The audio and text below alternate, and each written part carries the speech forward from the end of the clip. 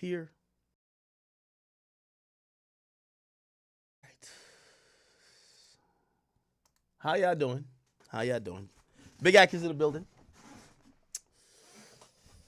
I got my little free Dirk hoodie on. Thanks to Alamo.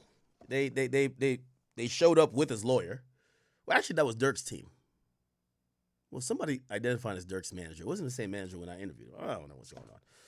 Anyway, they brought gifts for me. They brought a few free Dirk hoodie. This is the Deep Thoughts joint. This is for the new album. Deep Thoughts. I gotta tell these motherfuckers I lost some weight. Like, what type of size is this? What the fuck? God damn. Tell these niggas Skinny Demics is in the building now, bruh. Holy. Okay. All right. We're going up on the Academy channel right now. King Academics is loading up, and of course the Meta channels are loading up as well. Ooh, I do got an announcement to make to y'all. We're making an announcement. First and foremost, as we start out on, let me give it a second. I gotta wait till the chat pops up on the screen. That's when I know we really lit. That's when I know we're really lit. Rumble, thank y'all for holding it down. I appreciate y'all, like always.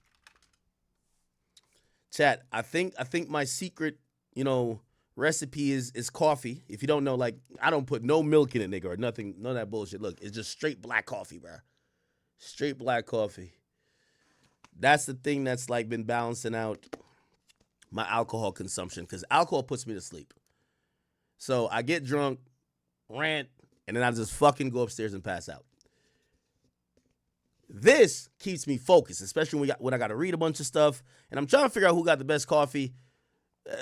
I ain't into that. Starbucks is aight, but Starbucks is like, that's when you want to drink. I just drink black. By the way, I don't like coffee, but I do like the effect it has. It makes me focus, so I'll drink the coffee just for that. I don't think it tastes good at all. It's just straight black coffee. No sugar, no nothing. It's just straight black coffee. That's it. But it kind of balances out my drunkenness, and I get to have a 6-hour stream, because we did good last night. We did 7 hours last night. Fuck. Chat. Oh, so this is what I wanted to say. Number one, I want to thank y'all. First of all, I see some people saying it's day 3, not day 6. It doesn't matter which day it is. I want to say I thank the chat for all my chat niggas. Everybody spam for Scorpion. Let me see mad Scorpions on the screen. I want to thank y'all, because I do think this regimented day 1 of, or trying to do this 30-day marathon, it's helped me. I'm telling you, it's helped me so much. Number 1, it's giving me purpose. Number 2, I be telling you, I'll be at the crib bored sometimes. So I end up doing all type of random shit, and knowing I have to stream every day kind of schedules my life a bit. So it's been working, and I think it's been really healthy for me. I feel like I've been happier. I feel like I've been healthier, and I feel like a lot of good things are arising from this. I've been more structured. So as much as I know some of y'all might be like, if I miss a day or so, the mere fact that I'm committed to trying to string together these days of streaming shows a commitment to streaming. And I'm telling you, it's helping me in my personal life. I promise y'all. Okay. Sometimes when I stream, I get in the mindset of like, yo, like, I've been rocking with y'all for 15 years. So I'm like, man, they'll see me when they see me. Like, they know I'm going to come around. And I don't stream on a regular basis. I end up doing a lot of bullshit, distractions, other drama just kind of get me off my swivel. And I've been laser focused. Like, I literally just came home from doing the interview with Hood Fame Goyeo, or Goyeo, you want to call him. And as soon as I got home, I set up by the way, thank you for the gifted sub or gifted membership. I hooked up my dogs, make sure they were good. My pool's being open, so I had to do like one thing with that. And other than that, I just like got on stream with y'all. So like, listen, if y'all like me to stream often, y'all like a focus act. And right now, I'm gonna be honest with you, I haven't been this focused in a very long time, and I want to give y'all the credit. Okay.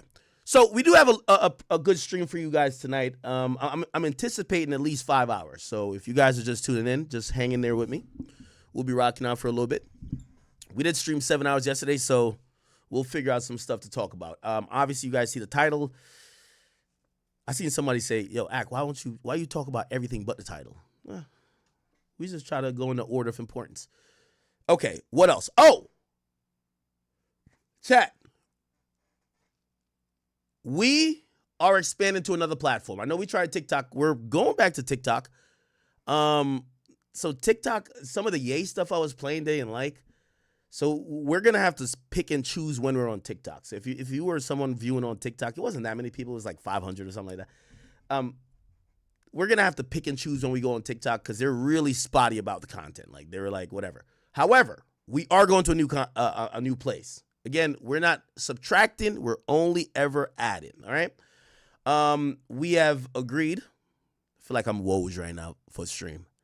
We've agreed in principle with for a deal, or not necessarily a deal. It's not really a deal, but an agreement that we will be, I'll call it syndication because that's what they would call it in the radio world. We'll be syndicating the stream. I think starting, what day is today? Starting Monday, we'll be syndicating the stream on Kick. Okay, so I don't know if you guys are on Kick, but we do have a page on there, kick.com, academics. Wait, I don't got no followers? God damn, y'all need to, oh, actually, never mind, they just cleared out this page for me. My bad. Okay, so if you guys do follow this, they verified me and everything. I've talked to them, and we will be bringing the stream over there. By the way, again, if you guys watch on YouTube, I'm not telling you to go over. You don't have to go over. I'm not getting off YouTube. It's fine. If you watch on Rumble, you don't got to go off that.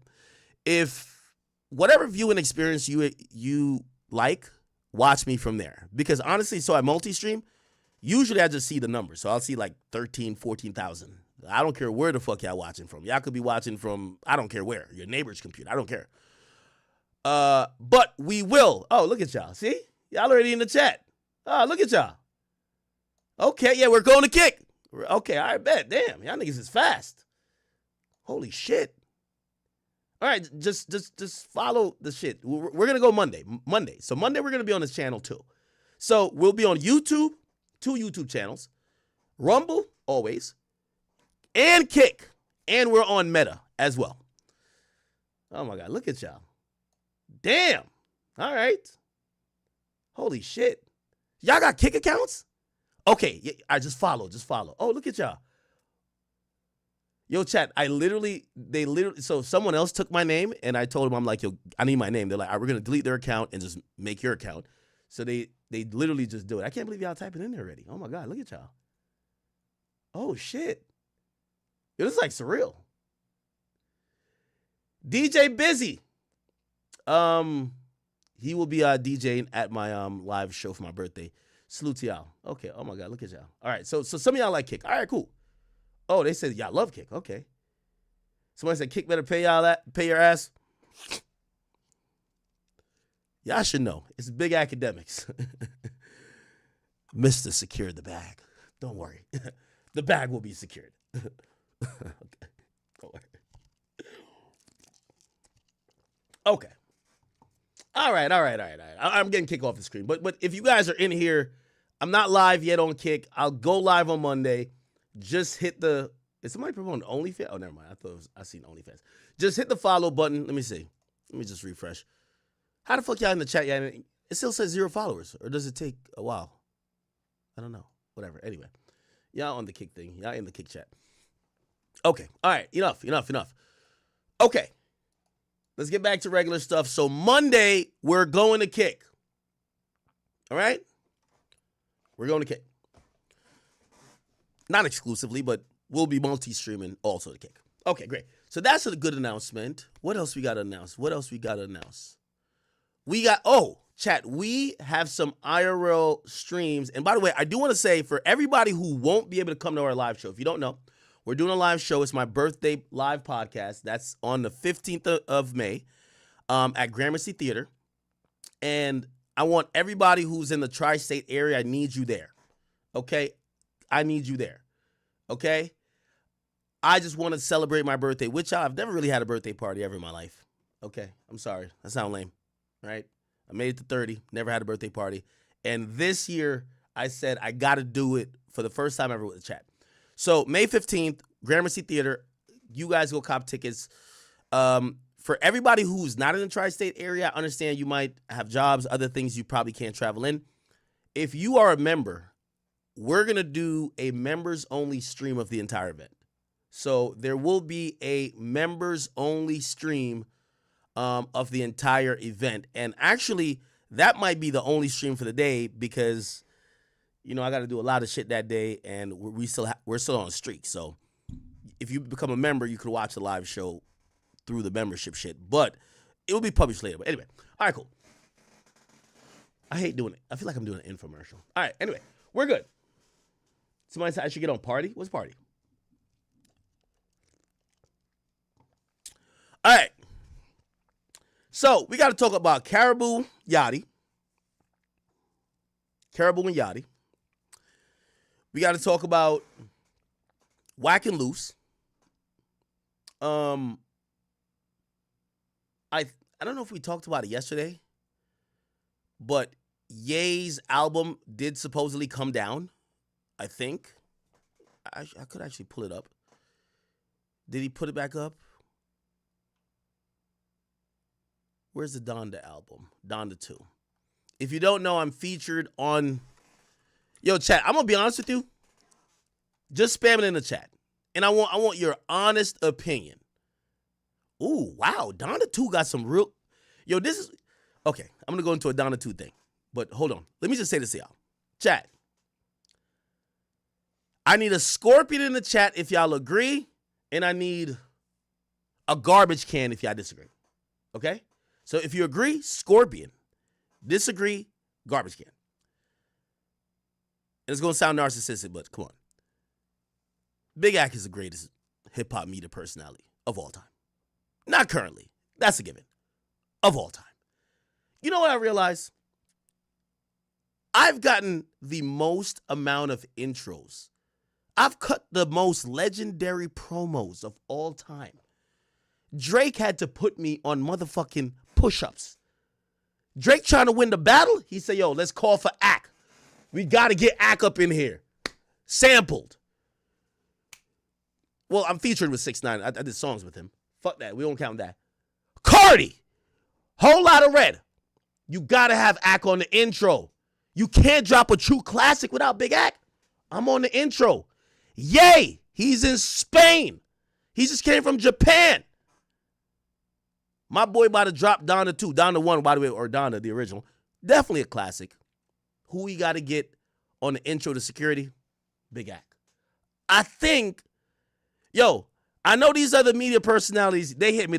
A couple of them hit me. They were like, yo, damn, Ack, you always end up on an intro. And I'm like,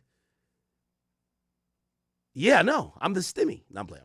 Anyway, thank you to Ye for including me in that. All right, so Donda 2 is actually still up. Let's kind of talk about that for a second, and we'll kind of go from there, all right? I got to drink more of this coffee to balance out my drunkenness. Look at y'all. Somebody said Drake was desperate. Stop playing with Drizzy, man. By the way, we're talking about Kendrick a lot today. Drake fans, if y'all watching, I need y'all to control yourselves because I might have to say some positive things about Kendrick. No, I'm not switching sides. Drake is my man. And by the way, could y'all Drake fans tell me when it's Family Matters Day? Because, these Kendrick fans are trolling the shit out of me. They've been retweeting. Like, look at this. This is what I go through daily. Remember I told you, my Twitter account, I don't know what Elon and everybody did to it. Bro, my Twitter account is so limited. Like, I've shown you on my phone. If you type my name in, you could probably find a million things being said about me, right? I never see it. Like, they fucking restrict the shit out of me. 2 minutes ago, Academics, he's a top 5 hip-hop platform, da-da-da-da. What? What are they talking about? Don't forget about Academics, he's top 5. Oh, he's top, what? No, he has top 5? Oh, what are you talking about? What? Okay, what are they talking about? Yo, people just tag me in anything. Drake and Academics try to troll Kendrick so hard. Now Kendrick's still on their head tops a year later.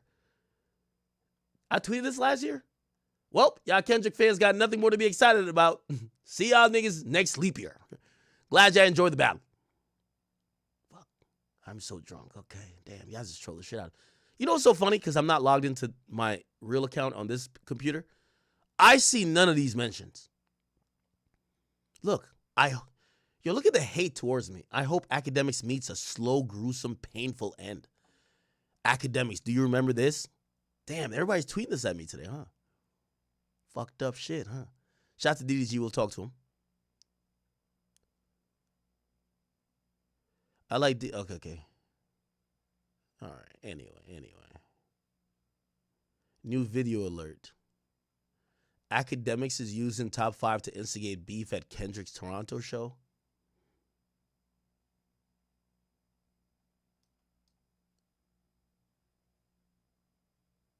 Bruh, I don't know what type of time y'all on. Okay, anyway. What was the point of me even saying that? Oh, I was trying to say that they've been trolling me saying it's Happy Euphoria Day. Look, did y'all see Kendrick fans with this? Happy Euphoria Day. And I was like, damn, these niggas really stuck in a past. Okay, maybe I was only seeing that. Where the fuck did I see it? Look, Happy Euphoria Day, Happy Euphoria Day, Happy Euphoria Day. They were celebrating like it was a fucking holiday. All right, whatever. We'll talk a little bit about Kendrick. And when did Family Matters drop? It dropped on the 3rd? 3rd of May? Bro called AJ? For what? I'm now on that side of Twitter. Yeah, I don't know what's going on with that. Okay. So let's start with, what should we start with? I think I was trying to start with some Kendrick shit. No. Fuck Kendrick. Bow, bow. Here we go. Fuck Kendrick Lamar. So I'm trying to say. Fuck Kendrick Lamar. Fuck Kendrick. Bow, bow. Oh, you're rocking already. If Kendrick pulled up to Jen and Finch right now, what you guys say to him? We're gonna smoke him. Getting stripped and robbed for everything has on him. Is that YG35? Stripped and robbed for everything has on him. Take his britches? Take his pants off him? He's gonna get a Take his shoes? No Diddy. No Diddy, but he's gonna get dealt with. I'm not gonna lie to you. He just might catch a head tap. Fuck Kendrick Lamar. So I'm trying. Okay. All right. Are Kendrick fans like really in fear for Kendrick's life, bro? Huh? Okay. All right. What topic that's out we're gonna start with? Oh, no. I want to start with Donda. Let's start with Donda for a second. Let me do display capture. All right, bet. So, this is a song I'm featured on. Here we go. Yo, Kim K. Wait. And motherfucking Chris Jenner, man. I rebuke y'all in the name of Jesus. Allow my man Ye to raise his black children.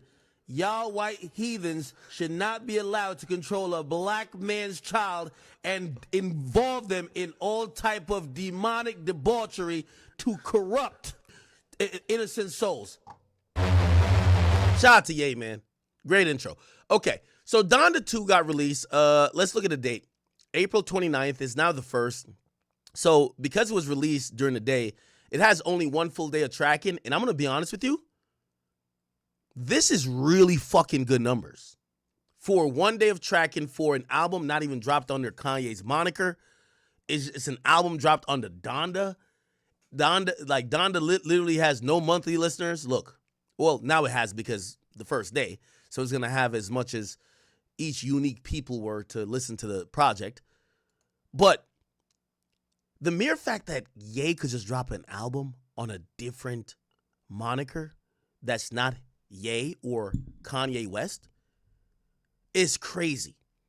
Now, this is how a lot of people, there's some ghetto people who do projections. This is how they do it. Sorry. Some of them do it by just kind of like literally, wait, here we go. Just kind of going over the amount of plays and the amount of songs. And yeah, like just basing off of this, and I'm going to be honest with you, Ye would have probably sold 20K or 25K if this was dropped on a Friday, even with no announcement. Just based off, this is first day numbers. So first day numbers for Ye. If he had dropped, right, on a Friday and he had 7 days of tracking, he would have been on pace to sell 25K just because he dropped it. Now, because he dropped on a Wednesday, and he's going to have, no, he dropped on Tuesday. So he's going to have Wednesday and Thursday. So 2 full days of tracking. He's going to sell about like close to 10K.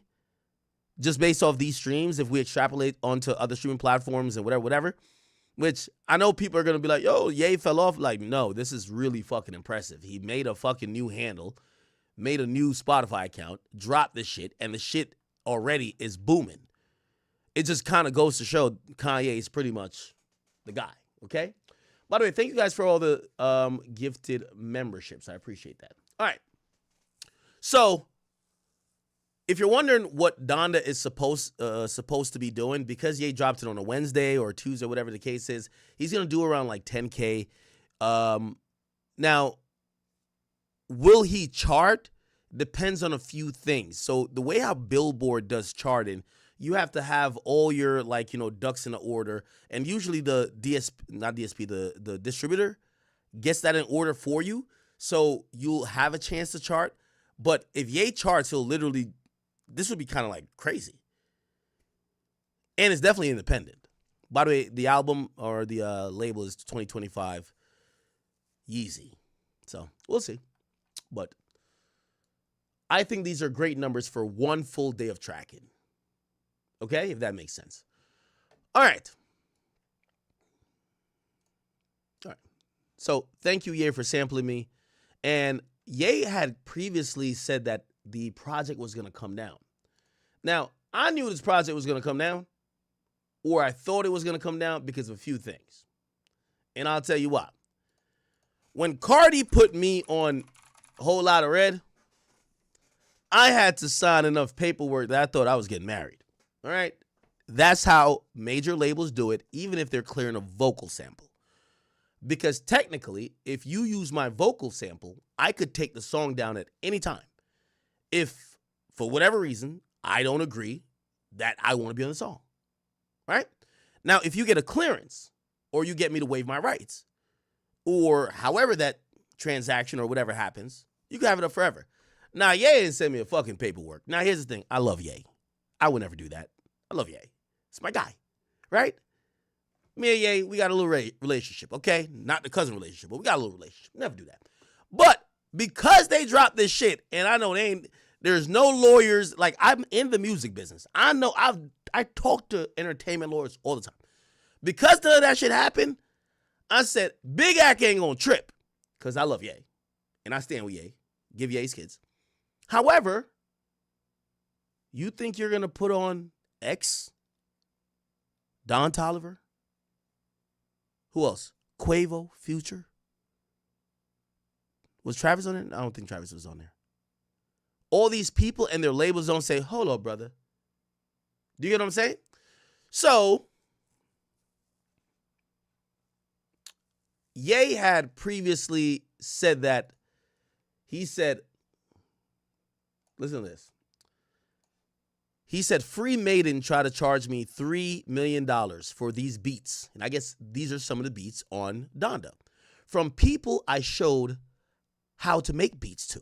Now he's going to take down Donda too. And he says, managers. Then he shows a text message where someone says, yo, we did not and do not consent to the usage of any of our work on Donda 2 or any Ye project. He's owed us money for almost 3 years now and has refused to pay. Yet keep stealing our work. The unauthorized Donda 2 songs are Boogs, We Dig It. Wait, oh, this is somebody else? For Boogs, We Did It, 530, Lord Lift, City of God.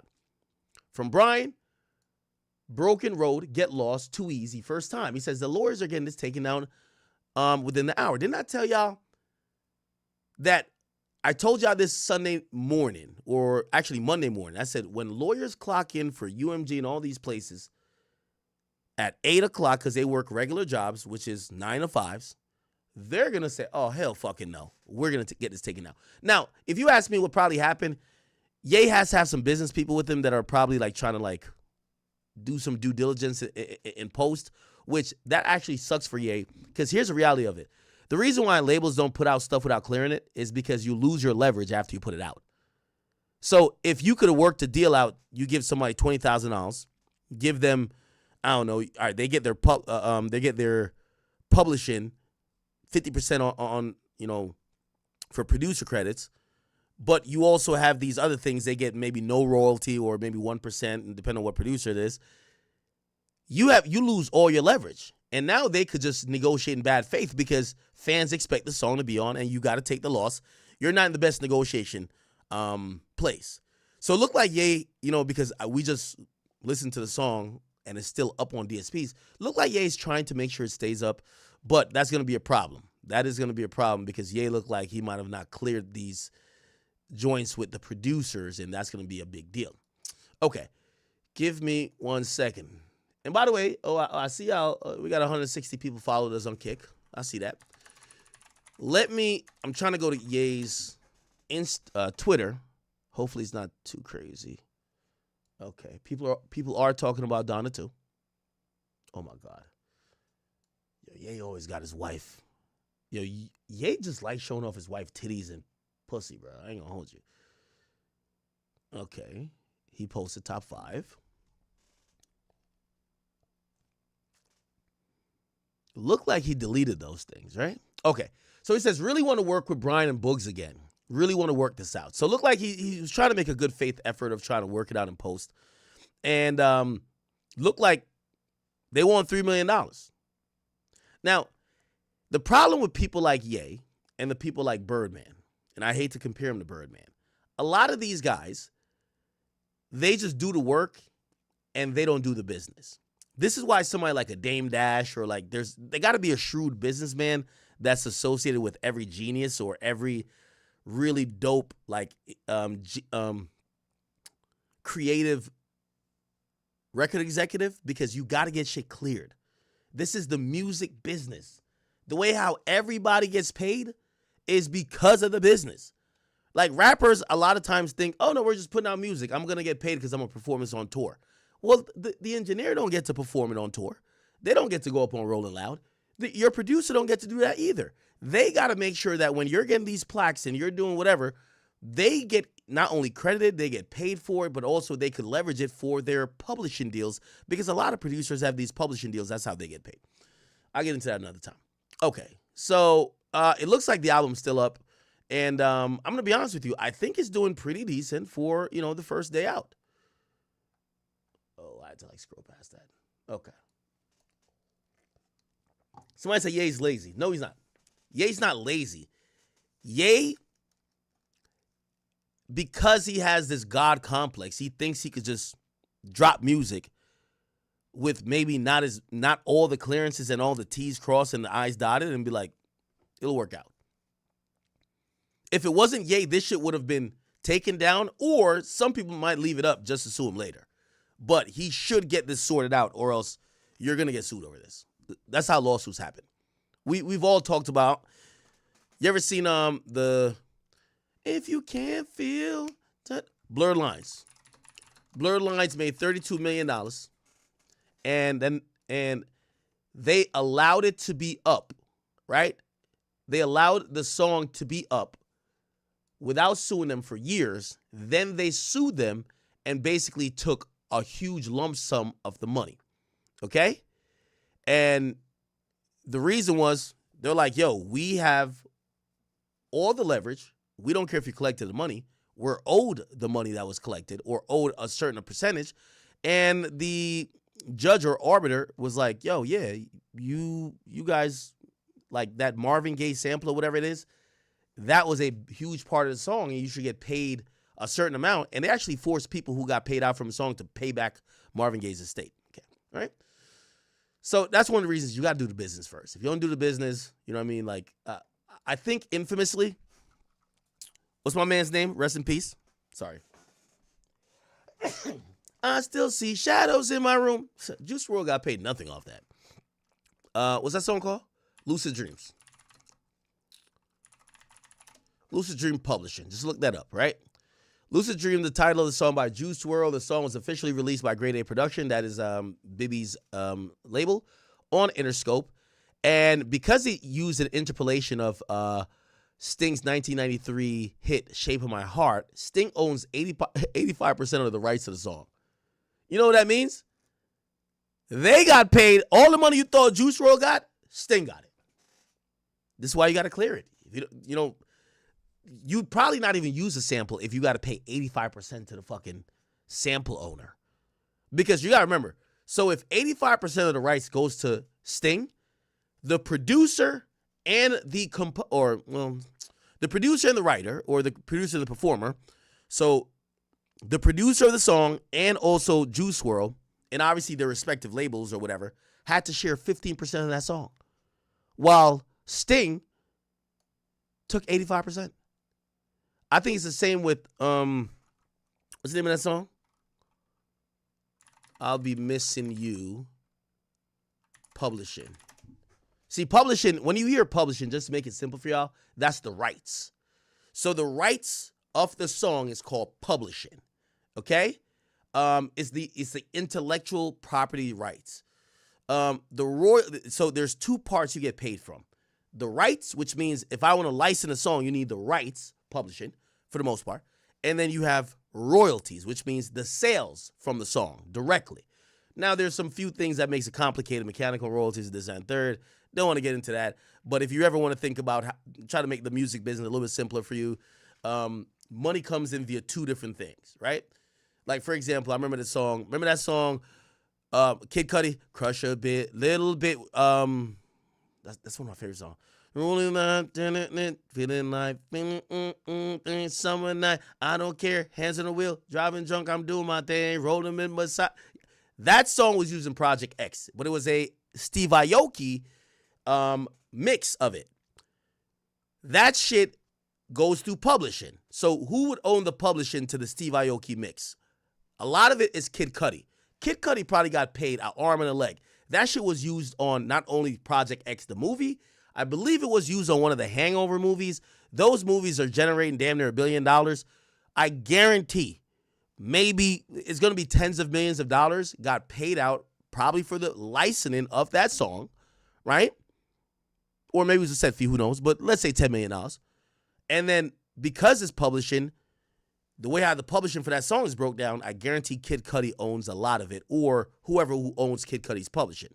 This is why people hate Diddy, because Diddy used to, like, people didn't understand publishing back in the day, so he would be like, oh, you'll get paid a percentage of the records that we sell, but we own your publishing. And they'll be like, what the fuck is publishing? Don't worry about it. Take $200,000. He owns your rights for the song for life. So if anyone be like, yo, what's a Biggie song? I don't know, More Money, More Problems, or whatever the case is. Those particular songs, Diddy would just get all the money when it's licensed in, I don't know, or, you know, in a movie. Get me? Which, you know, publishing, long-term money, royalties, think about first week sales and like weekly, yearly sales, right? Yeah, I'll Be Missing You. Diddy actually got finessed on this shit. Not finessed, but he put this out, and then we realized that apparently he had to pay them. He did a deal to pay them weekly. Not weekly. Is it weekly or monthly? Oh, fuck. Okay. Sting getting so much money off hip hop. Lucid Dreams, they own everything. Or 85%. When it comes to I'll Be Missing You, Sting, the songwriter of Every Breath I Take, was awarded 100% of the royalties and continues to use. Damn, that's even crazier. Look, Diddy is obligated to pay Sting a daily royalty of $5,000 a day. Look. $5,000 a day Diddy had to pay these motherfuckers just to have the song up. Diddy clarifies $5K daily royalty payments for Sting's 90s hit, I'll Be Missing You. Ain't that crazy? As we live in it. That's not crazy, Chad. You got to clear your songs. That's the whole point I'm trying to say. Thank you for someone who said in the chat.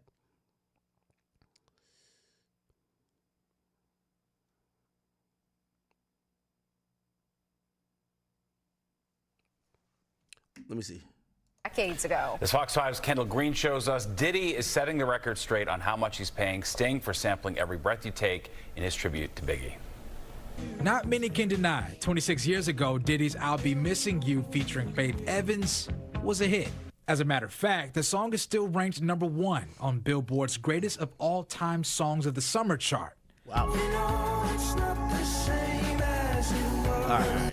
It's equivalent then to last year's, decades later.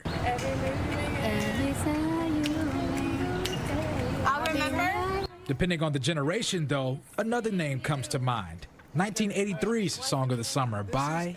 Say it with some confidence. Who was it? Sting. Sting? As 90s babies, we probably thought it was P. Diddy. That sample has people talking after a 2018 Breakfast Club interview resurfaced on Twitter. Is it true that Diddy has to pay you $2,000 a day because he didn't ask permission to sample every breath you take? Yeah. Diddy clarified the price tag this week in a tweet, saying, nope, $5K a day. Damn, $5,000 a day is crazy. You see how, like, theoretically, and this is why music rights is important, you could make one song that could get you set for life. If you were getting $5,000 a day, would you need to work again? $5,000 a day, let's extrapolate, right? That's 5 times 365, that's yearly. That would be, well, 5 times 300, that would be, I can't do math. It would be $1.5 million, right? Then add 65 plus 5, that's 300. It's $1.8 million. So $1.8 million just from that song, yearly in royalty payments to Sting. You see how one song could get you set for life? Now, granted, I don't know if, that was a set rate or maybe it's just a percentage of what the song was making. I'm pretty sure, I don't know if that song is still as popular, but $5,000 a day is crazy, right? Taking that annual cost of copyright infringement to more than $1.8 million. If you use a sample and you don't get it properly licensed, then you're infringing on the copyright of the original recording and also the original composition. And so you could be liable for copyright infringement. Cassandra Spangler, an entertainment attorney, believes Sting and Diddy may have worked out their own deal, but doubt he's paying the Rock and Roll Hall of Famer out of his own pocket. Either way, a deal is a deal, and a hit is a hit. Good for Sting, yes. Diddy's got it. Sorry, Diddy, I love you, but you got it, so might as well. I love it. Kendall Green, Fox 5 News. Yeah, okay. So, really, I say all that to say, you got to clear your songs. Now, for independent young artists that's coming up, you don't got to clear your songs, okay? As we live in a digital. Like, Sting isn't going to come for you if you sample their song and it's not detected by, like, the copyright stuff. Like, because there's copyright readers and scanners that will detect, like, oh, you're using Sting's song. Are you allowed to do it? We're not going to put it up because you're stealing their song. But if you chop it up in a way, if you're a young artist, you don't got to worry about that. And at the point you got to worry about it, you've already made it. They're not going to come at you for like 20 cents. They're not coming at you for like $100, right? But that's why Juice WRLD got into his situation, right? They sampled Sting, and they didn't know that was going to be a big breakout song. So they probably said, fuck it, we're not even going to clear it. The shit blows up. By the time they go to clear it, Sting is like, y'all ain't come to us before you dropped the song, so we need 85%.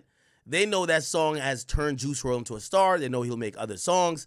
So they take the L on the song. They only get 15%. Sting gets 85%. It is what it is. Okay, people. All good. Where should we go or start next?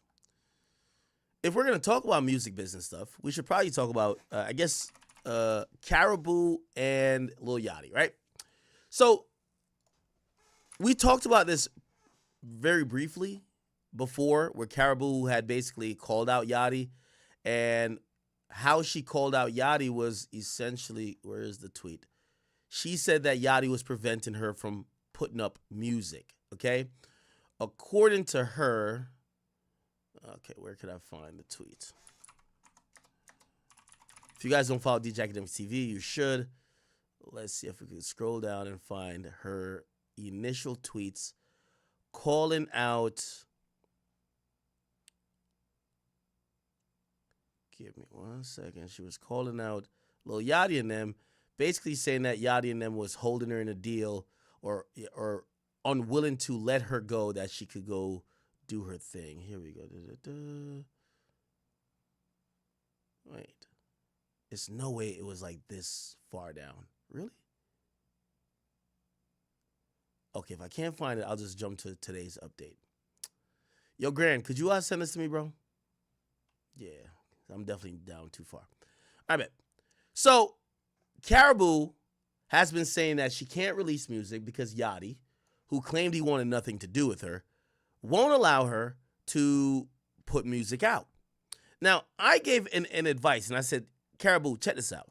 I know what's going on. Not only have I spoke to Yachty, truth be told, I've spoken to P, right? And I hate to drop my sources, but I just got to let you know, I've talked to the big dogs, okay? Yachty's is pretty much your boss, but shit, even Yachty's boss is P. Here's the thing. Yachty really thinks you're an asshole. Yachty think that, you were in this group called, what's the group called? Concrete. And, or on the label called Concrete.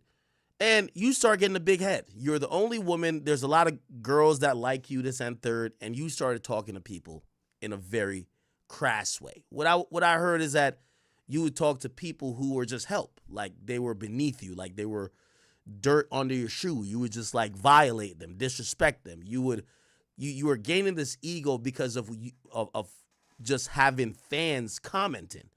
Now, that's a very important thing. Fans in your comment section don't mean they're real supporters. Ask all of the chicks on the Shade Room. When you're an artist selling music, that's when you know, and people coming out to your shows, that's when you know you have supporters. By the way, we've seen a few of Karraboo's shows. For all the people who were commenting on her shit, they weren't showing up necessarily to see her. So, Yachty was fed up with it. Yachty dropped her. Or not really dropped her, but Yachty excommunicated her from the group. Okay? And you might be like, well, why would he do that? Well, Yachty, even though he has Concrete, he's not a label owner. And I talked to P about this. He's not a label owner. You see a label owner, and by the way, remember when I told y'all I tried my hand at owning a label? I could never. I got too much money for that. I'm good. You got to sit there and have artists who you pay them pop all this shit with all this ego, talk shit to you, act like you work for them. They're going, like, the ego that gets into a person that starts to see money and starts to think that I'm only popping because of me and that their shit doesn't stink is crazy. Now, as a label owner, you have to deal with it. Like, for example, you don't think Lyra Cohen, Lyra Cohen's damn near a billionaire. He was running around with Young Thug when Young Thug barely had like 30 million to his name. A billionaire is being the bitch boy for the 30 million nigga. Part of being a boss is checking your ego as an executive and appeasing or appealing to the ego of your artist to get work that you could later monetize. I know I seen that shit. I'm like, I'm good. This is why being an executive is hard. Let me connect it to Yachty. Yachty, who was basically working with Drake, helping Drake with all type of shit. He was cooking up for everybody, making great beats. He was really in his producer bag. He's not no regular executive. He's not like, oh man, they don't fuck with me no more, so I gotta sign some people who they fuck with. Yachty's lit. Yachty feels like he's putting y'all on. So Yachty's not gonna tolerate your ego like a regular label executive would. So a regular label executive would have made Karraboo, and this is why I'll give y'all artists or upcoming artists some advice. Don't sign to another artist. Because the shit you get away with your managers and label people who are not artists themselves, Yachty at the end of the day, when you give him too much attitude, he's going to say, man, fuck this bitch. I could go make some records and make the same amount of money. I don't need to deal with this headache. A label executive is going to deal with it. So anyway, Yachty was done with her.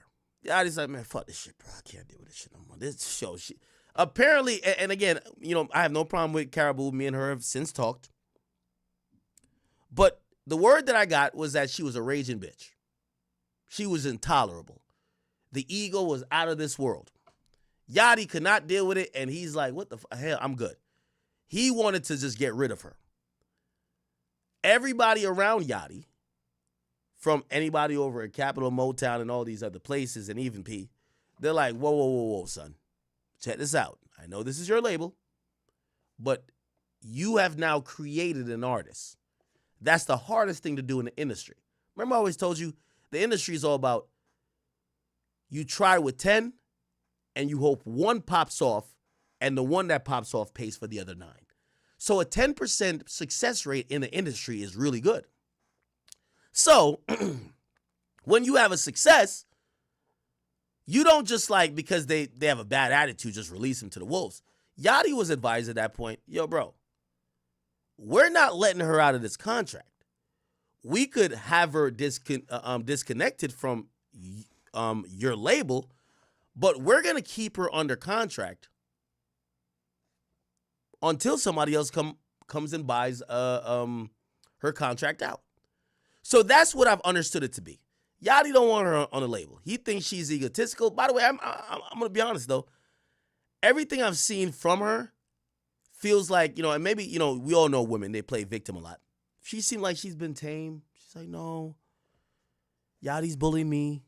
She's been kind of showing the side of her that is opposite of what Yachty was alleging, which is, I think, good and smart for her. However, she was not fully released because you don't invest money and resources, your energy and clout to create her. And after you now know, it's so hard, it's less than 10% chance that you could create an artist that people care about. You don't let her walk away and take all the value you instilled into her career already and go somewhere else. So this is why I gave Karraboo the advice. I said, listen, it's the same thing with Gunna. Yo, I'm pretty sure Thug want to slap Earth, Wind, and Fire out of Gunna. You put him and Gunna in a room, and I think he would try to choke Gunna to death. That don't mean he gonna let Gunna go free off of YSL and act like he ain't trying to get paid. It's a business. This is how you make money. So, until somebody buys out the contract, you still get paid from them. And I think that's what Yachty was doing. So anyway, Karraboo came online and said, oh, I can't release music, I can't do this. And then Yachty went live because, people were like, damn, Yachty, like, I thought you said you don't fuck with her, she egotistical, why you keeping her in the contract? Now we have Yachty,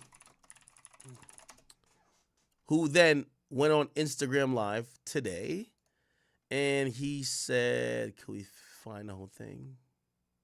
Ooh. Yachty IG Live. We got to go today. Okay, here we go. Even whatever, right? So, first off, from the jump, when we split with Karra, there was never a you can't drop, right? There was never anything that said that she couldn't drop music. She just didn't drop. You know what I'm saying? But the thing was, she didn't want to drop. She didn't want to drop under the label because she felt like, oh well, if I'm putting a song out and we're not cool, it shouldn't come out under your label. But guys, that's not how business works. You see what I'm saying? There's no way I'm gonna invest money into somebody, put money into something, make no return, and then you can just, when you feel like it, just drop when you want, right? So what happened was, I said, hey, you find somebody to sign you, and we'll do the paperwork. Chat, listen, I know some of y'all be like, yo, Ack, you just be talking shit. Bro, every time I tell y'all some music industry shit, bro, I'm spot the fuck on. They were down for Karraboo's contract to get bought out. By the way, y'all want me to give y'all some more information and tea? And this is why when I talk, sometimes artists kind of back up a little bit, or they just be like, yo, this fat ass thing is... Because they know when I'm speaking music business shit, a lot of times either I done spoke to your boss, or a lot of times I done spoke to the building. By the way, it's the same thing, and I'm not attacking this person, because every time I speak on some shit, they think I'm attacking. Same thing that happened with Young Miami. I'll give y'all the tea right now. They were been trying to drop the City Girls. The City Girls was promoting everything but music. Their passion was niggas. They wanted to be in a relationship, not promote music. They was going to get dropped off QC. That's a fact. Everything I'm telling you is all factual. But here's the thing. P and them good folks, Coach K and them, spent years building City Girls. They gave him the names. All them names, like Young Miami, and they gave them the name. They got them people to write for them and all that type of shit. They created the City Girls. So because now they're focused on men, because they're all about being in relationships, yeah, they're not profitable music-wise, but you think they're going to drop them, that some other person signs them, and the other person or the other label who signs them didn't have to make the investment. So what ended up happening, it's a tough decision. JT was super determined and dedicated to the music. They kept JT. And then they released Young Miami. She could do her solo thing. The group split apart. I believe City Girls might still be signed to QC. But it was clear they were no longer operating as a duo. JT made the cognizant decision. I'm down to promote music. Young Miami, they was looking at her like, you're Diddy's concubine. You're chasing penis. And that's what happened. It's a business decision. Young Miami could go sign with anybody who she wants. But is music her true love? Who knows? That's the reality of most of these things, and labels got to make decisions. So now, if somebody feels that there's so much value in the City Girls, they could buy out the City Girls contract. But solo-wise, QC's rocking with JT. No disrespect to Young Miami. I got no problem with you. I know I'm supposed to do your show at some point. I'm just only speaking music business. All right? Same thing with Karraboo. Yo, Karraboo, just get another label. Like, you're already lit. Or the hardest part of the music business is to get to where you're at.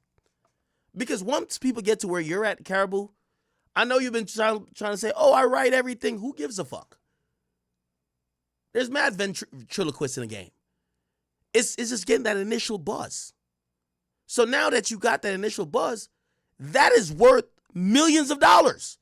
A label that signs you would have given you a signing bonus, studio budget, marketing budget. They would have invested millions of dollars to get you to this point. So even if Yachty can't stand your ass, it's stupid of him to relinquish a contract that's worth millions of dollars in value. So he's just saying, you got a manager, have your manager go take meetings with other labels, find one that's going to sign you. Just tell them, I'm in a deal with Yachty. No, you're not going to guilt trip him into letting you go. What you're going to do, tell the other label, you're in this deal, but the person's down for a buyout. And those people are going to talk to Yachty's people, and they're going to pay him. It's the business.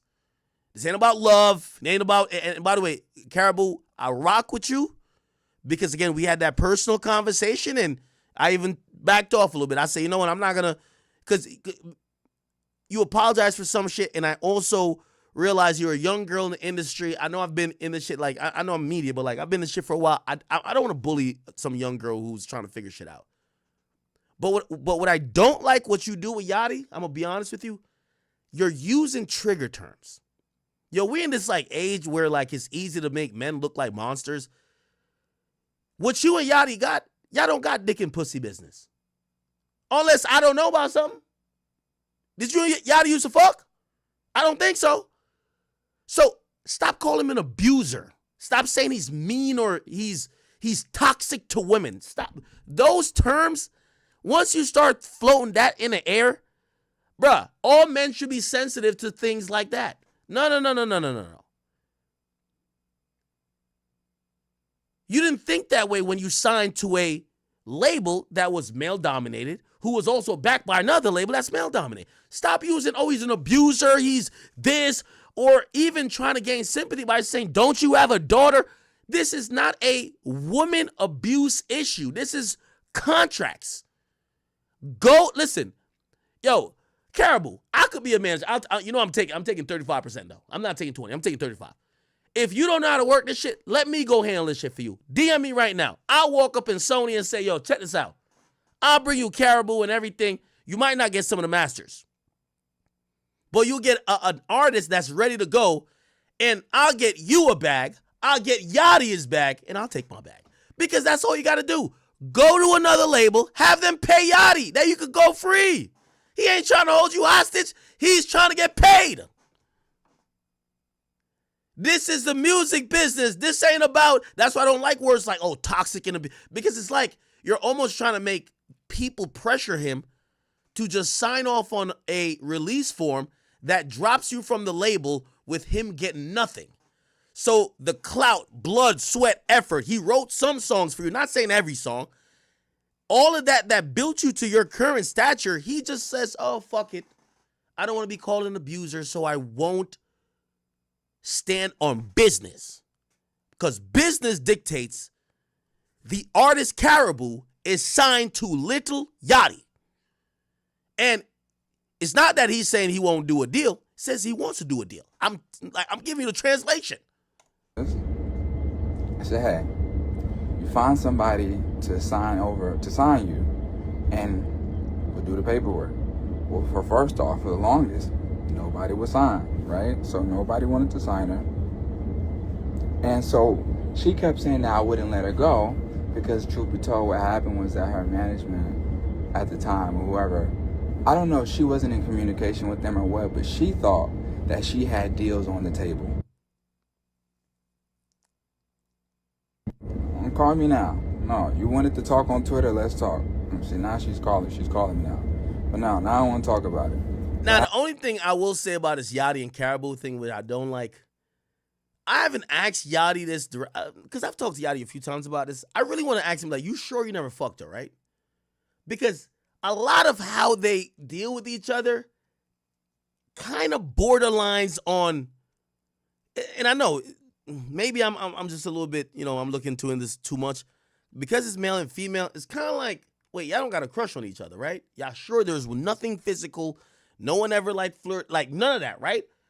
Because I don't get involved in dick and pussy business. I keep telling y'all that. When you see dick and pussy business, leave it alone. Once dick and pussy got involved, we don't need to be involved. Trust. What happened was, she said that she thought she had deals. And the only reason I asked that, and Yachty, listen, I know I could text you or call you right now. And should I call Yachty and get an answer? But Yachty, I need you to clarify that, because every time y'all respond to each other, it seems personal. And I'm a little weary of that, because if there's any dick and pussy business involved with this, I'm out. I'm headed to the back door. I'm done. I have nothing more to say, and I rescind all my comments. I do not want to comment on dick and pussy business, because y'all might have been doing some stuff. But I don't know. Is this say 66666? Holy. Y'all, you the devil. My bad. I'm playing. Anyway, we probably should figure that out. Anyway. Deals on the table, right? Nobody was trying to sign her, all right? So she thought I was holding her a deal and wouldn't sign the paperwork, but there was no deal, all right? Cool. And she got a deal, right? And the deal came, and it was, I didn't care what the deal was. I don't care how much money it was. I really don't care, right? I said, okay, cool, I'll sign the paperwork. That's fine, I don't care. But before I sign that paperwork, I want my jewelry back, right? My fucking earrings, 8-carat earrings, my watch. Okay, so this is where it gets a little iffy. Yo, chat, you ever seen two exes, or they call themselves exes, but they be mad petty? Yo, I want my PS4 back. Yo, give me this back. Yo, listen now, we done for real, but yo, remember when I gave you this? Nah, I want it back. Bro, if you really done, just move on. If you really done, just move on. If you want some, I need some take back shit, it's I'm being honest. Oh, give me my earring back before I let you go. Hold on, what are we talking? Come on now. What's going on here? Is dick and pussy involved? Hold on, I might have to call Yachty. Hold on. Work, that's fine, I don't care. But before I sign that paperwork, I want my jewelry back, right? My fucking earrings, 8-carat earrings, my watch, everything else. And you can go, right? But see, the thing was, she went on streaming tours and goddamn balloon contests and all whatever else. So she didn't want to give me my jewelry back. All right? So I say, look, you give me my jewelry back. And this was, by the way, guys, this was 10 months ago. All right? This is 10 months ago. This is almost a year ago, I said, hey, as soon as you bring me my jewelry, you can do whatever you want. I don't want nothing to do with you. I'm not here to hold you. Now, this is, oh man, Yachty. You see, you put me in a tough position, Yachty. Pause. Yachty, if somebody got your jewelry and it's your jewelry, nigga, by hook or by crook, you can get it back. You tell that chick, give me my fucking jewelry back. She's not compliant, nigga. You got the cops go get it, nigga. It's your shit. Okay? After you give her one friendly request, after that, nigga, it's fucking theft. So you could get your jewelry back. This whole thing like, oh no, give me my jewelry. It's been 10 months. No, this is flirting. This is flirting. This is flirting, y'all. By the way, in the midst of all this, I said, hey, you can drop music whenever you want to. Whenever you want to, you could drop your music. That's not the case, right? Because I never had a problem, right? I didn't have a problem with her. I didn't have a vendetta with her. I didn't like this. She's painting a narrative that like, oh, he won't let me drop. Should I call Yachty? All right, let me call Yachty. Yachty, I gotta call you, Cody. I need the questions answered. Damn, what's his last number? Is this his last number? It's kind of sad how many numbers I got for niggas. Pause.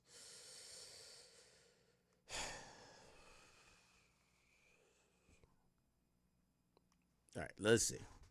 Yachty, you. Please leave your message. Nah, FaceTime you, Yachty.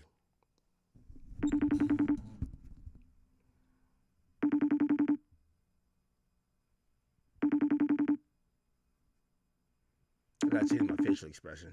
Like, I'm looking at the camera. I got the nigga please facial expression. Yacht!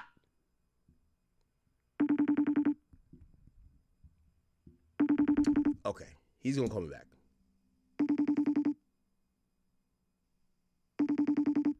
We gotta get to the bottom of this, though.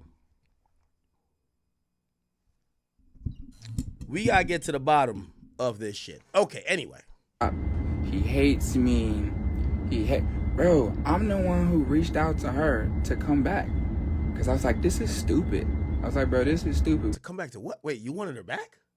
Like, I mean, obviously to concrete. Like this, she's painting a narrative that like, oh, he won't let me drop. He hates me.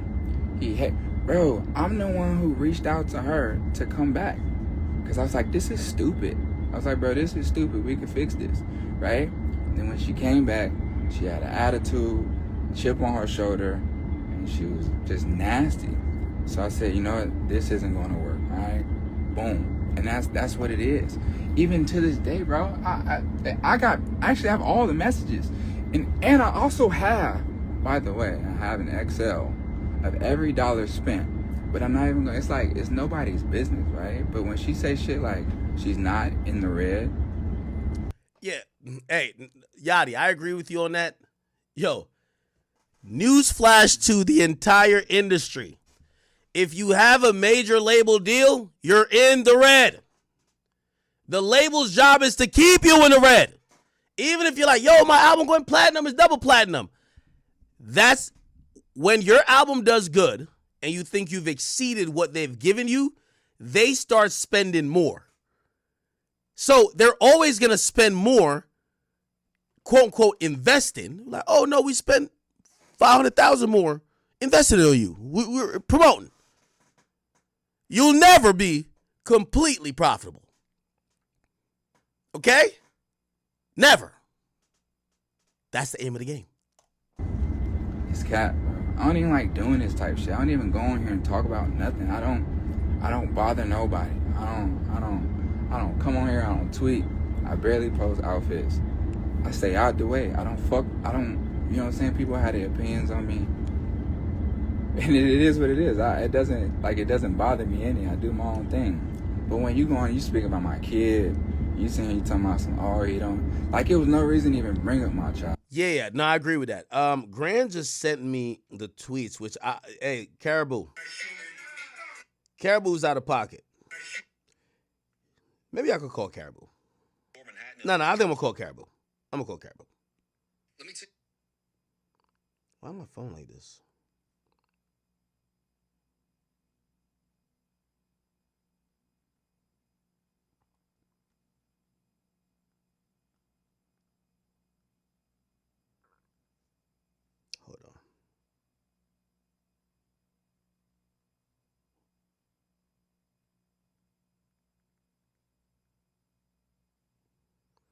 What was I doing? I forgot what I was doing, chat.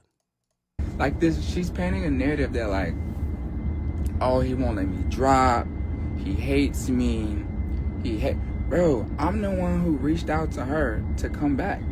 Because I was like, this is stupid. I was like, bro, this is stupid. We can fix this. I ain't gonna lie. Karraboo's on timing. She definitely gave me the number just now. Yachty. We gonna get Karraboo on here right now. I'm calling her ass right now. Let me call her ass right now. All right, hold on. Let me make sure. So we gotta call her right now.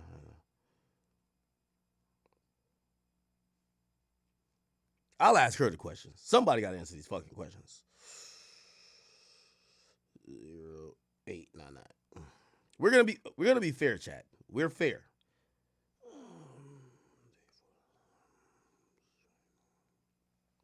Here we go.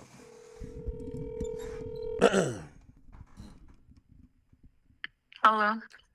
Karraboo. Hello. It's a big act in the building. I'm dead.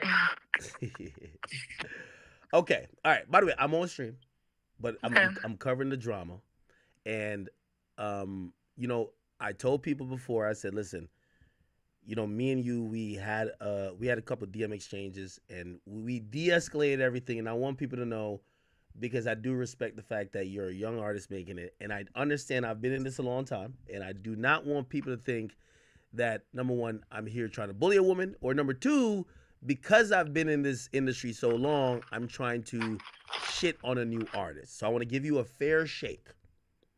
Okay. Right? Thank you. And you remember the conversation we had, right? Yeah. Okay. So, what happened today? Okay. Yesterday, it was just one of those days where you see a comment and I'm already frustrated. It's been 11 months of like dealing with this legal shit, going back and forth, just being dragged out, and I just want to drop music, So I had a weak moment and I got on Twitter and started, complaining. And I guess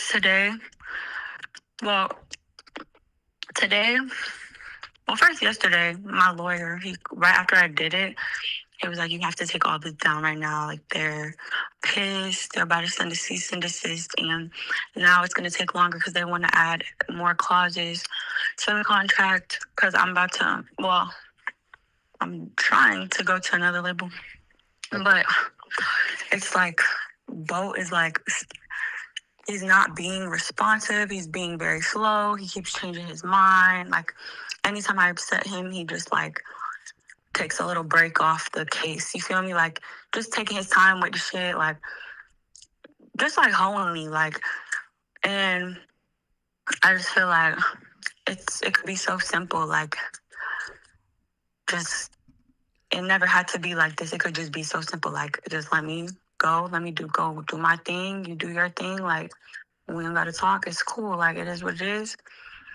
But like, he wanna drag it out. He wants me to sit there because he's upset with me. And it's just like, it's petty and it's like stupid.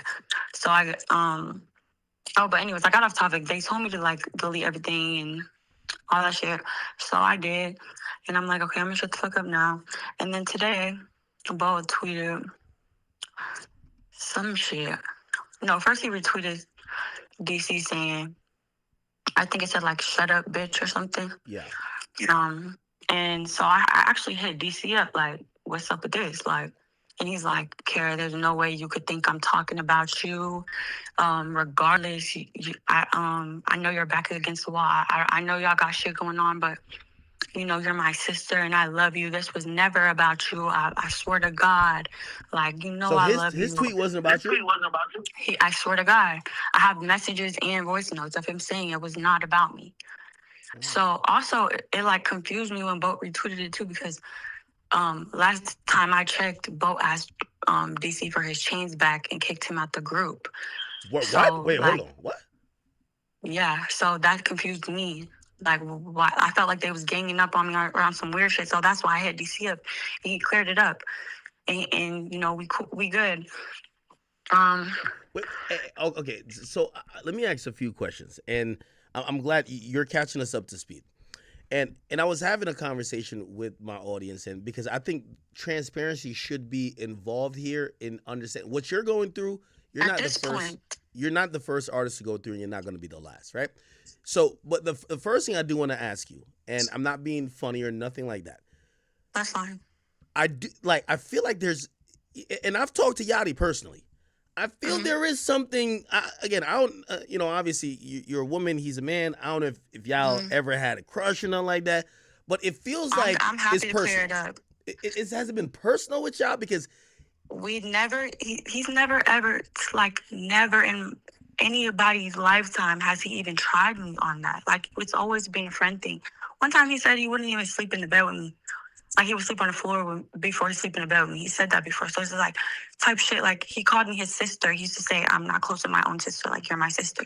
Like, it was never, ever like that, bro. Like, so that's why it's just like, why is it like this? Like, I was just one of his closest friends. I was his best friend. So I don't know. So, I only bring that up because I'm actually reacting to what Yachty was saying on live. And he was just like, yeah, I would have signed the paperwork, but like she ain't give me my like earrings or whatever, like some jewelry back. Wait, let me clear that up. I been gave that back. I been gave that to legal. I been give anything to make this process go faster. I did it. He said he wanted it back. He said, mind you, he said he wanted it back. Earrings he gave me for Christmas. This watch he gave me like when I was an assistant. And you like, do understand how that kind of sounds, right? Like, it's one of those things to be like, yo, give me back my PS5 I gave you. Like, it kind of feel like, I left this over your house. I thought it sounded corny, but at the same time, like, shit, take it, nigga. Like, I don't care. Like, I literally don't care about jewelry, and he know that. We've had multiple issues where we've had multiple issues where he said I was ungrateful because I don't care about jewelry and shit. Like, I care about real life. Like, it's just like, if my family doesn't have this and that, my mom don't got this, my dad don't got this, I don't give a fuck about a chain right now. Like, I'm focused on other things. I don't care about jewelry. If you want it back, you can have it. I think it's cool, and I was grateful for it. But if you want it back, you can have it. Anything to speed this process up. I Ben gave it to legal. Ben. Really? And legal, I think what it is, though, is legal has it. Sent pictures and everything, has it. They actually flew to give it to legal. Flew to Miami to give it to them because I didn't want it to get stolen in the mail. And I think the problem is that legal's holding it because he is being so, over the last 11 months, he's been so, like, any little thing, he'll be like, oh, I'm not dealing with this shit. Like, we're not talking about the deal right now. Like, he'll go on little, like, diva breaks. So, like, I think what legal was holding the jewelry until we could come to, like, a understanding that I can transfer over to label. And by the way, so it's your legal, not his legal, right? So your legal has it, right? And, yeah. And you say you've but had... he's like a, it's not like, trust me, I mean, don't want the jewelry, not trying to hold on to jewelry or nothing. Like, it's just like, he was just trying to make sure that we play it safe because Bo has been doing so much, like, weird shit. Like, but honestly, I will text him right now, just give it to that nigga, honestly. Like, okay, so all right. Anything to make this move faster, like. Okay, so now let's get into a little bit of music, like, contract conversation, and this is what I heard, right? And I've spoke to everybody, and I'll be transparent. Whether it's both, I've spoken to everybody who's an executive connected close to this. From what I heard, they loved you. They think you're talented. They think that you are gonna be a star, for whatever reason. And obviously, I think Boat felt like you were getting a big head. Like, you know what I mean? Like, the stories I heard, you was talking to people crazy. Okay. Now, obviously, when it became public, I never seen you kind of have that big head. But if no one in the group spoke up for you neither. It's not like they're like, what are you talking about? Like, Karraboo is the most humblest person. She's like the nicest person. It feel like maybe they might have thought that you start feeling yourself. What's your reaction to that? I am literally my reaction to that. Well, first of all, the boys, So when the whole thing happened with me and Boat, the boys actually, we had a last show in Atlanta, and I wasn't able to go because Boat had like kicked me out or whatever. And so since I wasn't able to go, all my fans were super upset. So I had to pop up in Atlanta for free, and I just like it was a meet and greet, not a pop up. It was just like a meet and greet, and I had cupcakes, and I just took pictures and shit, just to say sorry. And DC and Draft pulled up, and they were like, you know, they was fucking with me. And then after that, I stopped hearing from them. And then DC randomly called me one night, like a month, like maybe less than a month into it, like three weeks into it, a month, I don't know. He calls me and he's like, Carrie, like, you know, I'm just like, you know, I love you, you know, this is fucked up, and you know, you're my sister, and he's like, I have to do the right thing for my family. You gotta understand, like, when we went to your pop-up, Bo literally fried us. Like, he was like, no, like, don't, like, you're not fucking with her. Like, you have to pick a side. And to be fair, they met Boat first. And so that's why I didn't have hard feelings at first. I had feelings, like, I was sad, but, like, I wasn't, like, mad, because I do understand being in a position to change your family's life. And, like, I do understand, like, they met him first, and that's it. Like, I get it. So, by the way, not to backtrack a little bit, but you know, you had said that Bo had kicked you out. What was your understanding of why he kicked you out? Okay, so every time we got in any type of argument, anytime we butt heads, he would kick me out. So on like the fifth time he did it, I told him if he does it again, like we had like an apology after, and he like crying, I'm sorry. So I'm like, okay, if you do it again, like, I'm just gonna leave, because like you're playing with my emotions and my job. Like, this is my career, it's my life. So he said he definitely understood, and he wasn't gonna do that anymore.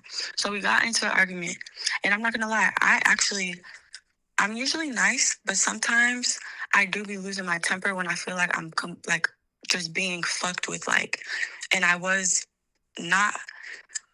It was a lot of fucked up shit going on, like weird shit going on, and I started realizing it all at the same time. And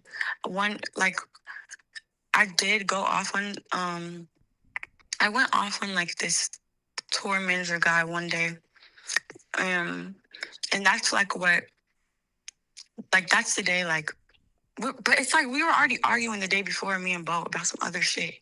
But that day, he asked me to come outside, like, trying to be back friends and shit. I didn't want to.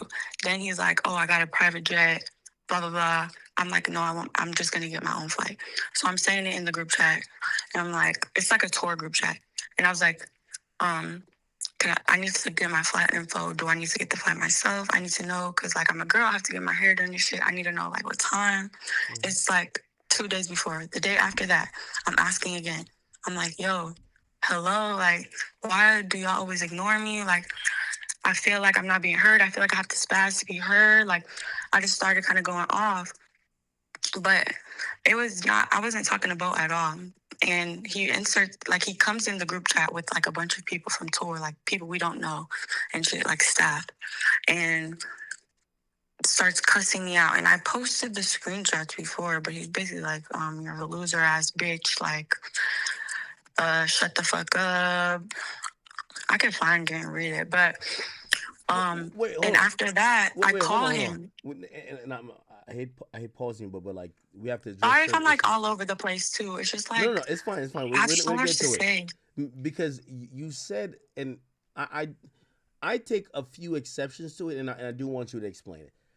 I think this is a simple. Artist A is not getting along with artist B. Artist B happens to sign artist A.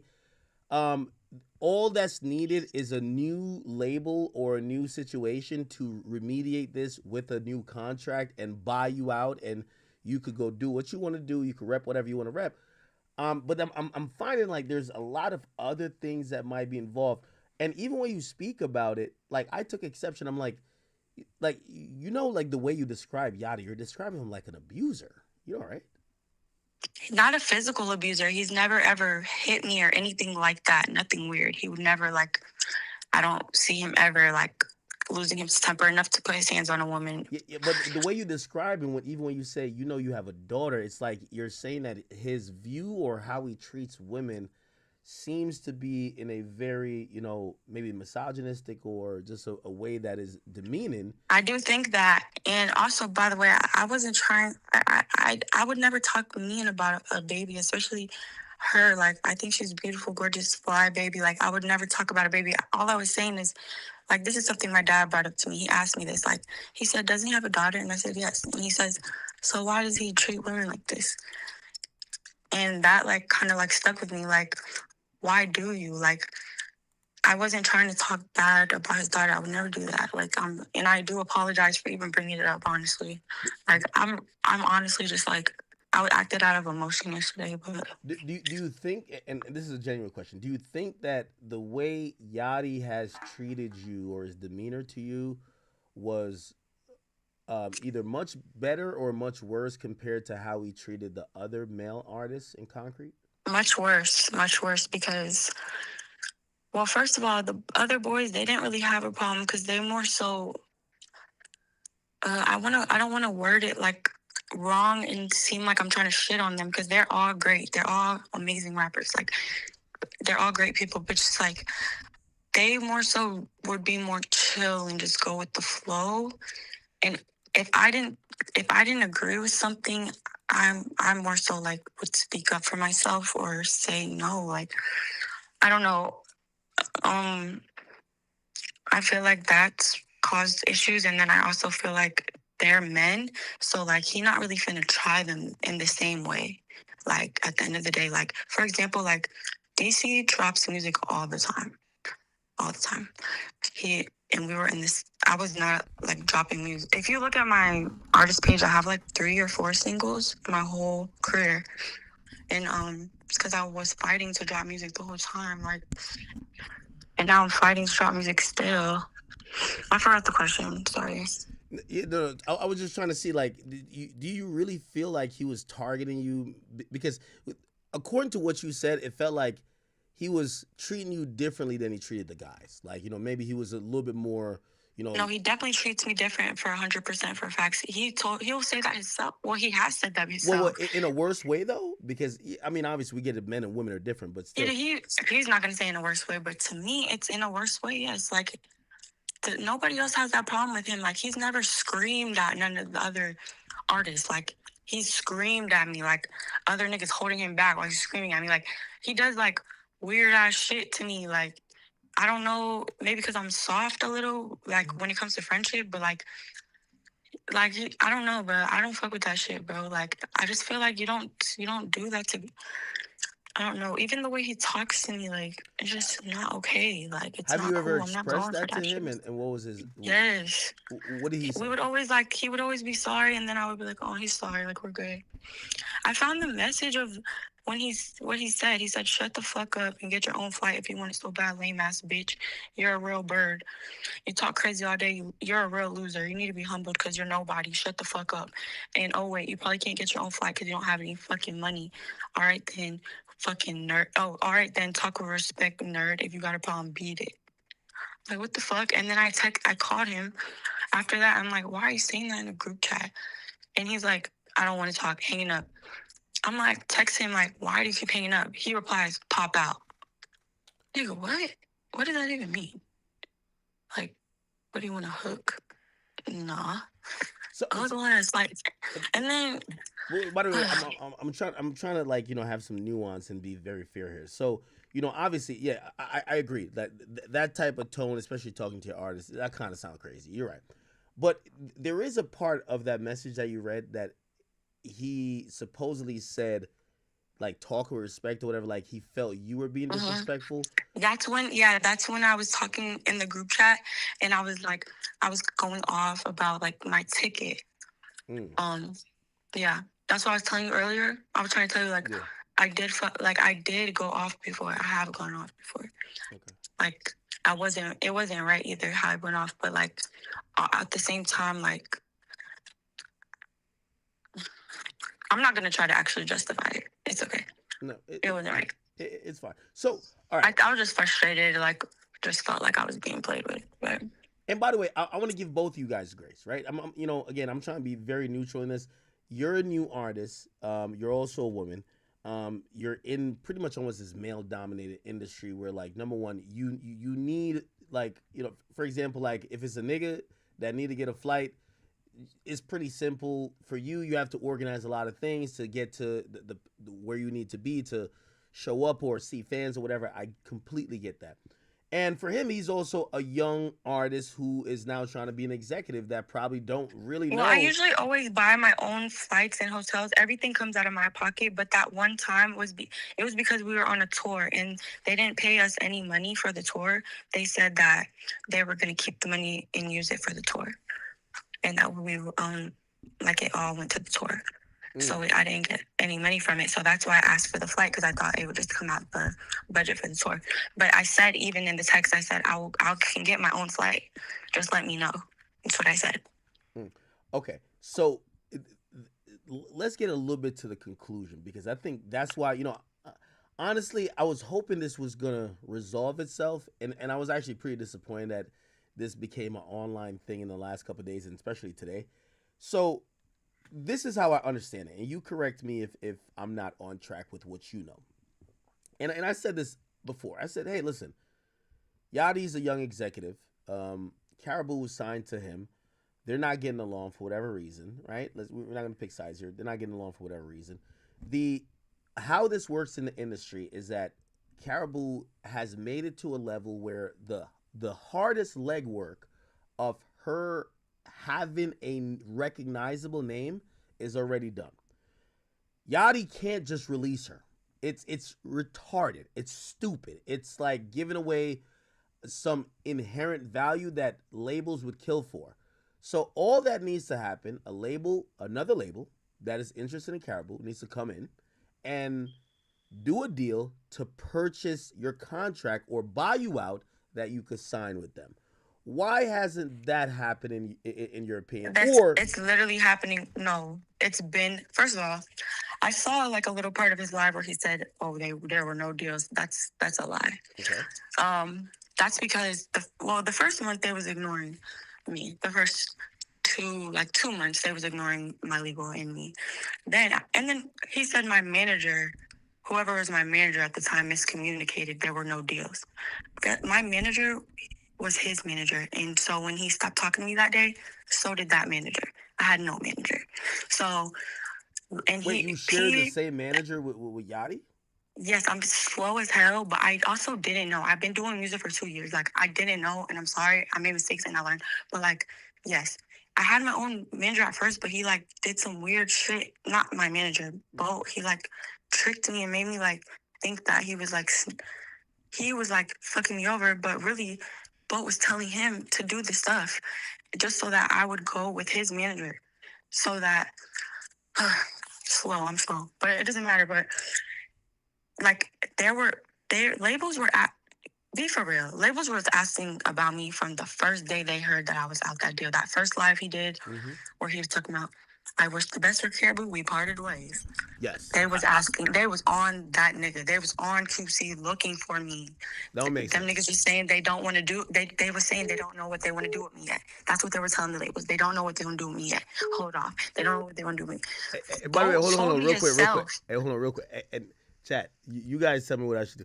So I tried to call Yachty before you. Yachty didn't answer. Yachty's calling back now. And I don't want to put y'all on the phone together. I just don't. All right. Let me let you finish the story. Let me just text Yachty and be like, Yachty, I'm going to call you right. Yachty says cap. He's listening clearly. Oh, then answer. What's cap? Like, what is cap? I'm so tired of this lame ass shit, nigga. I don't have nothing. What do I benefit from lying? Like, literally. What do I benefit from all this? Honestly, and I'm telling you, I'm really trying to not. I can show you my notes app with fucking 40 songs in it. Like, just let me go. Fuck. So you're saying it's an offer right now. There is an offer right now. They're waiting on both. Now he want to add more clauses and shit, a disarrangement clause or whatever it's fucking called, so that I don't talk bad about him after I sign, so that he can't his character can't be defamed. Telling the truth about you doesn't defame your character, bitch. That's your character. Sorry. Hold on, no, I'm gonna be honest with you. I'm on his side with this. If I let you go, I will not have you go to your new label and then continue your career by shitting on me. If you let me go, you will never hear from me again. I won't need to talk about you. So, but I'm so saying you should that's sign just that what's clause. happening right now. So He's hold on. adding that arrangement. Yeah. So that's a legal thing. Like, hey, listen, hey, if you go to this new label, you just can't make diss songs and continue. Okay. You don't think that's fair? I didn't make a diss. Oh, you're saying, yeah. Yeah. No, I think it's great. It's fine. It's great. It's perfect. But I'm saying, that's what I'm saying is like, he's dragging it. Like the label been trying to sign me. He been dragging it for months. Like, okay, we get it. First this nigga was asking for $1 million. I don't even owe you $100K. Like, you're asking for $1 million and 50% of my earnings for the rest of that next contract. What the fuck? Are you drunk? Like, and he's still getting more money than I even owe him, and he still hasn't signed just signed the fucking paper. Now, Jesus I'm gonna be honest. Hold on, I'm gonna be honest, Karraboo. I'm gonna be honest because I know the music industry a little bit. Have you done an audit of your current situation with Yachty? Because when I've been asking for 11 months for what's it called, accounting. Yes. For my accounting, I've been asking for 11 months. They still don't have it. The first excuse was they mixed it up with the boys. They have to figure it out. Okay. Then that excuse lasted about 4 months. Then no, maybe longer. Then the next excuse was, oh, California fires. Everybody's dealing with that because the team is in LA. So we're still trying to figure out we're still trying to figure that out. I don't know what the excuse is now. I've been asking. They owe me money as well. We're still we're trying to figure out where's that money y'all owe me as well for my merch and my music. We're trying to figure that out too. And by the way, that's why I'm not even pressed. You could keep it. Just keep it. Just anything to just sign me. Like, just get me off this shit. You could keep the money. Just get me off. Like, I don't even give a fuck no more.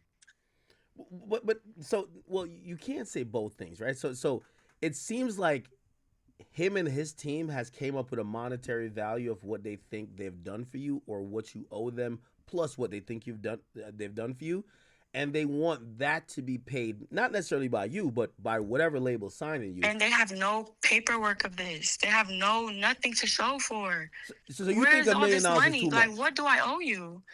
All I owe is a music video, and all right, the money that I owe literally is way less than what the label trying to buy me is trying to get him right now. It's way less. The money I owe, I could literally get that money right now myself and pay it to him myself. That is how little that money is, bro. Like, it's not about the money. He wants me to sit there. He's taking his time. He thinks the shit funny and cute. And he's trying to make me look fucking crazy, bro. This shit corny as hell. Why the fuck would I say I can't? Why the fuck would I lie about I can't drop music, bro? What the fuck? And I did. Oh my God, this is just irritating as fuck. Okay, all right. Well, I want to use his own words versus your own tweet. I seen a tweet and chat. I'm gonna put it up here. You had, when he said, "Show me some proof that you can't drop music." You posted, so he said, "Karraboo, stop playing victim, bro. I don't speak to you. I don't speak about you. You tweet about me every couple days. If I'm stopping you from dropping music, prove it. Show any documents of me blocking you from uploading music." You posted you trying to drop, or you have dropped a song called Bossy Boo. And it says that the video is blocked by UMG, which has blocked it because of copyright, right? And then his response to that was saying, that's a record you never cleared. It got flagged because you used a sample that didn't get cleared. So what's your music? Oh, wait, then what did I respond? I responded back to that. Okay, good. I'm glad you said that. You said, "Can't be serious, LOL." You said, "I never said nothing about this." No, not that. It's like a screen. It's like a picture. Okay. Let me go to your. I mean, you could say it now, but I'm gonna go to your Twitter just to be very accurate. Hold on. It's a picture of. It's like a screenshot of like the reason the video got took down that they sent to my YouTube, and it just says like. It's not a copyright strike. All right, perfect. It says YouTube don't gotta get sample cleared. It just can't get monetized. Crusty. Stop trying to make me look crazy. I'm not trying to go back and forth with your feminine ass. Just let me go. and you show that the video is blocked itself, right? So you're saying it's not necessarily about like, you know, monetization. You're saying that. Yeah, it says this is not a copyright strike. It's basically he's trying to. I don't know why he's trying to do this though. Like, bro. UMG basically. Concrete QC is under UMG. Yes, they're under Capital, which Capital is a UMG company. Yes, they got my shit took down, gang, and they was about to do it to DDG's video too. Well, here's the thing, and this is what I would say to you, right? So, when you're signed to a label, and I know you might not be on the best terms with a label, and you don't deal with Yachty and whatever the case is, but if you're gonna drop music, you kind of have to drop music through them because they have. For sure, on DSPs. Okay, but on YouTube is different. It's just YouTube. Like, you could drop some shit on YouTube. It's nothing. Like, but DSPs is a whole different thing. I understand that. That's not true. I'm not making money off the YouTube video. I didn't monetize it. I didn't make money off of it. Yeah, but you're number one, you're a signed artist, right? Which means whether you want to admit it or not, you're a UMG property. Second of all, if and I haven't heard the song, so I'm just going off what Yachty claimed. If there's a sample in the song, they not only own you as an artist, they own the sample, and depending on the usage by the producer, they could block anybody from even using that sample. So if you're within UMG, you want to go through your label, that your label is going to clear it, and when the label clears it, it would go up appropriately. So like that young boy method of just uploading, like him and Atlantic used to go through it with that because they were beefing like Bloods and Crips. Like, people don't know this. But that's not the right way of releasing music. You know that, right? Yes, I know, but since I can't release music, I just was trying to do something. It's just been so long. Like, I just wanted to fucking drop a fucking song. It's annoying. Like, I understand, but he got that shit took down. He don't have to lie, bro. Like, the song that is sampled is not even owned by UMG. Oh, okay. It's just like... That's new. Wait, can I ask you a question? And yes. Because I'm going off your words, you said, you know, they're preventing you from dropping music. Have you asked him or the label? Yes. Say, hey, could I drop this? And have they said no? For sure. They were like, okay, yeah, sure. Well, first, it took months for that to even get to a point. So I got a new manager who was like on it and shit, like who was able to communicate with them. That was like a couple months ago when me and Bo was getting back cool and was communicating. So then I could actually say like, what's up? Like, why, like, can I just drop music? And then he was like, okay, but we just had to go through the little process or whatever. So I kept asking. And then we fell out.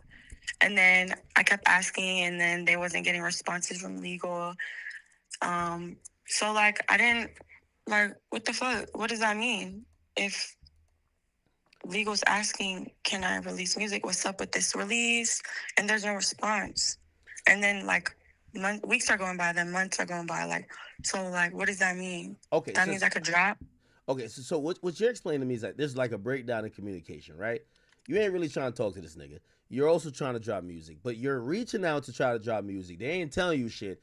And you're an artist, so at the end of the day, timing is a thing. You got to put some shit up. And then when you try to put it out, it always gets blocked, right? That's kind of what you're saying. Yeah. Yeah. Okay. Yeah. Listen, I'm going to be honest.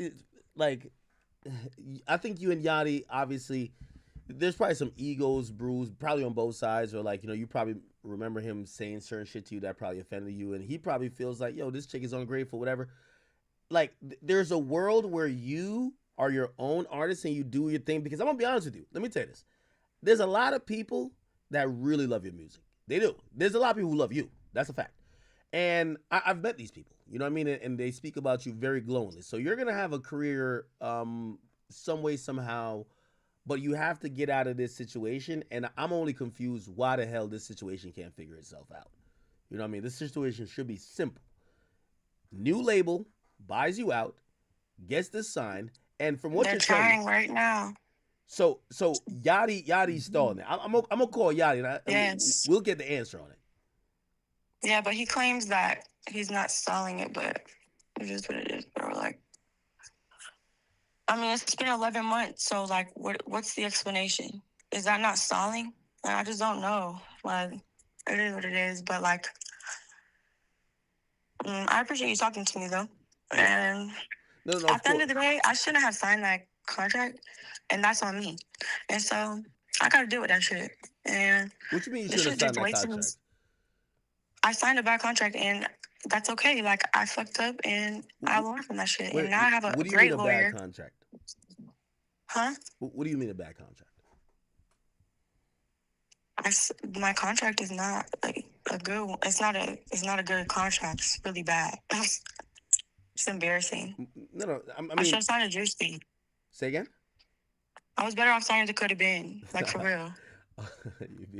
You're hilarious. No, but I gotta ask you about that because so here's the thing. You were a new artist. I didn't know who you were, right? Just like the other people in Concrete. A new artist contract is never gonna be like right now. Of course, you get a way better contract than if you signed back then. No one knew you, so like, what about that contract you felt was, or maybe your lawyers have told you like, whoa. No, my lawyer told me this is the worst contract he's ever seen. Did he tell you? And he said he doesn't know how I signed it. He doesn't know why I signed it. Did you have a lawyer then when you signed it or not? I did, but Boat was telling me, like, she's just money hungry. That's why she told you not to sign it. Like, she doesn't get longevity and loyalty and, like, friendship. And, like, she doesn't understand. And I would never, like, give you a bad contract. You're my best friend. But I don't even know why you would question my loyalty. Like, I don't know. So you felt he gaslit you into signing this contract? I'm not about to say that because I went with it. So, like, it is what it is. Like, it's you live and you learn. But, like, I'm not going to lie. That's what happened. Like, the lawyer told me not to sign it, and I told him, and he was like, what the fuck? Like, why are you trying me? Like, I'm not loyal. Like, I don't know. Without exposing too much, do you know or remember anything about it? Be like, yo, yeah, that's wild. I can't believe this nigga wants my publishing. Like, did he? No, for sure. I've definitely thought all those things, but wait, he took all your publishing? Like, gave me this speech. All my publishing, not all of it, no. Wait, I don't know. I don't really remember, honestly. Like, I'm not gonna lie, like, I didn't, like, look that shit through good enough. Like, I didn't understand it, and I didn't ask for it to be explained well enough because... Do you know how many albums? Well, okay, it said 1 plus 4 or 5, right? So I asked Bo, I'm like, she said this is, like, too much or whatever. He's like, what the fuck? Like, it's only 1, and then the rest are optional to you. But that's not true. So yeah, that's probably not true. It's optional to him. Yeah, but I'm gonna be honest with you. Like, I've seen a lot of starter contracts for artists. 1 plus 3 or 4 are usually what they start with. If they could get you 1 plus 10, they'll give you. But they'll usually do 1 plus 3 or 4. So if you did 1 plus 5, that might have been a little bit heavy-handed. I can't lie. Can't lie. All right. You know what? By the way, I'm very glad you called in. Honestly, I want this to end favorable, where you get out of this situation and move on to your next situation, that we could see what your career is going to be, right? Because I completely understand if you're signed to somebody who you're going back and forth on Twitter, it's probably not going to work out for you in the best, it's not in your best interest, because labels, the reason why you sign to a label, they have to do other things for you, right? They're supposed to help you with promotion, marketing, and all these other things. And I'm hoping that this gets resolved. I'm going to call Boat now, and I'm going to ask him about all these things about why he didn't release you. Okay. Okay? Okay, thanks. All right, Karraboo. All right. All right, chat. I think was that nice and fair to her, chat? Like, we got to, I want to be professional here. Let's call Boat. Let's see why Boat holding her in this goddamn contract.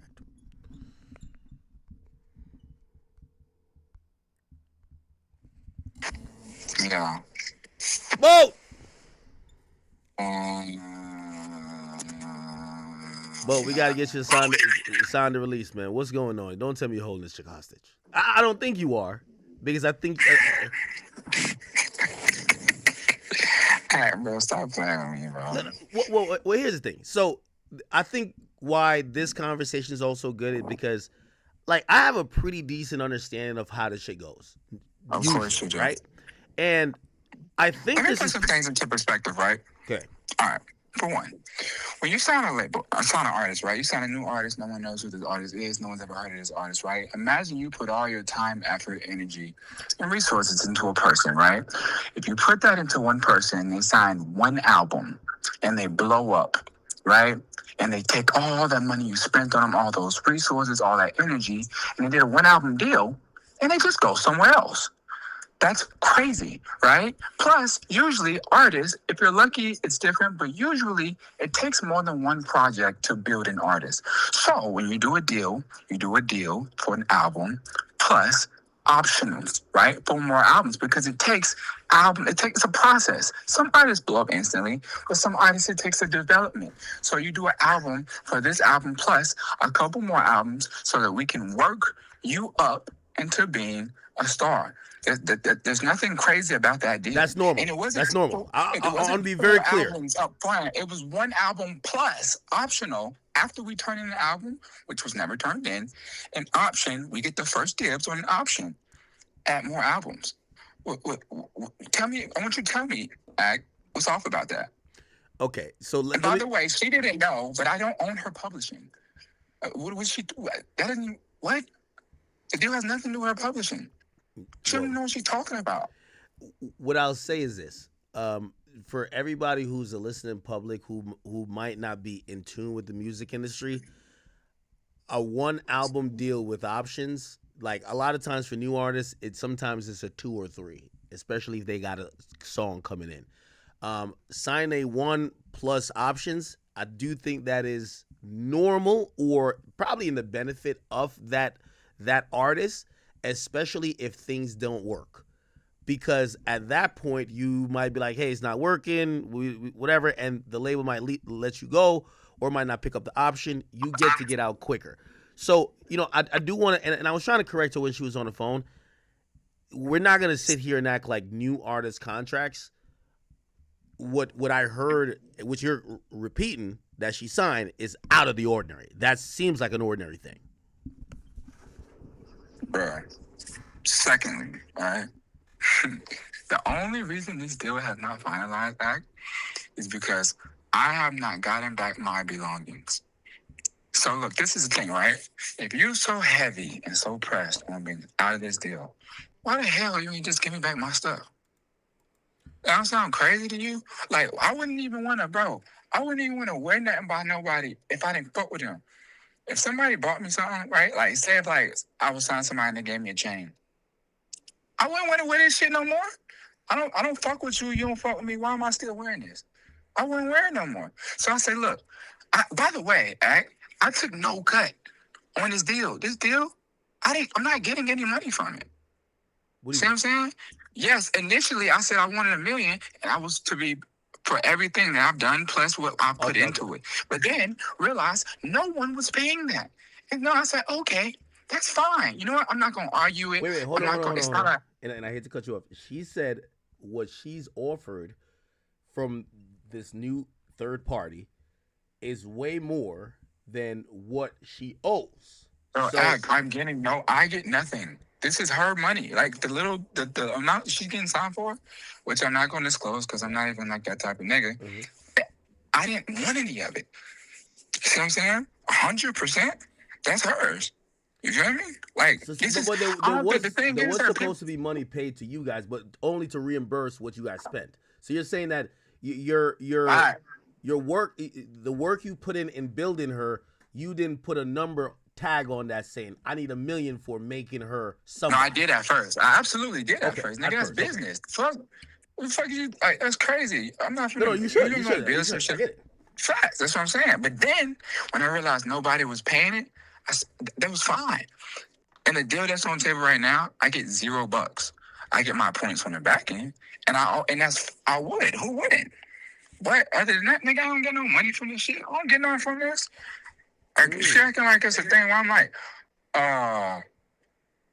by the way, right? The only reason we even got to a point like where this shit got rough is because she kept going online speaking on me. At that point, it's like, nigga, fuck you. If you online every day and you speaking negative on me, what the hell is I got? I have no desire to keep on trying to like be applicable and help shit be smooth. See what I'm saying? Like, yesterday, she crashed down in there talking about my kid. My kid is in Europe right now. Like, what is we even talking about my daughter for? That has nothing to do with music. And by the way, she apologized for that. When she was on the call, she apologized. She said she wished she didn't bring up your child because she has no negative things to say about that. Obviously, she did bring it up, but she did apologize. I want to bring that up. I want you to read something. Hold on. Read this. By the way, also... just read it. Read that. Just read that. Just read it out loud. Okay. Hey, whatever. Please see below. We've had this conversation before. Karra needs to stop making these posts and false allegations online. We've been working with you and the rest of her team to first release her music through QC, and then when that didn't work, release her from the deal completely. QC and Yachty have been working with UMG since January to completely get her off Concrete QC and signed at, I won't even mention that place. We've been timely with our feedback, fair in negotiations with UMG, and worked in good faith to keep her career moving forward, including approving every side artist request. In exchange, the only thing we've asked from Karra is to get some jewelry back, and that alone has taken months to resolve. The deal with so-and-so has not stalled because of QC or Yachty. As discussed, separate issues within the artist camp has caused a lot of the delay. Karra's posts are defamatory, and given her ongoing behavior, we have no option but to consider seeking legal recourse. Her behavior is egregious. In the meantime, we need her to immediately cease and desist that we can focus on finally closing a deal with so-and-so. Please confirm these tweets are removed. By the way, you know she said she gave the jewelry to legal, right? She said that. Bro, she didn't give all of it. She gave most of it. See what I'm saying? And by the way, I don't have it. Her lawyer has it. It's not like she gave it to us. Her lawyer, I don't have it. Her lawyer has it. See what I'm saying? Her lawyer sent the picture, and in that shit, something was missing. I told my manager, and she told her lawyer, and that's the last thing we've been waiting on. And we had a call. There was a discussion on email last week. The deal is almost done. That's what I mean. Like, all that going on the internet crashing out is ludicrous, because like we're an inch away from being done with this. This is foolishness. All this is stupid. She just began these like spurted moment crash outs where she gotta go on the internet and say some shit. It's immature. See what I'm saying? It's immature. It should be petty. All this should be petty. Now, what I did say to her, and I fully and wholeheartedly agree, we all know what type of era we're in. We know what type of time we're in. And she tried to clear up certain things, but I called her out on it. I said, listen, when you mention certain trigger words, you kind of make it seem like this guy was like abusive to you, right? Like exactly. And I do think that's very harmful. I'm evil, and he hates women, and he don't see his daughter. It's like, come on, bro. All that, you be doing that fake victim, like. So what she said was this. She said, she never meant physical, but she felt that you were much more stringent and like you kind of got at her or shouted at her more than what you did the guys. Like you never tried her like how you tried. Bro. This woman, bro, fuck all the cap, bro. This woman is crazy. See what I'm saying? Like that shit crazy, bro. Like fuck all that other shit, bro. That shit crazy. I'm talking about talk people crazy. I'm talking about spitting on people. All that weak, weird shit, bro. Like niggas be fooled by this whole internet antics, bro. She's wicked. See what I'm saying? Like, but that's neither here nor there. None of that shit even matters. The point is like, bro, the victimizing shit is lame, bro. It's lame, bro. The more of the story is she took steps that made her look crazy, right? She went on that tour, showed her ass, started going viral for it, put out certain tracks, did certain features, looked crazy. And she blamed me. Blame me. I'm not the one who be on that stage fucking looking crazy. Hold on. I'm gonna play devil's advocate a little bit. Maybe her thought is, well, Yachty, you ain't had to tell people I wasn't writing the shit now. So now you said that. And I own that. But I own that. I crashed up, right? And I told her that in real life, in real time to her face. That shit was lame as hell. I shouldn't have did it. That was lame. That was some lame shit. I told her that.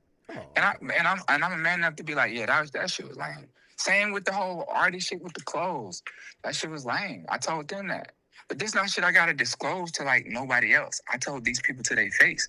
Like, I did some lame shit, man. I apologize to y'all. I done told these people this shit. See what I'm saying? And I say it on here because it's true. You know what I'm saying? I crashed out. I was in my feelings. Shit was gay. You feel me? But, nigga, what the fuck else? What the fuck else are we talking about? Yeah.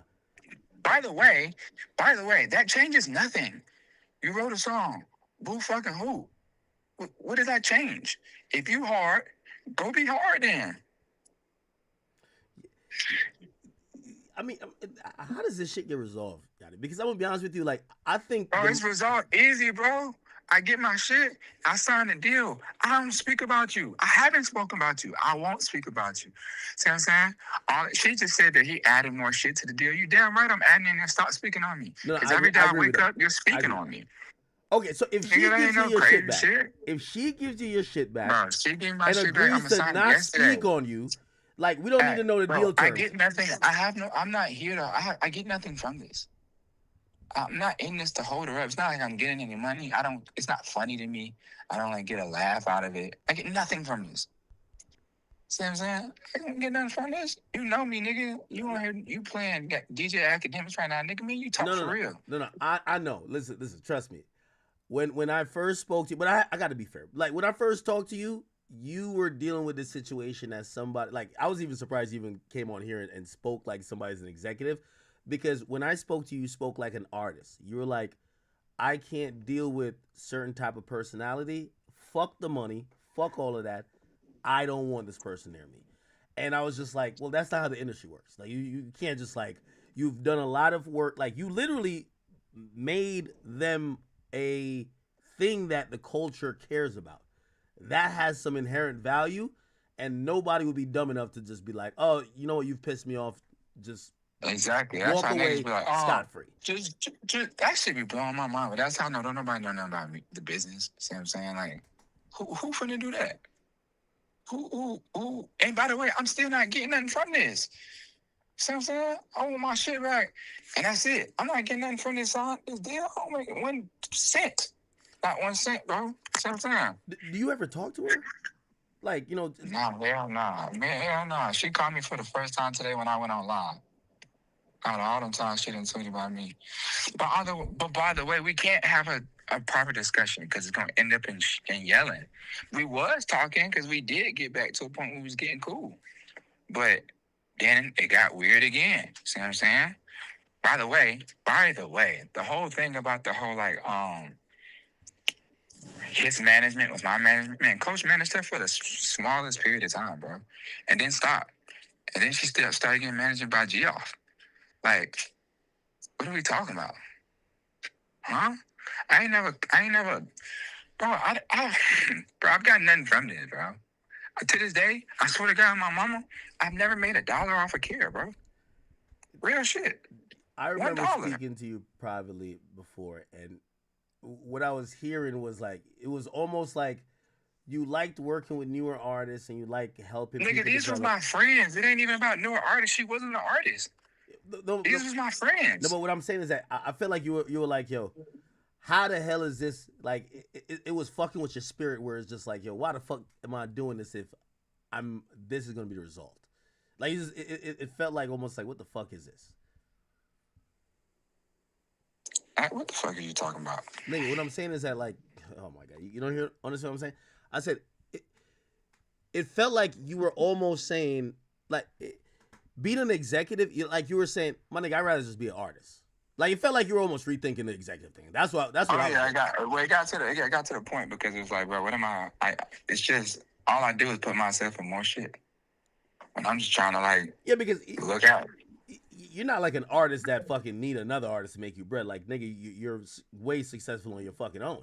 Like, you write, you produce, you make your own music. Like, you don't need another artist. You're not just like an executive that need the artist to succeed for you to make money. Like, you make money on your own. Which, at that point, you probably think like, why the fuck am I putting all my time and energy behind other people? Let me just channel into my own self. I guess, nigga. I don't know what you're saying right now. So, Yo, how can we resolve this, Yachty? Come on, man. Yo, it got to the point even today. Yo, is you drinking? Huh? Is you drinking? No, bro.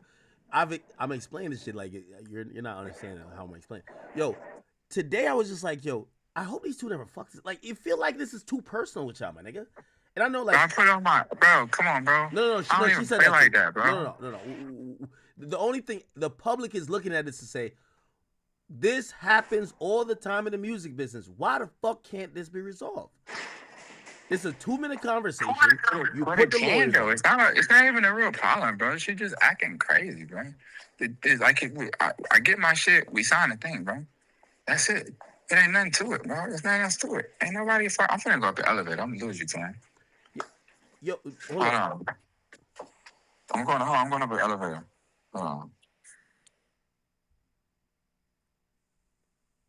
Chat, all they need is, they get on a conversation with each other. Yeah, I guarantee they'll be like, nigga, we might get them back in concrete together today, bro.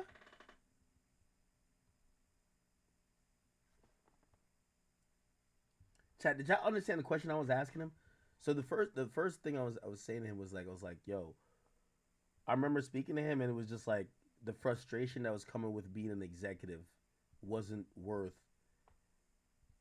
the whatever dollar amount you could get because he's a great artist. He makes a lot of money. Like this isn't somebody who needs another artist to pop off for him to make bread.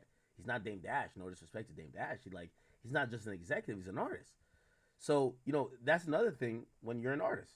You don't have to rely on someone else's talent for you to make money. I'm bad. Yeah.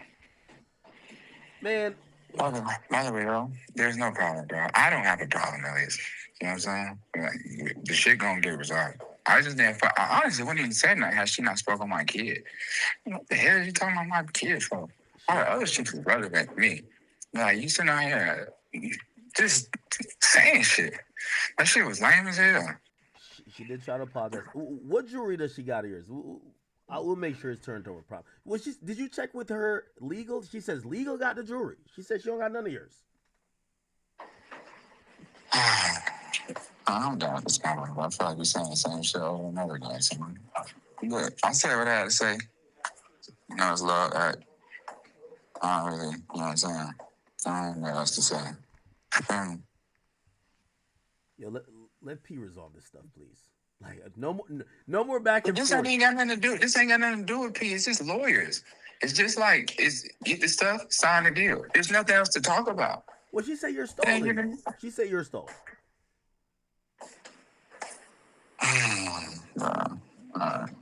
I feel so like this shit feels so gay, bro. This whole back and forth shit. It just feel like what are we even talking about right now, bro?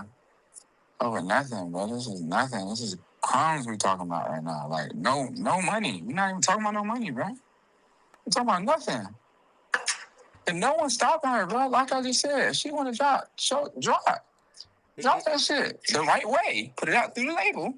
But then you could drop. You could have did that for 11 months. She didn't want to put it out the label, and I get it because she was like, oh, I don't fuck with this nigga. I'm not dropping out through him. Cool. But, nigga, that don't mean that you didn't do what you want to do. Then you still sign. What are you talking about? You got to put it out the right way. You can't, what are we talking about? And I did explain that to her because I think she thought she could just, upload it to YouTube and it would just be, lit. And I'm like, you're a signed artist, technically the UMG. To a major. It ain't just me. This ain't independent. You sound to a major. Yeah, and any label that's in debt is not gonna let. And Bossy by Khalees is a fucking hit record, bro. What are we talking about? Oh, that's the sample. Yes. What are we even talking about? Like we acting like the song isn't fucking one of the biggest records ever. That's what I mean. I'm like, bro, what the hell is you?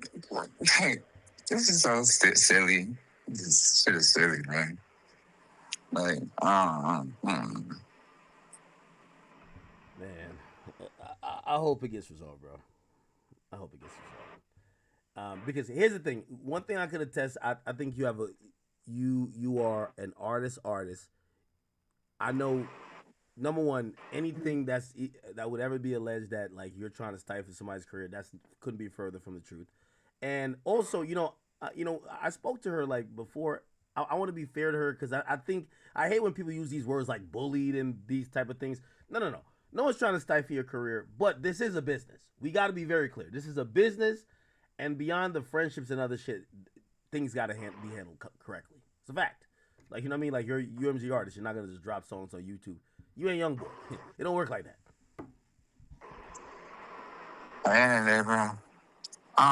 Even to this day right now, right? I don't wish no bad blood for her. Like, it's not a thing where I want her, like, to pay. You see what I'm saying? Like, that ain't the case. I like to make that perfectly clear. Like, we ain't gotta be friends, but like, nigga, I don't want you to jump off a bridge. It ain't that deep. But we gotta do proper business. You know what I'm saying? And that's it. So I gotta go now. It's fucking 5 a.m. in Germany. Oh, you in Germany? Holy shit. Yeah. Tired of girl. Yo, when you come back to the States? On the 1st. On the 1st of what? June? 1st of the month, jackass. Nigga, it's the 1st right now. The 1st of May. And if I'm in Germany, then I ain't coming back today. Wait, you come back in June? Yeah. God damn, nigga, I was gonna invite you to my birthday. Nigga, I'm having a birthday podcast. Nigga, I wanted you to come through. Your ass in Germany. I'm gonna be turned on. You're gonna hang out down. All podcasters gonna like get on the mic. No, I wanted you to do a song. You wanted me to do a song? Yeah, and then I wanted to troll you on stage. Like, nigga, it's my birthday, nigga. I can't have fun one day. Yo, if you're in Germany, you gotta go link up with Ye. Ye's in Spain. What? Ye's in Spain. Germany and near to Spain? I don't know how the world works. I'm saying, what am I gonna do that for? Didn't he talk about you recently? Yeah. Hey, say that wasn't funny though. That shit was so funny, bro. Wait, what did he say? Hold on, I gotta Google it. Y'all got bad. He said, bro. Now this nigga said, damn, what did he say, bro? This nigga said that the airport, damn, the pickup lady should have, like, he said, I shouldn't have his number. Because if I want to speak to him, I got to speak to him through the airport greeter. And nigga said, something like, the lady's supposed to hold the sign, like, yes, I'm here for Ye. Is it Yachty on the phone? Bro, that shit was so funny, bro. One thing about Ye, bro, because I couldn't even be mad, is that this nigga is so funny, bro. Nah, he do got a sense of humor, though. Well, nah, he's hilarious. You think he got though? I mean, yeah, he's kind of crazy. But nigga is funny as hell. Yo, if he send you a song for Donda 2, you hop on it? Nah, hell no. Why not? It's just too much going on right now. If he asks you to, you know, he got Dave Blunt's writing for him. If he like, yo, I need you in the writing camp. We need you to, like, pen a few songs for me, Yachty. Come on. Nah. I'm cool. Love, though. Damn. I feel like everybody turned their back on Ye. It's still Ye. I know he doing his thing right now. He's saying some things. I ain't turn You love Ye. You love Ye, right? We love Ye. I ain't turn my back on Ye, bro. Nigga, Ye said some shit about me. What? I ain't say nothing, Ye. I don't talk about them damn Kanye West at all. Yo, chat, send me what Ye said about Yachty. I forgot. What the fuck did he say? Oh, here we go. What the fuck he said? Just always remember that. Yo, wait, why did Digital Nas diss you? My mouth's fired up. Let me see what Ye said. Yo, Ye had a Bible in his hand, yo. You can't really be mad if he dissed you with a Bible in his hand. Like, that's kind of like blessed. Said one thing, I stopped talking to nigga. Oh, he said you said one thing and he stopped talking to you. Is it what? All I know is I was cool with this nigga Yachty, and he said one thing, I stopped talking to this nigga forever, bro. I was really proud of myself. This nigga told me he didn't like the Drink Champs interview. Yo, why you didn't like his Drink Champs interview? I don't even remember saying that shit, bro. I swear to God. Yo, I'm an interview buff, so I watch every interview. Like, his Drink Champs interview is kind of like he was just violating people. I don't even remember saying that shit, bro. He said that shit. I was like, bro, I don't even remember saying that. All right, I'm gonna send you a link to the Drink Champs interview. Just watch it again. Bro, I don't want to see that shit. What the hell is wrong with you, man? Yo, Yachty, you are online just like me. You know you consuming some of this yay shit. No, I'm online. I didn't say. I remember. I've seen the Drink Champs. I'm saying I don't remember telling him that. Like I don't remember saying to him that I didn't like it. I mean, he said I said it, but I don't even know how we get on that conversation for me to just like yeah, yo, by the way, I didn't like that. Yeah, I don't know why he brought that up. But yo, Yachty is saying the Drink Champs interview was straight, right? Could I co-sign that? No, I'm not saying that either. I don't even remember that shit, bro. I don't care about none of that shit. Yo, did you see my interview with him? No, nigga. What? Yo, Yachty, you not so... Yo, Yachty, you mean with Ye? Yeah, I seen with Ye. I seen your interview. I thought you were talking about Drink Champs. All right. That's an interview. Yeah, that shit was so awkward. That was awkward? I try to make it kind of... That was just standing like a job interview. Yeah, now he had me moving furniture like IKEA and shit. But it's, you know what I mean? Yo, the only part, I think he got to install an AC inside the hood. Like the little KKK. He got to put like an AC because he was sweating a little bit. You feel me? Come clean, you tried it on camera? You said if I tried it on? Hell no. Nah, I said, you didn't? Nah. Nah, but, you know, Ye got a bust down swastika for you, Yachty. He gonna give it to you. For me? For me? No, I'm trolling you, bro. Yo, before you go back into Germany land, what the fuck is in Germany, by the way? Be honest. Beer? I know beer's in there. What you asking me? What's in Germany? Because I only know Germany, like, forget the negative stuff, like beer. Like, this heavy on beer. Like, why are you there? I'm on tour, bro. You're performing in Germany? Yeah, tonight. They understand well, English for the over next 3 nights, we got 2 different shows in 2 different cities. But yeah, I'm not in Europe right now. You know what would kill it? You gotta bring Ye on stage. Come on, you bring Ye out for the special performance? Yo,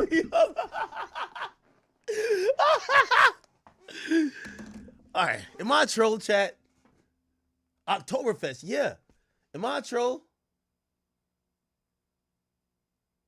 Yo, Yachty, by the way, thank you for calling. We love Yachty. Yachty's my guy. You know, I meant to talk to Yachty. I've been trying to call all my friends and ask them come to my birthday party. But everybody's on tour. I asked Savage, he's on tour. Or no, Savage, no, he's going to be overseas. I forgot what he's on. Yachty's now on tour. I hit Ice Spice. She was like, send me the flyer. I sent Ice Spice the flyer. I'm like, I bet. I'm going to get Ice Spice at the fucking birthday podcast. Twerk it! I'm like, let me just hit Sauce first. I got to hit Sauce Gardner first. That's my guy, too. You know what I mean?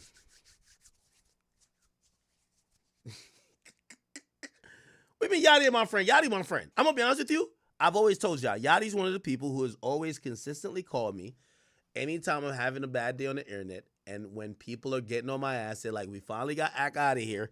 Yachty always hit me and be like, Ack, you good, bro? Listen, man, fuck whatever's going on. I'm just trying to make sure you good. Listen, bro, you know, shit will always blow over. I'm just trying to make sure mentally you're good. And that always meant a lot to me, all right? Anyway, you know, I'm, you know, in my usual instigating format, because I know some of y'all was like, yo, just add them on 3-way. I'm not going to do that. I respect both artists, and I hope they figure it out. I want no more drama online with them, and I'm hoping it gets figured out. I don't even want to call Karraboo for her to respond, because then that might make Yachty want to respond again. Let's not do that. Karraboo, please, get a nigga the jewelry back, okay? You said you gave the jewelry to your legal. Look like there might be some more jewelry. Please give every piece of jewelry that nigga gave you back. I don't care if it was a bracelet, a belly button ring, if it was a rhinestone for your fucking nails or something like that. The nigga want all his jewelry back, okay? Call it petty, but it is what it is. Give him his shit back that he could let you out of that situation. I also did you a courtesy because he sent sent a screenshot of the email. I seen what company. I won't even mention the company because I want you to get your deal. You know, if you're not going to work it out or be friends or talk, you move on, go have a career, and yes, Yachty is deserved. I'm gonna be honest with you. He's deserved points. If he's not getting paid directly for what he's done for you, that's some inherent value that has hundreds of thousands, if not millions of dollars of worth. He deserves points on your new project. Yes, he does. He deserves to be busting it down in the profits. Okay, that's just how it goes. So hopefully y'all figure it out. But yeah, hopefully no more tweets. Give him his jewelry back. Get out of the deal. And hopefully we can have a conversation with all parties at that point. All right? All right, chat. That was good. Wait, let me see what Yachty said about... No, he said about Yachty. You're supposed to be my brother, Yachty. You know what's Yachty, yo, but I don't know this man like that. I don't know. All I know is I was quick. Just always remember that. Wait, here. Yachty trying to get me touched by fucking Juliet, bro. You're supposed to be my brother, bro. Click that. You're supposed to be my brother, Yachty. You know what's Yachty, yo, but I don't know this man like that. I don't know. All I know is I was cool with this nigga Yachty, and he said one thing, and I stopped talking to this nigga forever, bro. I was really proud of myself. This nigga told me he ain't like the Drink Champs interview. Oh, yeah. I was like, I wish motherfucking cell phones had a dial tone. Like, nigga. He said you gotta say that again, bro. But you said I run it back. You gotta run it back. Cell phones had a dial tone. Like, funny enough though, when I be rapping David shit, I sound like Yachty a little bit because I be singing high. But I do love Yachty. I just had to stop. And by the way, I'm not trying to go against what you're saying on that. I'm just saying it's these people. All these people, Yachty was discovered in season 3, right? I know. And Yachty, you know what I'm saying? He was giving his opinion. He wasn't even trying to be on no. Yachty's type of nigga. He don't be saying bullshit about niggas in line above. He's just a smooth ass nigga and shit. He's right. But like we just say some shit, right? But when he say he ain't like the drink shit. Funny enough though, when I be rapping wait, what? David shit, I sound like Yachty a little bit because I be singing high. But I do love Yachty. I just had to stop. And by the way, I'm not trying to go against what you're saying on that. I'm just saying it's these people. All these people. Yachty was discovered in season 3, right? I know. And Yachty, you know what I'm saying? He was giving his opinion. Wait, was Yachty discovered on season 3? I thought Yachty was like a SoundCloud nigga. You talking about like Yeezy's season 3, like the fashion show shit? Wait, is Kanye trying to say he discovered Yachty? All right, that might be a little bit like. He wasn't even trying to be on no. Yachty's type of nigga. He don't be saying bullshit about niggas in line above. He's just a smooth ass nigga and shit. He's right. But like we just say some shit, right? But when he said he ain't like the Drink Champs interview, I said this nigga is the wrong influence in my life. This nigga should not have my main number. Nah, yo, Yachty, that's funny. You got sense. You know that's funny. This nigga should have my third number. This nigga need to have the greeters number at the airport and shit. You need to have the greeters number at the airport. Yay. Yeah. I got a gentleman Yachty on the line for you. No. Hilarious. Yachty admits he has a sense of humor for that. All right, perfect. All right, people. Hey, W content so far. We did good. We did good. I know y'all think I'm washed out here. Okay. But yeah, we could get Yachty and Karraboo on the phone. We're not going to stoke the fire too much, even though the instigating, I was balling. I was like, like, I was ready to, like, I'm ready to be, like, dropping 85 on the instigation, but I'm like, nah, I fuck with them, and I've just, I don't want to do Karraboo bad, and I'm going to be honest with you. Like, I felt like I knew a decent amount that maybe I never told you guys with the Yachty situation. I knew he was frustrated in certain senses, so. Let cooler heads prevail. I didn't drop 85 on the instigation. Y'all know, I would have did what LeBron never did. LeBron got eliminated first round. That boy couldn't score in the fourth quarter. I would have did a step back and a side step on some James Harden shit, left-handed. Come on, man. Y'all know it would have been a buzzer beater. All right, all good. What we finna talk about next? That was like half the topic, was it? Let me see. What's the title today? Call Wack. Yo, you know what's so funny and fake about y'all? Y'all be like, yo, bro, could you stop calling Wack? And then as soon as I'm like, you know what? Let's go a Wack-less stream. Y'all like, call Wack. I'm like, what the fuck? Anyway, what we're going to do is Wack versus Luce Cannon. So remember Wack came on last night. Luce Cannon actually dropped some shit on his own channel responding to Wack. Remember Wack came on last night? Like, again, chat, if you're missing streams, make sure you're watching the VODs and the daily uploads by Drill. He's going to keep you up to speed because shit's happening every day. Okay? Now, apparently, wait, is it 2? Okay. So Luce Cannon called in from jail to address Wack basically violating Sharice and Luce Cannon. And let's just get into it, chat. All rights to the contents posted on this YouTube channel, including videos, images, and audio, are reserved solely to the owners, Sharice Mills and Luce Cannon. Please refrain from continuing to post any unauthorized use of our content from here on out. Please reach out to cutthecontent@gmail.com for authorization rights to any of our posted contents moving forward. To block this We got content. call, you may begin speaking now. Hey, baby. Hey, tell the guard that Kenan want to holler at him. You get what Huh? I'm saying? The black dude. Hello? Oh, hey. Hello, what's up? You good? Yeah, I'm good. What you was doing? Okay. Huh? I was just making sure. I heard you say something about the garden hollering, so I had to make sure. Oh, yeah. No, we good. Okay. Yeah, just give Callie a bath, so I'm just here getting him ready. He talking up a storm. That's their child. Oh, look at them. Family. Yeah. Okay. How everything else going? Everything, honey. Everything is everything. You know, Yeah. taking care of the businesses and whatnot. Of course. Mm-hmm. We online right now? Mm-hmm. Okay. Make sure tomorrow is vicious. Honey, You know what I'm saying? why? Why do you want why? Just tell me why. No, because at the end of the day, it's like, you know, doing some buster activities when you literally wait until, like, if you harbor some feelings because you going broke and that diaper company is not working for you, like, bro, we don't ask him to make money for us.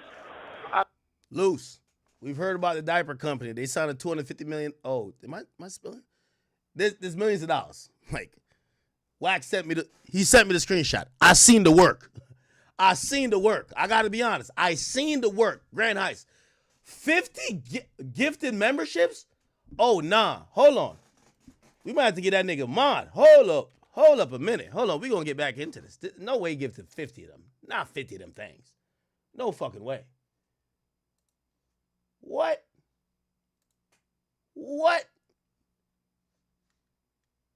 My boy's top gifter right now, man. Let me see.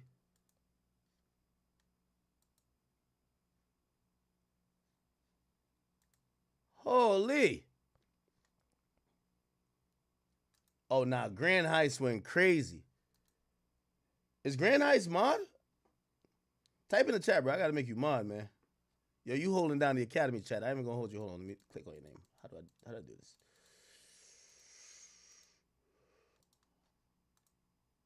Is he mod? Okay. Anyway, I'll hook him up when I see him. Yo, all right, bet.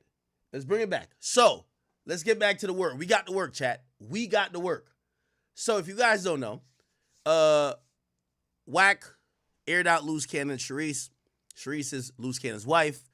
I thought Wack and Luce Cannon was cool. Wack called me last night and basically was just saying, man, fuck all that shit, man. Fuck the fact that I'm the baby godfather. Fuck all that shit. I'm on timing, right? It appears that we now have Luce Cannon responding to Wack, and he's making some allegations claiming Wack is broke. Now, I'm going to be honest with you. I don't believe this one bit. Number one, me and Wack have almost made $100,000 bets. I know Wack got it. We all know Wack, manager of the game, manager of the Ray J, manager of the Blueface. he got that work, okay? He got that work. He got content. Stop playing. He's getting a check from No Jumper. Shit, Wack is a playmaker. I'm going to be honest with you. You can't get me to believe for 1 second Wack is broke. But let's hear Luce Cannon. If you don't got to work, we don't know if we can believe it. Okay. How everything else going? Everything is everything, honey. Everything is everything. You know, Yeah. taking care of the businesses and whatnot. Of course. Mm-hmm. We online right now? Mm-hmm. Okay. Make sure tomorrow is vicious. Honey. You know what I'm saying? Why? Why do you want why? Just tell me why. No, because at the end of the day, it's like, you know, you're on some buster activities when you literally wait until like. By the way, everybody on the King Academics page, you niggas is lacking. We have 101 new gifted memberships and new members on the Academy page. How the hell is the bigger, you know, the King Academics page is the bigger page than the Academy page. Yet on the Academy page, there's memberships all over the place. I think there's 3 times the amount of membership on the Academy page than King Academics. What's going on with y'all boys? Anyway. If you harbor some feelings because you going broke and that diaper company is not working for you, like, bro, we don't ask him to make money for us. I make money for him. Not one play he brought for me that I made money off of. I paid him. You get what I'm saying? Like, Cuz don't make no money like that. He be on Clubhouse and everything, gossiping for free. Oh my goodness! But at the end of the day, is he gonna have to stand on everything that he say, and I'm gonna get on his chin. He wanna call out and say something about your brother. I'm your husband. Say something about me. You ain't like that, bro. All those goofballs is not like that. They soft. Honey, I thought you wanted to dead all the internet stuff. Now you want to really start this war? No, because at the end of the day, enough is enough. You get what I'm saying? I talked to him. He said, "Oh, nephew, you know it's not like that. I don't let it go," and all the goofy stuff like that. Because I'm questioning you about why people are showing me paperwork in here about CS2 back. The person that was on your case. What the fuck is CS2 back? Who the hell is that? What is that? So when I'm saying that, now you want to try to defame my name or anything like that because you know you're not like that. You know I'm questioning you about certain things. You want to lie. Ooh. Bro. Honey. Order discovery. Full statement. You ain't going to find Luce Cannon name in nothing. Now, Gigi did say you told Luce. We gotta get to work. We need to work. Okay, so do you want me to drop this today? And then the call that we did tomorrow? By the way, Drill, thank you for the 10 memberships on 10 gifted memberships on King Academics. And look like the Academy channel is going fucking crazy. Yo, chat, it's a reason why the Academy is the one that's on the screen. Like, they active over there. That's like the real goons, the trenches. They're getting it in. Somebody's just gifted another like 50. Holy, who is this? G-Night, what's up with you, my brother? Okay. No. Oh, let me read this donation. Yo, Infamous World, thank you for the 5. It says, Ak, I appreciate your streams. I've been watching you for 12 years. Yo, you know how much that means to me when I see y'all been watching me for a decade, bro? If you've been watching me for a decade, you've seen me down bad. You've seen me, like, you know, do my thing. You've seen when they try to cancel me. You've seen every version. I love you. I love you. I honestly love you. You're going to do 9 o'clock, and then you're going to schedule it and do it for 5 o'clock the same day. We're going to smack them every day, twice a day. I seen some people are commenting. They say, yo, Luce called from jail, and not one time did he said, how's my child? The first thing he said is, Wack ain't like that. And that did make me think. I'm like, are these people living in the content world versus caring for their kids? Or maybe the calls where they're saying, hey, did the baby eat today? Did my baby that's a few months old, is she burping? I don't know what babies do, but like, it's, maybe that happens, but on a call we don't hear. And the calls we hear are the beef calls. Because I do understand, like, if you're hearing the baby like, goo, goo, gaga, and all he's saying is, Wack's not like that. He's a buster. He's a sweetie. That kind of is kind of crazy, right? Like, you know what I mean? You got bigger things to worry about, family and stuff like that, right? No, you're going to do 9 o'clock, and then you're going to schedule it and do it for 5 o'clock the same day. We're going to smack them That's them planning out content to retaliate with Wack. every day, twice a day. Oh, Lord of mercy. So get both thumbnails ready. For the record, y'all hear, he's the one that wants to do this, okay? So y'all don't go try to blame me and say I'm the one doing this. You hear it from the horse's mouth. All right? Yeah, but the crazy part about it is, where was that energy when I was chasing them around, asking them for a squabble? Like, I beat both of y'all up at the same time. Oh, shit. Oh, nephew, you were just yelling at me. You broke my heart yelling at me. No, you not like... Now, chat, I know some of y'all be like, yo, why we care about this? To me, this is like some Machiavellian, like, Game of Thrones shit. I think Wack, Luce, Cannon, and all the people who've been in, like, this Clubhouse exposure stuff, they're, like, doing, like, it's a really interesting, like, almost like case study of, like, House of Cards, Game of Thrones... just work your way up to get to a certain level of power and influence. So it's kind of interesting. I'm entertained. That you waiting until... And the reason why I say I'm entertained, because I asked the operative question last night of Wack, and once he said the answer he gave me, I said, oh, okay, I know all I need to know. Because I was asking him, I said, what about friendship? And like, that was like a foreign thing. It wasn't like, oh, no, that's... Because I'm going to be honest with you, like certain people are my friends. You know what I mean? Like, for example, and I hate to bring this up. I probably shouldn't bring this up. But, like, even when sometimes, even now, like, y'all be trying to, like, get on Boom and shit like that. Boom was my friend. You know what I mean? So it's like, even though, yeah, we don't really, like, talk like that, like, I'm not going to just get on here and be like, no, I was never friends with that nigga, man. I don't know. It's hard for me. I can't really talk shit about him. Like, I'm like, I just want to talk about it. But, like, that's because I consider him a friend.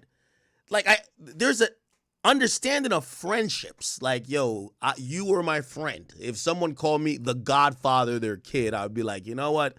I have some thoughts of you, of being a friend. Once I heard it was just like, man, fuck all that shit. I was like, all right, we got content, okay? Go to jail, and it's a couple of, like a month and a half in, 2 months. And then you want to talk about something like that. He said I'll be irrelevant in 28 days. I'm bigger than him. He's a nobody. He's just a gossiping ass Wendy Williams ass nigga. Like, bro, it's not going to stand on nothing. Now here's the interesting thing, and this is why, like, yo, I'm going to be honest with you, when it comes to, like, Wack 600, Luce Cannon, and even Brick Baby, bro, I have no idea what's real and what's not. The only thing I know is real is the indictment. I can't tell if these are rehearsed, premeditated, quote-unquote plays. What you mean Wack is Wendy Williams? Yo, you know how many days I used to get up and while I'm doing my errands around the house and get my dogs, you know, like situated, I listened to Wack and Luce Cannon basically tag teaming people, pause, on Clubhouse. So if Wack is being Wendy Williams, Luce, you being Wendy Williams too. Like, this is like, I'm telling you, all this shit, I don't even know if it's real. I don't know if none of this is real. People play with him all the time. He act like he gonna pull up. He ain't gonna do nothing.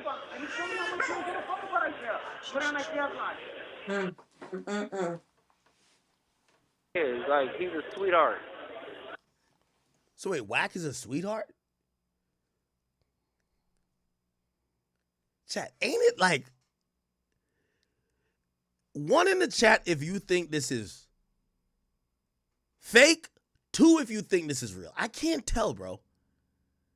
I feel like it's almost like they ran out of people to make content with, so they're like, yo, let's script the beef. I don't know. Because now Luce, he went from saying Wack's a real nigga to say Wack is a sweetheart. He's buttercup. He's a cinnamon toasted crunch. Like, that's how you be describing people. He's a sweetie. Bro, I can't tell. So it's like he should stop playing games because I will expose everything about him. Every single thing. And you know, when I was talking to Wack, I was bringing that up. Like, listen, if you call someone a friend, they probably know something about you that everybody else doesn't know. And you probably don't want everybody else to know because that's your friend. Like, you know, you might have told him, bro, I ain't gonna lie to you, man. Yo, let me not, this never happened, so I'm just making this up. Yo, my wife cheated on me, I'm taking her back. Or, oh, yo, bro, I ain't gonna lie, man. I got caught, you know, stealing from the store or something like that. You know, you would tell your friends certain things that, like, people wouldn't know. And when I see friends going at it, I'm like, damn, if it's gonna get there where y'all are gonna be messy, I wonder if y'all were ever really friends, because certain things about friendship should be sacred, and it shouldn't be I don't know, bro. I really don't know. Like, he's begging every morning. And he's trying to make it seem like it's my fault that y'all getting into it when it's truth be told, it's not. Like, you just trying to make me the reason for you to go up when really and truly, that's probably just how you really felt from get-go. Don't try to make it seem like I'm making a war between you two. Please. BZ Bentley, thank you for the 20, says Wack and Luce are the same people. They lie about a lot of things, but they're right about some things. Okay. He admitted to getting socked by Nipsey's bodyguard on Jason Lee. Huh? PT Bullet Boy Gaming, thank you for the 5 gifted. Yo, Grand Heist has gifted a total of 100 memberships on the Academy channel. Thank you guys so much, so much. Crenshaw Veteran says they saying Luce killed Money Mike from 60 in 02. What? Where are you getting this shit from? Listen, the only thing Wack ever do is run his mouth. When it comes down to business deals and stuff like that, they played him. Big U and Zachariah played him for 200 and something thousand last year for the diapers company or whatever like that. He talking about his diamonds and mines and stuff out there. Like, nigga, what do that have to do with it? You keep paying people. You didn't even have $10,000 to pay Zachariah. You asking me, calling me for it. So please, can you cash out this nephew? Like, bro, don't make me expose everything about you.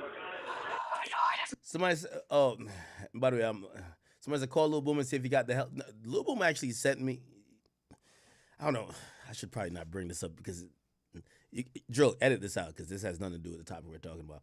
I'll tell you, Lil Boom did send me some shit. You want to see what he sent me?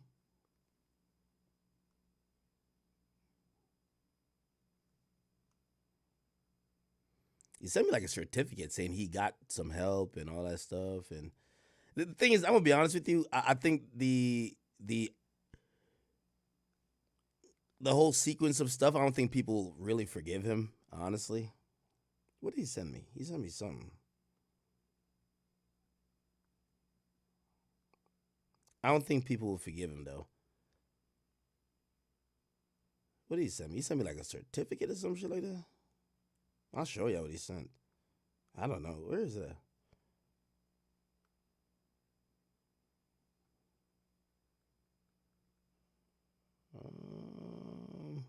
I got his number saved, I think. Yeah? I don't know. Nigga, I don't know, man. He just sent me some shit. And it was like, yo, he got help from some professionals. Where the fuck is it?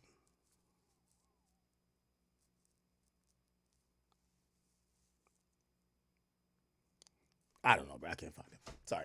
It was like some certificate saying like he completed. Where the fuck is this thing? I know. Like, this is random. I'm probably do this topic over again because I don't like mixing bullshit with my topics. And I don't mean bullshit derogatively. I just, where the fuck is this shit?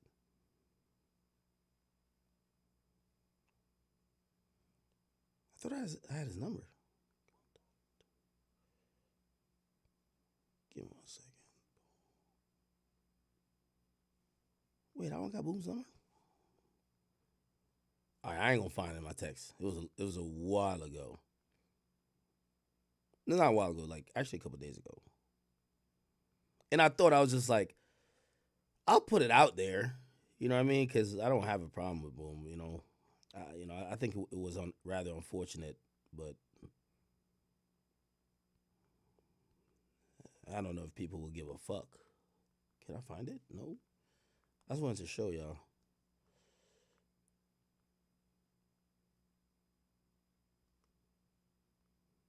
Can I find this shit? Does anybody have Boom's number?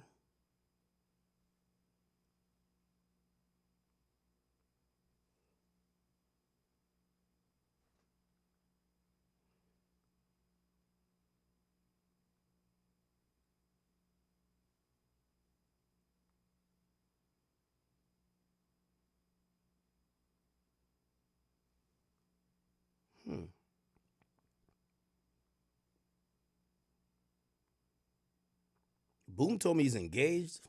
Am I doxing him or some shit? He told me he's engaged and shit like that. I can't find it. I don't know where it's at.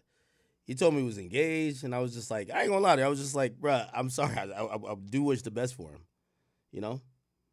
And for anybody who's gonna be like, yo, Ack, why you even talk to him? Bro, Boom slept at my house. And you know, I helped Boom had asked me to help with certain situations. I think it was maybe his mom, right? I'm not trying to put him down or nothing like that. And I did. So, you know what I mean? You know, I do wish the best for him. You know? Anyway, all right, I can't find the thing. I just wanted to show y'all the certificate. He could post it himself if y'all care. All right, let me get back into this. Back to the bullshit. Okay, back to the bullshit. Luce, Cannon, and Wack. And say, I'm the one doing this. You hear it from the horse's mouth. Yo, Isaiah, man, what's wrong with you, nigga? All right? Yeah, but and the crazy part about it is, where was that energy when I was chasing them around, asking them for a squabble? Like, I beat both of y'all up at the same time. Oh, nephew, you were just yelling at me. You broke my heart yelling at me. No, you not like that. You waiting until I go to jail, and it's a couple of, like a month and a half in, 2 months. And then you want to talk about something like that. He said I'll be irrelevant in 28 days. I'm bigger than him.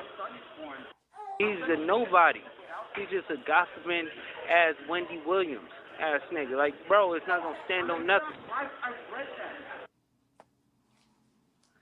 People play with him all the time. He act like he going to pull up. He ain't going to do nothing. You know what I do think, though? I think Luce always looked at Wack, because Luce fought like a bunch of people. Luce was socking people out, or at least was trying to fight. I was always wondering, I'm like, does Luce ever look at Wack and feel like he got to take Wack fades, or does he look at Wack and be like, yo, Wack, you not catching them fades? Now he's coming out and saying, yo, I was always looking at you kind of like, yo, you're not catching your fades. Because I ain't gonna lie. You know one thing I love about Clubhouse? There's a million fades schedule, not one caught. That's dope. That's dope. You know what I mean? That's my favorite thing about Clubhouse. Let's get down. I'm like, oh shit, they finna get down on the next episode of Dragon Ball Z, which ain't gonna happen. I love that. 2 months. And then you want to talk about something like that. He said I'll be irrelevant in 28 days. I'm bigger than him. Okay, Luce. No, you're not. I'm going to be honest with you. Wack has gotten a chokehold of all the independent media outlets. Bro, you think I want to talk about Wack every day? But, like, the nigga is giving so much. Like, this type of bullshit and content is, like, you kind of got to feed into it. I talk about him. He's interviewing with Vlad. He already run No Jumper. Trap Lil Ross making documentaries on him.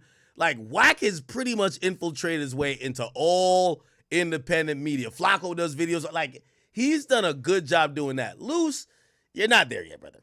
He's a nobody. He's just a gossiping ass Wendy Williams ass nigga. Like, bro, it's not going to stand on nothing.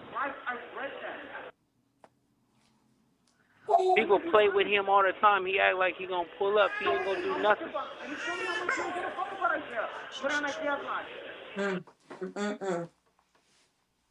Yeah, like, he's a sweetheart. So it's like he should stop playing games because I will expose everything about him.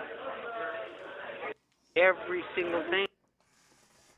This was the most odd thing, especially when I spoke to Wack last night. And I'm like, bro, there's no way these niggas could be friends. And I started thinking about, there's another guy who's like, it was like the trio that I knew as the Exposers. There's like another guy named 600. And I'm like, what does he think? Does he then start to get info on Wack and like store it away in case Wack don't fuck with him later? Bro, this shit just kind of feel like some other shit, bro. I'm gonna be honest with you.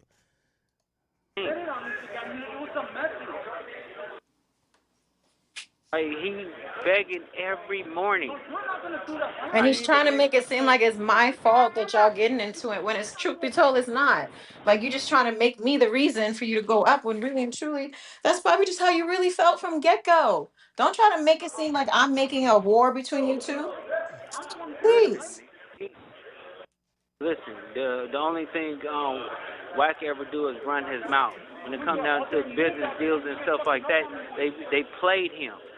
Big U and Zachariah played him for $200 and something thousand last year for the diapers company or whatever like that. He's talking about his diamonds and mines and stuff out there. Like, nigga, what do that have to do with it?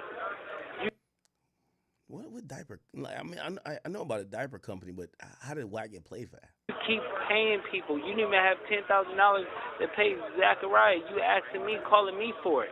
So please, can you cash out this, nephew? Like, bro, don't make me expose everything about you. Oh, Lord have mercy.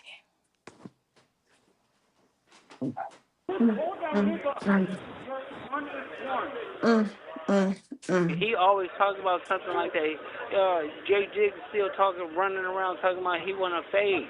He doing the same thing that he was talking about Big Meech with Tammy. You get what I'm saying? He did that with R&B. Like third party snitching. That's what he's doing. Wait, what? This is why it's so confusing to me. Yo, Luce, you not hung around, but you and Wack were like a 1-2 combo. How is Wack snitching now? Like, it's confusing me that all these guys, and this is why I'll be wondering, like, is it content or sometimes is it like, it's maybe self-preservation? Because if you tell me the guy you used to be calling Unc or whatever is now a snitch, I'm like, how we know you not telling? This is crazy. And acting like nobody's going to know or find out. Like, bro, you haven't. And then you want to go and talk about, oh, the real wife is this. Okay, but who's your real wife then? Don't go start talking about real wives when you have the same situation. No, it's not even the same situation. It's nowhere near the same situation. Nowhere near. Goofy. Like and no pun intended to R&B because, I ain't got no issues with her. It's unfortunate that her man is disrespecting me blatantly, repeatedly every freaking day now. Listen, yeah, he have to stand on all that. I guarantee you. Oh, nephew, I didn't mean it like bros. This call is from a federal prison. It's plenty of times I crashed on Wack and he turned it down. So I don't want to hear all the goofiness. And fighting is not against the law, so y'all need to make sure y'all understand when he said get down, he mean fight. Yeah, of course. So we ain't talking about nothing other than that because it's far worse. It's far different from what Wack did talking about he want to blow up my house and my businesses. So yeah, he's goofy. He's far different from that. Yeah, he's losing his house. That's what. Cannon. Oh gosh, no. Bro. No, at the end. Wack's losing his house. What's going? Yo, this is what I'm saying, man.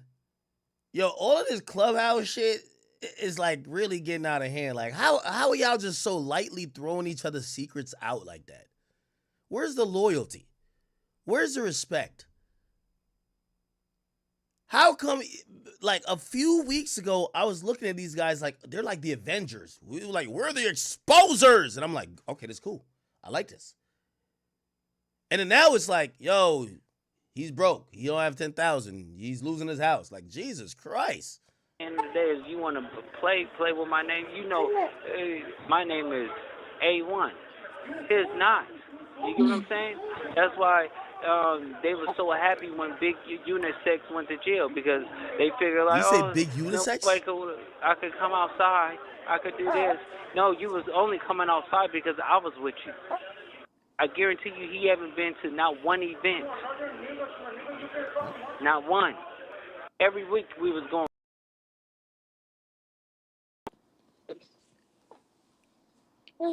He know he's not like that. Sugar Plum is not like that. He's a sweetie pot.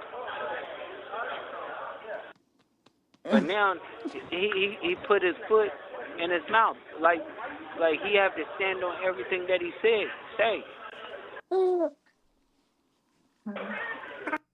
The craziest part about all this, this is full beef conversation, and you hear the baby cooing in the background. Like, the baby's just trying to figure out life, all while the baby's father is beefing with Wack, Sharice entertaining the fuck shit, and the baby's just trying to figure out, where's mommy and daddy? They're talking about beefing with Wack. And you've been trying to be real respectful and real honorable, even despite all the things he did prior. But now, like, come on, yo, you just keep going. Enough. Listen, I'm gonna put those videos out that R&B sent me. No, Cannon. What videos? Stop. This is where I know. This is where I started feeling like it's a play or whatever they call it. Because that's a Wack tactic. Like, Wack will throw something out. It's kind of almost trolling. Remember when Wack was just like, yo, Blueface fucked your girl? Remember when Wack kind of just threw that out? Bro, I don't know what's the truth with these people. I ain't gonna lie, bro. Stop that. He better stop playing. Stop that.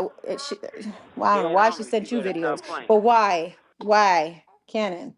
Listen, no, we're not gonna stoop to his level. You're not gonna stoop to his level. This is his warning shot. Oh. Last warning. Lord have mercy. Like level 4 penitentiary, this is warning, no warning shot. This is what it is. But I love you or whatever like that is gonna go up. Oh boy. Okay. All right. So he also put out another call. Apparently he's doing 2 a days. Bro, I don't know. All rights to the contents. It's moving forward. At the end of the here we go. Hey baby. What's up, wife? Let's do some content. I already got it recording. Okay, so I don't even know how to feel about this. Hey, let's do some content. I got it recorded already. At the end of the day, it's like a lot of people speaking on my name because they know I'm in here. You get what I'm saying? I know damn sure with all the lies and stuff like that they coming out with, talking about the people and all that. Like, they can't find out one statement with me, right? And second of all, another thing is he gets mad because I asked him about CS2 back, right? Third thing is I'd be mad if somebody got a bigger light than you, more popping name, more bitches on the street. You know what I'm saying? Like, but now I'm going to peel back every single layer about the Goofy. You get what I'm saying? Like, you know you a buster when you have to literally wait until somebody go to jail to pop it. But when I was on the streets with them and I'm calling them all out for fades and I'm going to beat them up and do this and do that, nobody was saying anything. They was quiet. And when I go to come to jail, they had the courage and I'm locked up. That's some buster shit. You get what I'm saying? Then they want to attack a woman, my wife or whatever like that, even if you was wrong. It's going to always be right to me. That's what a real man does, because you are my wife. We took vows together. So the goofiness they talking about is all stems because he's mad because Dirk don't fuck with him. You get what I'm saying? And when you did the Dirk thing or whatever like that, all the energy changed. You get what I'm saying? Mm-hmm. Like, Dirk never did an interview or anything like that with nobody since he been locked up. But me having that much power or whatever, and he's looking out and he a good dude, he did it for me. You get what I'm saying? Hmm. But I think that, man, when we talk about stuff like that, they would try to lie and put smut on you and to say all types of other things because they have really nothing to say. I'd be mad too. Baby, the thing about it is, right? My interview and conversation with academics wasn't even pertaining that specific individual. And it just sucks that things got taken out of context. It sucks that things were taken in a negative way opposed to a joke. Because, people can joke and do things, but others can't. I just don't understand it. You know what I'm saying? And I'm just, I'm tired of the I know, but nonsense. It doesn't warrant a threat to where I lay my head or a threat to where my businesses are. It doesn't warrant none of that. Did Wack threaten them or something?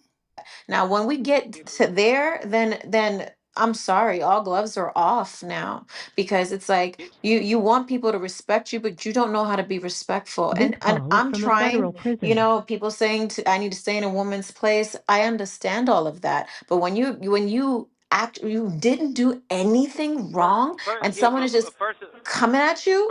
Come on. First of all, wife, you my voice. So at the end of the day, Yes, and honey, but I don't need people coming back on my back and everybody's attacking me right now. And it's just so ridiculous when I honestly said things not in a negative way. Oh my gosh. You're so mad that said mistress when, come on already. You know I was joking. Everybody know you got a dick down there. Like, cut it out. it's a little one compared to what R&B said, but at the end of the day, it's like, We're not gonna bring R&B into anything because she didn't do no, anything. because at the end of the day, no, he want to bring my wife in and he want to Cannon, do we're all this. not gonna do I will peel back. we are Okay, not but I will gonna peel do back that. layers. Okay, but I'll peel back layers. If he ever he over there talking about some San Diego police shit. You get what I'm saying? I'm not going to stand for that because he wouldn't say no while I'm on the street. He wouldn't say it to my face. This is what busters do. He know he's not like that. I'm like that. I'm him. Okay. He can't go to L.A. County. He can't come to the L.A. Feds. Everybody is on him. You get what I'm saying? People will want to do something to him. He's not like that. Cannon, but I thought we were gonna be deading this. Now like, this is just gonna At the keep end of the day, going and going and going. It's like no, I'm tired of this shit. but when you playing with my name, at the end of the day, and that's all I got. You get what I'm saying? I hear you, but a lot of people right now is playing with your name. You know what I'm saying? It's Because just you know why? Because you have to understand, I'm the biggest. He wants to be this. It's something that he used to be. He's not like that. They finally got somebody real, and I could change it. We ain't doing like no checking in. We ain't doing no politicking. We doing everybody gonna live their life. And if I have to gatekeep the West Coast, that's what I'm gonna do. He know he can't do anything and they can't move. His team is not strong enough or big enough for my team. So don't sit there and want to be popping in there acting like you like that when you really not like that. I was sparing you. You was coming out the house because I was around. You never got booked for nothing. I booked stuff for you or whatever like that because people wasn't messing with you. I gave you a better life. He was scared. He was scared, honestly. He didn't want to come outside and play. He ain't like that. He wanted to sit behind a computer, a phone.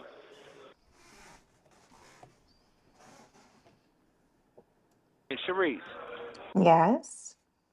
enough is enough. You get what I'm saying? It's all gloves off. So at the end of the day, it's like, bro, have to really understand. Like, I've been being quiet. He disrespected my wife. He disrespected my son.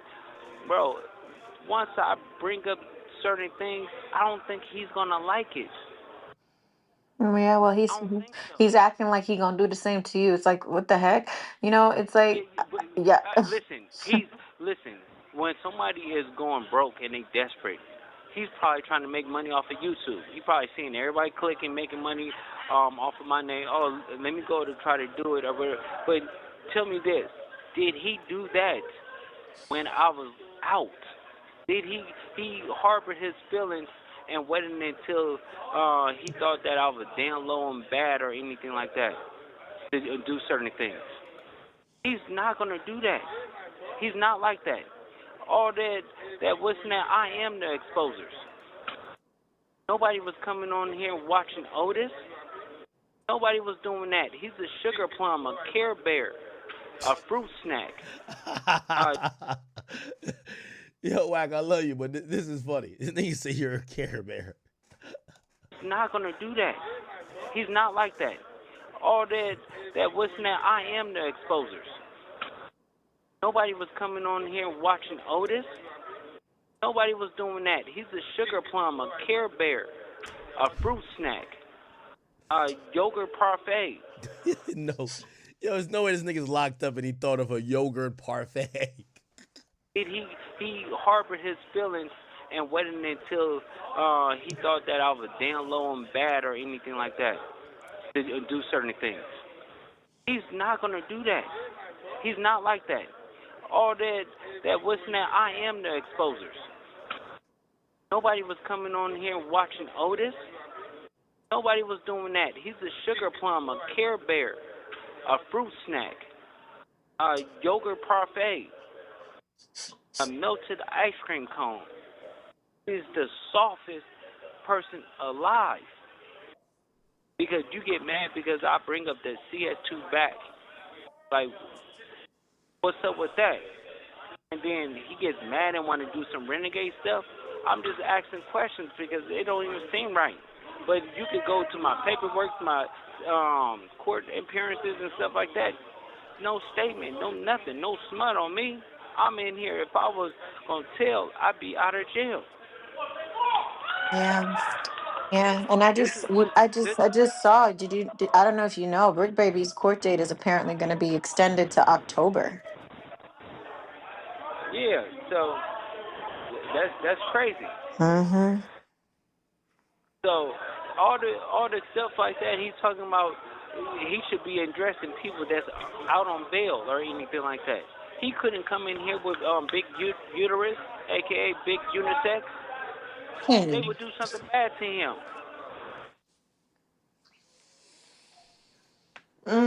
God, when I thought he can't hit. Listen, he can't hit not one floor in here. All the Bloods is on him. All the Power is on him. All the Crips is on him. He can't do that. I am by myself. Enemies and all. They respect me. They know what I'm about. He's not like that. Honey? Yeah, but I don't like goofies. He's a goofy. Dirk didn't want to jump on an interview with him because he's a goofy. This is the goofy stuff he do. So when we talking about popping it, let's see when I get out and see if they keep that same energy. Oh, I was just playing. I'm a sweetheart. I wasn't like that, Cannon. That's what he does. Bro, I called him off. This call is from a federal prison. They ain't gonna do nothing. Honey, call's about to disconnect. I love you. You can call me back? I love you too. Of course. Okay. Well, damn. Looks like this Luce Cannon versus Wack 100 war. I don't know if that's what you want to call it. Oh, boy. Well, for everybody's sake, I hope this is all fake. One thing I noticed about, like, Wack and like, you know, Luce Cannon and them, you got to let them do with their little Clubhouse back and forth. I'm just entertained by it all. I don't think it's real, though. I don't think it's real. All right. Okay.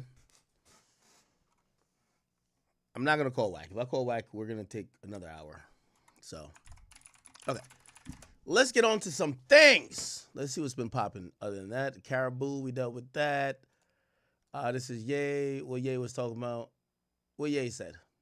Drake sued UMG. He went red pill, bro.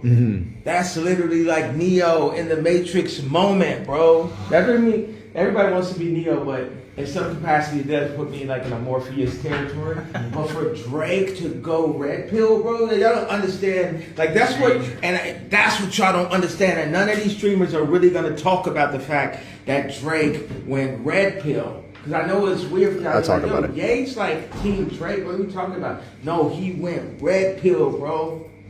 He went red pill. Right when I seen what he did with those contracts, he made me and my wife sat there and said, yo, we really need to go get these lawyers for your kids. That man figured out a lawyer that's gonna go at UMG. You can figure out a lawyer that's gonna go figure out your co-parenting situation. Yeah. Where they're not walking around like got the rights to your name and your children's name and likeness, bro. Like people don't never bring up that part.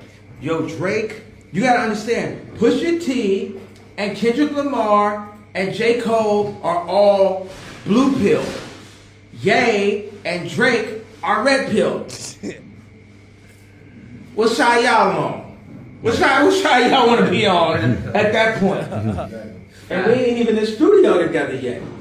I mean, we are like Top was here, you know what I'm saying? So it's, what side y'all want to be on? You know, really. All right. Well, I think that's an interesting parallel. Have y'all seen this, though? So it appears that Kanye is filing this lawsuit. And this is Milo Yiannopoulos, who is the chief of staff or the head chief of staff of Yeezy. They announced that they're filing a lawsuit against Ye's dentist. It says, let me start off with what it is. Here we go. It says dentist tried to seize Yeezy while Star was incapacitated with cocktail of substances, okay? The Mirror ran that, okay? It says Kanye West is detailing intention to sue in letter to dentist over nitrous oxide. So basically, Kanye's about to sue his dentist over nitrous. Now, let's read this. It says, this is the letter of intent, I believe. It says, Ye and Bianca to sue father of Diamond Dentistry for life, altering harm caused by malice, misappropriation, and malpractice. Ye and his wife, Bianca, serve Beverly Hills dentist Dr. Thomas Connolly, noticed today that they're suing him for medical malpractice, gross negligence, fraud, exploitation, abandonment, psychological and emotional trauma, reckless administration, and controlled and uncontrolled substances, and other malicious and deceitful behavior. California law requires a formal notification to be served on the defendants 9 days before they could be sued for medical malpractice. A copy of this formal notice has been released to the media today. Connolly has charged $50,000 a month for nitrous gas. In spring 2024, Connolly attempted to seize control of the global music and fashion brand Yeezy LLC, while its principal, Ye, was incapacitated with a cocktail of controlled and uncontrolled substances. Connolly is liable for improper and excessive administration of nitrous oxide, encouraging and enabling unsupervised self-administration of nitrous oxide, continuing treatment despite clear adverse neurological and behavioral signs, admissions of negligent and written apologies, acknowledging mistakes which had no effect on treatment. Financial exploitation of the patient through fraudulent billing and overcharging, improper provision of controlled substance such as propofol. Ooh, I heard of this with the Michael Jackson thing. And professional abandonment of the patient, say the couple and Yeezy staff. Resulting injuries and damages include neurological and physical injury to Ye, psychological and emotional trauma, chemical dependency, which requires ongoing treatment, and financial harm and economic losses and loss of consortium, okay? Now, there's much more information given because there was also a letter sent. Let's get into this a bit. It says, notice of intent to sue and demand for preservation of records. It says, Dear Mr. Q, I'm writing on behalf of my client, Ye, regarding your involvement as the assistant during the period when he was under the dental care of Dr. Thomas Connolly. As you may be aware, Ye and his wife have notified Dr. Connolly of their intent to sue for medical malpractice, professional negligence, related tortious and contractual violations stemming from his treatment of Ye. It's come to our attention that you encouraged, facilitated, assisted, and otherwise contributed to Ye's overconsumption of nitrous oxide during this time. Please be advised that we anticipate that you will be named as a co-defendant in the forthcoming lawsuit related to the aforementioned matters. The lawsuit will allege, among other things, that your actions contributed to the harm suffered by Ye due to the excessive use of nitrous oxide. The relentless administration of nitrous oxide exacted a horrific toll on Ye, causing neurological damage, clouding his mind with confusion and paranoia, and plunging him into emotional turmoil. Yeezy executives sounded the alarm time and time again, confronting you with urgent warnings about Ye's deteriorating conditions, pleading for your cooperation to help end the nitrous oxide supply.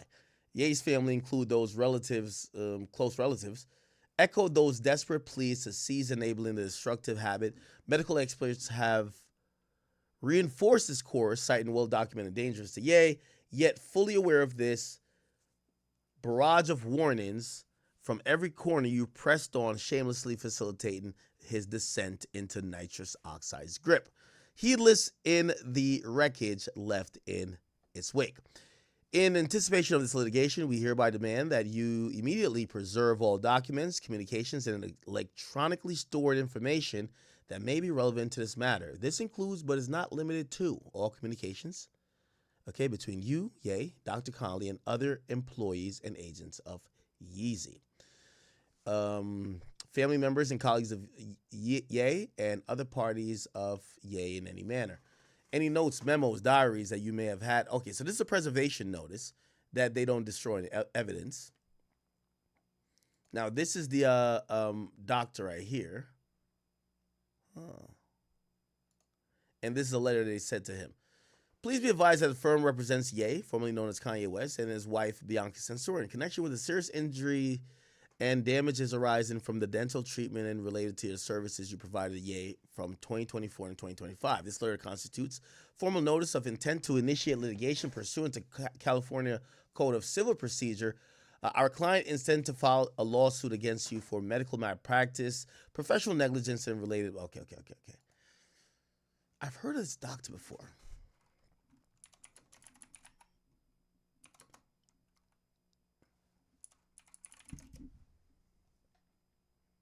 Let's see. What's his name again? Dr. Thomas Connolly.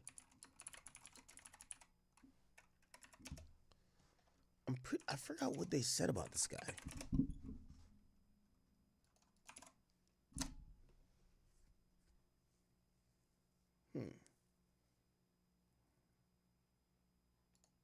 Kanye West is officially suing the dentist that got him addicted to nitrous. A few moments ago, massive news has just came out with Kanye West now officially filing a lawsuit against the man that got him addicted to nitrous in the first place, called Dr. Connolly. As you can see right here, major publications are reporting a formal notice of intent to sue has been served, accusing Dr. Connolly of medical malpractice and misconduct, including charging Kanye. Wait, I want to find out more about this guy's history.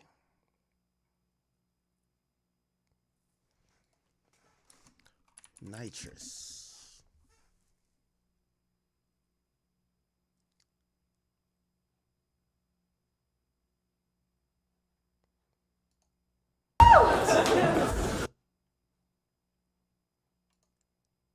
Kanye West Palace claims Kanye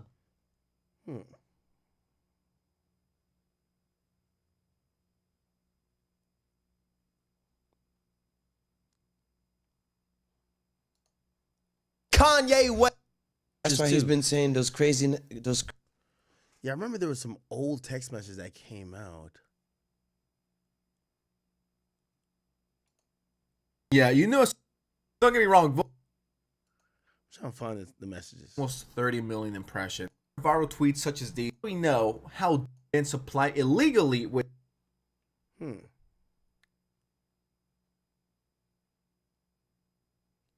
Yeah, it was 8 months ago that Milo, which is at Nero on Twitter, was accusing this doctor of doing what he's now being sued of doing. Allegations. Kanye West. Yiannopoulos. You're going through. Who was just I'm trying to find the text messages.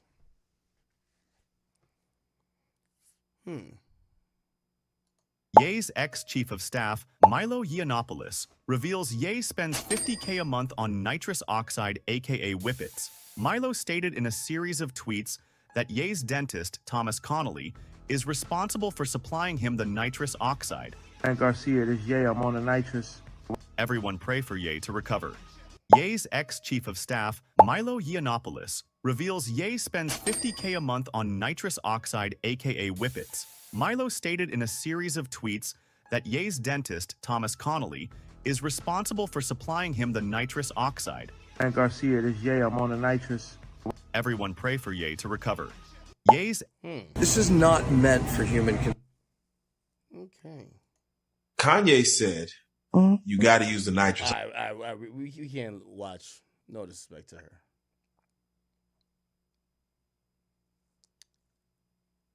I wanted to ask. Okay, here we go. These controversies have led to widespread condemnation, the termination of partnerships, and on... Are we blaming nitrous oxide for the entire, Kanye West, arc in the last 2 years? Because, that lawsuit kind of gives an alley-oop for that, don't it? Ongoing public scrutiny. West's recent dental procedure has sparked a whirlwind of controversy. The rapper, known for his bold fashion choices and outspoken opinions, revealed he spent a staggering $850,000 on permanent titanium dentures or implants. However, the procedure has been shrouded in mystery and allegations. For simplicity, we'll just be referring to them as dentures for the rest of the video, even though they might also be implants. It's not quite exactly what you think it is. Now, a lot of people are reporting he pulled all of his teeth, and then some other people are reporting, no, he's still got all of his teeth. But what actually happened is equally kind of bad and good. I don't know, you let me know what you think. So first off, no, Kanye West did not pull all of his teeth to get what we call implant-supported dentures. Those is where they screw things in to your bone, and then those teeth are set there. But he didn't also get just grills or removable grills that have all of his real teeth underneath. In fact, he got basically kind of a middle ground. So basically what Kanye West got is what we consider permanent grills. And permanent grills are basically crowns on every single one of your teeth. So what they did for him is they didn't pull his teeth, but they did shave every single one of Kanye West's teeth down. So what they had to do was shave down all of his teeth and then replace what they shaved down with the metal. The crazy part is he pretty much did ruin every single one of his teeth. And if he ever wants to get these grills removed or taken off, yes, he does have some tooth structure underneath, but he would have to get full replacement crowns on every single one of his teeth to get a natural tooth look back. Now, obviously, this doesn't matter for Kanye because he's got, he's got tons of money and he could do whatever he wants. My guess is like most people that get this, he's gonna want these off probably in the next 6 months or a year and then probably regret it for the rest of his life. One of the most shocking claims involves the dentist who performed the procedure, Thomas Connolly. Hi, I'm Dr. Connolly. Welcome to my workshop. Timeout, flag on the play. Timeout, flag on the play. My dentist look like this. Problem. It's a problem. Where I make $1 million smiles. I'm the biggest rappers in the world. Most unique and innovative thing that I've done to date is with Ye. I think the inspiration was really his mind and his vision. Some people I think don't understand, and I don't expect everybody to understand that. According to sources, Connolly allegedly supplied Kanye with nitrous oxide, a powerful sedative. Kanye's ex-chief of staff alleges that this led to a dangerous addiction. The dentist is accused of manipulating Kanye to gain control of his finances. The allegations against Connolly are supported by various sources who worked closely with Kanye. Claims that the rapper's addiction to nitrous oxide is clearly evident and that Connolly took advantage of his vulnerable state. Kanye's dental procedure itself has raised eyebrows.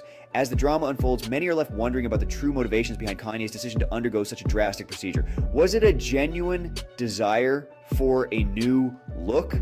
Or was he influenced by external factors? He's so controversial that when you hear stuff like this, it kind of goes in one ear and out the other.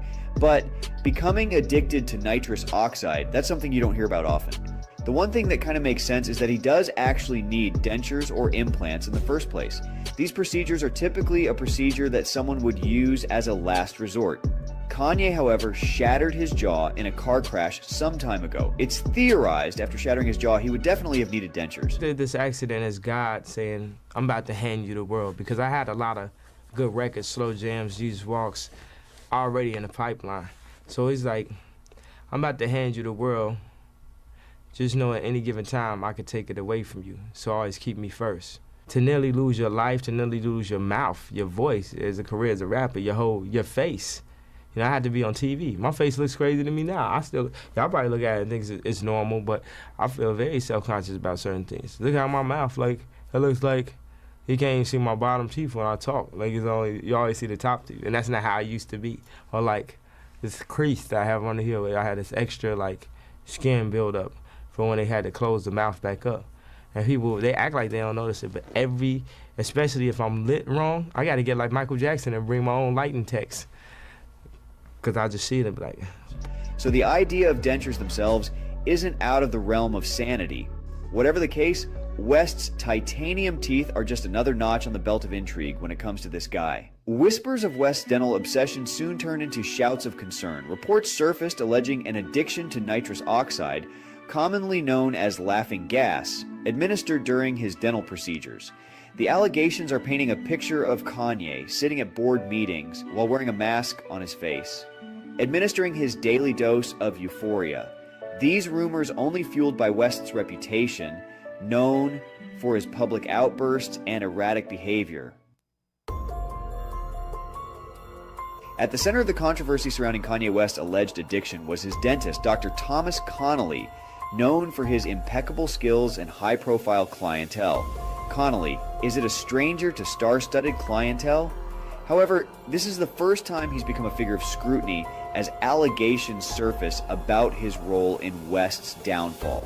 Important people are accusing Connolly of enabling West's addiction by readily supplying him with nitrous oxide, even outside of the dental office. Connolly is known for his work with other celebrities including Post Malone, Odell Beckham Jr., Shaquille O'Neal, Chris Brown, and DaBaby. His reputation for high-quality dental work among celebrities likely played a role in his introduction to Kanye West. Kanye was reportedly introduced to Connolly by songwriter Billy Walsh towards the end of 2023. Walsh, who had previously worked with Connolly on other projects, likely recommended the dentist to Kanye based on his reputation and expertise. Connolly's work with Post Malone was particularly instrumental in establishing his reputation among celebrities. After successfully completing dental procedures for Post Malone, Connolly gained notoriety in the music industry. This exposure likely led to more high-profile clients, including Kanye West. The allegations against Dr. Connolly are beyond mere negligence. They're suggesting a calculated and deliberate exploitation of Kanye. I'm Tom Connolly. I'm a dentist in Los Angeles and here in New York City. I do some very interesting dentistry, mainly diamond work, precious metals, stuff that you don't really see on the average person. In addition, a lot of times while our patients are sleeping, we do tattoos. So he does tattoo. All right, this is a problem. If your dentist does tattoos on the side, jewelry work, before he fixes your root canal, that's a problem. Before he does a root canal, the nigga's gonna give you a tattoo, and he gonna give you like some bling. I don't know about this one. So sometimes we'll run 6, 8 artists at the same time while the patients are having their mouth redone. And we've created this really interesting new business of teeth and tattoos.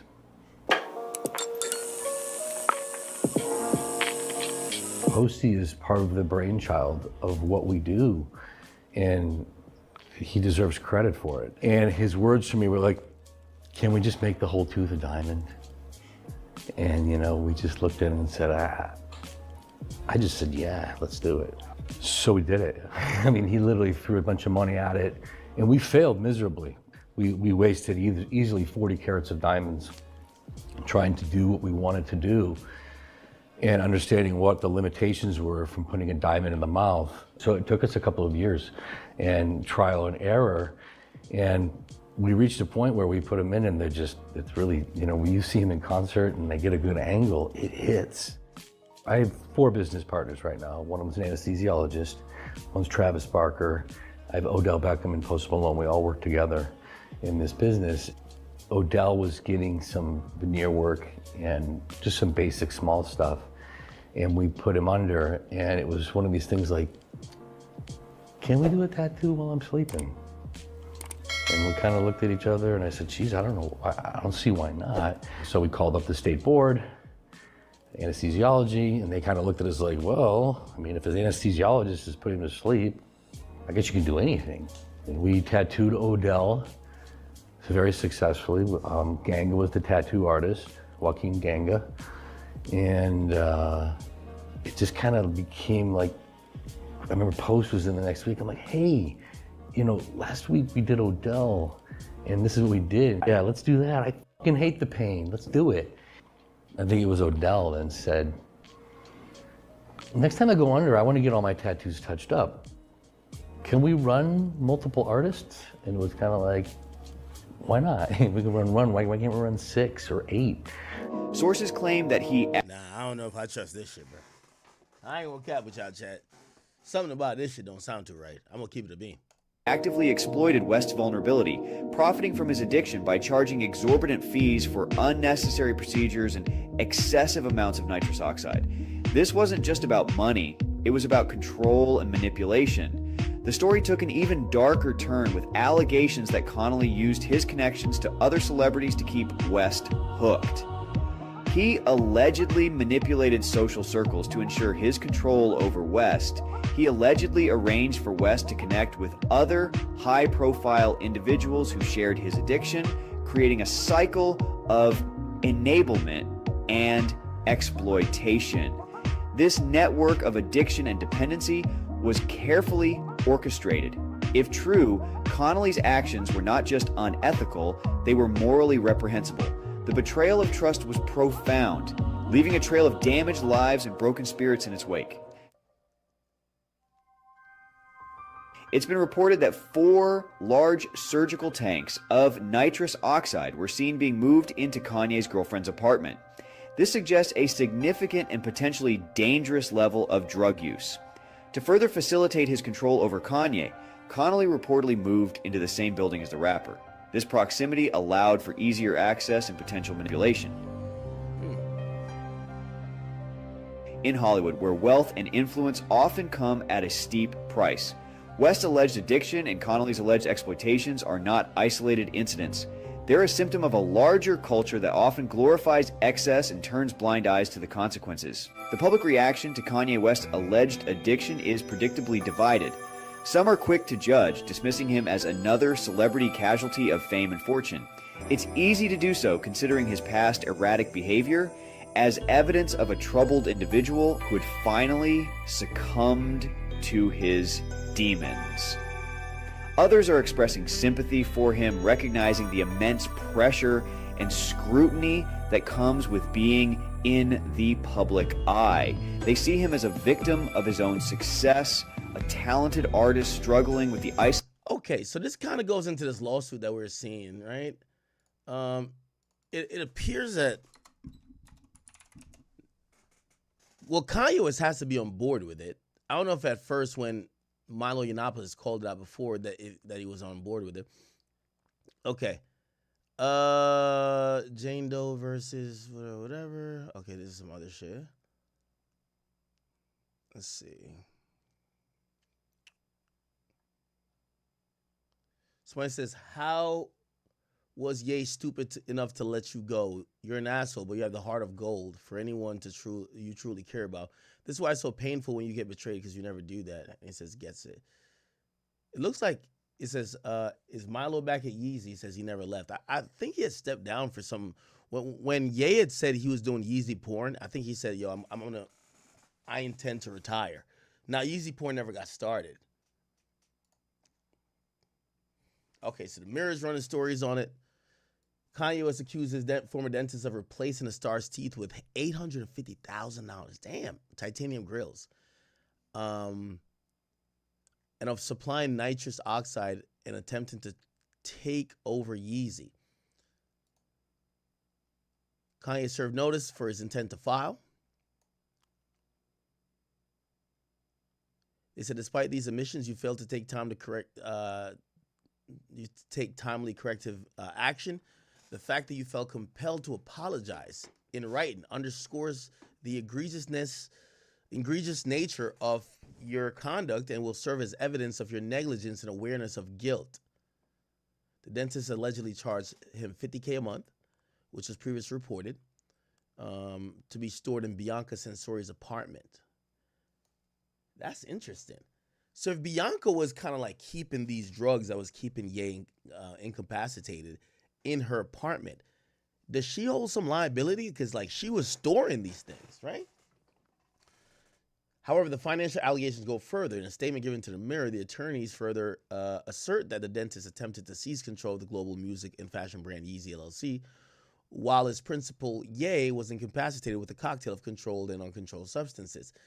They claim that he suffered injuries and damages, which include neurological and physical injury to Ye, which by the way, we read this already. And he says, before the legal notice, Bianca found a new dentist for Kanye as she was concerned with the impact of what's happening on him. My wife made me stop going to the old dentist because for some reason, every time I walk back, I think he talked about this.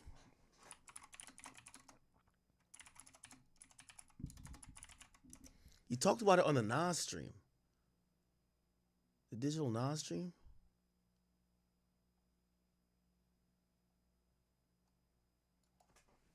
Digital Nas stream Kanye. I think this is it right here. Damn. We know. Like the suits. Because I'm like, nigga, I could be all this. I got People are going to be like, oh, I know this location right here, and they're definitely here. Because this is like a rehab in the stadium, Donda, first feature. They build schools, and they build one from America. I don't even know his name. How do we get a transcript? Based on that. Show transcript. There's a part in a Rock Nation. Yeah, let's show transcript. Now we can search transcript.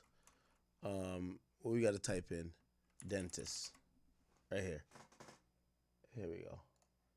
That's a quick way to search YouTube videos, by the way. You know who got this from? My new dentist. My new dentist, Trev. My wife made me stop going to the old dentist. For some reason, every time I walk back, I'm like, why you walking like this? With my friend. No, man, I had, it ain't his fault. I asked for nitrous. I had nitrous. Now, the dentist is going to use this, right? Ye is saying it ain't his fault. And I'm pretty sure the dentist is going to use this point. Yo, Ye was forcing me to prescribe. Now here's the thing about malpractice and ethics.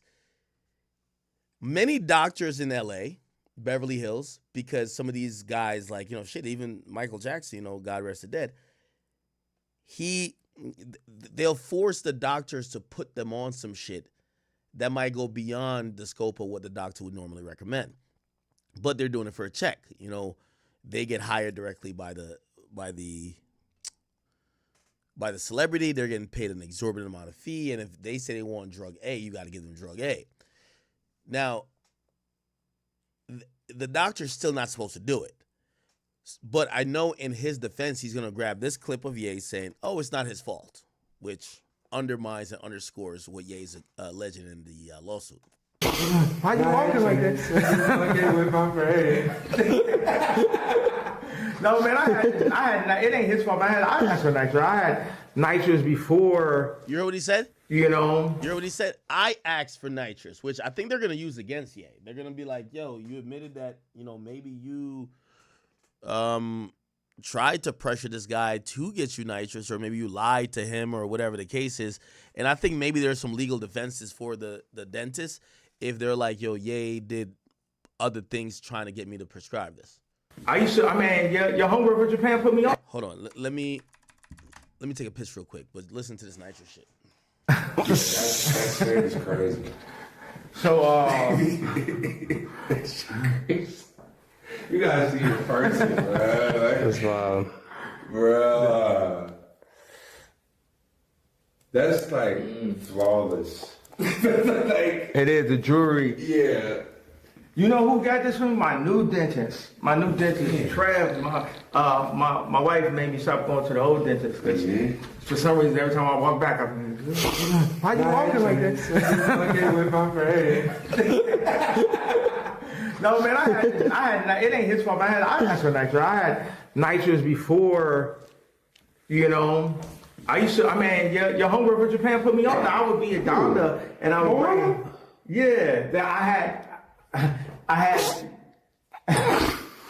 the nitrous when I was at Donda. Yeah. I didn't even realize how long I had been like doing nitrous, but now it definitely has affected my memory. But the funny thing is, God can use my memory, but that's not what he needs. He needs my channel. He needs you. He needs you. What are you two gentlemen's name again? Corey. Reggie. Yeah. And what's your name again? No. Mr. Digital Nas. Man, that joke is just corny, bro. I got to just like rewind and unstream that. Unstream. Hey, what's your name? What the fuck? Y'all gonna catch the good moments. Y'all gonna catch the corny. That's why I like it. It's raw, but it's no corny moment. We don't do corny shit, though. Like, I want to let y'all know something. Like, it's like, we don't do corny shit because it's just like, what be corny when niggas be not being themselves? Because we're fully being ourselves. It's life. I can realize how long I have been like, I mean, your homegirl from Japan put me on. I would be a Donda, and I would for some reason, every time I walk back, I'm why you walking like this? Okay, with my friend.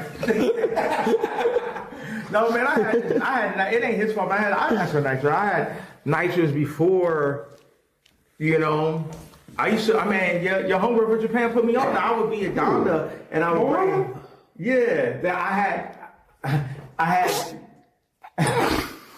the nitrous when I was at Donda. Yeah. I didn't even realize how long I had been like doing nitrous, but now it definitely has affected my memory. But the funny thing is, God can use my memory, but that's not what he needs. He needs my channel. He needs you. He needs you. What are you two gentlemen's name again? Corey. Reggie. Yeah. And what's your name again? No. Mr. Digital Nas. Man, that joke is just corny, bro. I got to just like rewind and unstream that. Unstream. Hey, what's your name? What the fuck? Y'all gonna catch the good moments. Y'all gonna catch the corny. That's why I like it. It's raw, but it's no corny moment. Interesting. Any more about the dentist? Or nitrous?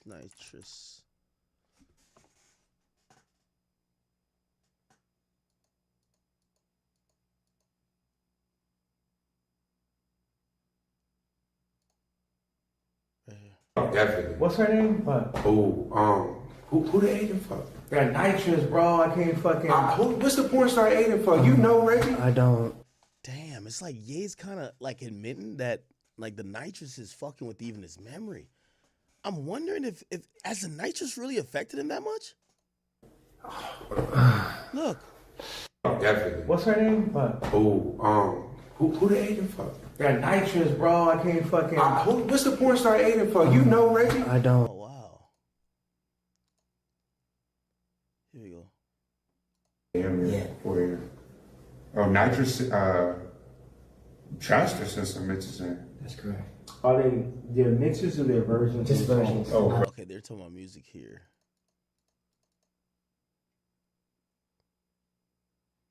Here we go. Something different. That's why on the album, I mentioned nitrous a bunch of times. I mentioned not seeing my kids a bunch of times. I mentioned being a cup a bunch of times. That's what Dave Blunt does.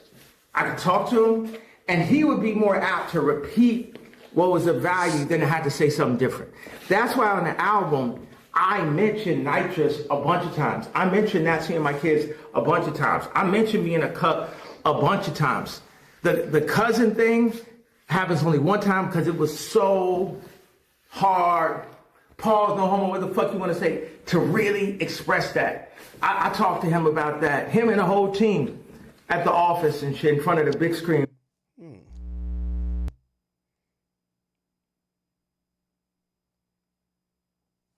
Yeezy Spain Day 2. Has he been streaming still or no?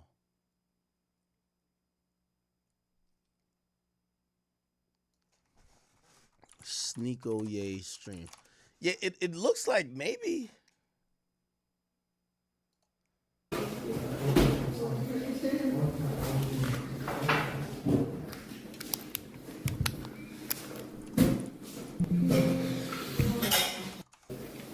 Yeah, I'm trying to just see when he's mentioned nitrous.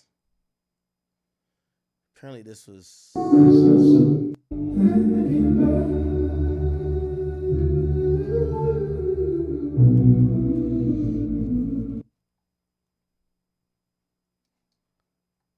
me 1 second.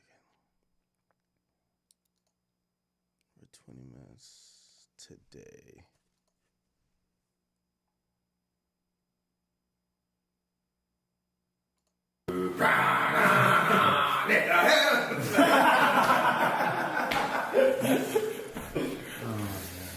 What the fuck am I gonna do? I got a 30-day night. I gotta fire you. Here we go. So much anger in me. When I bust my nitrous. Yes, I am a cut.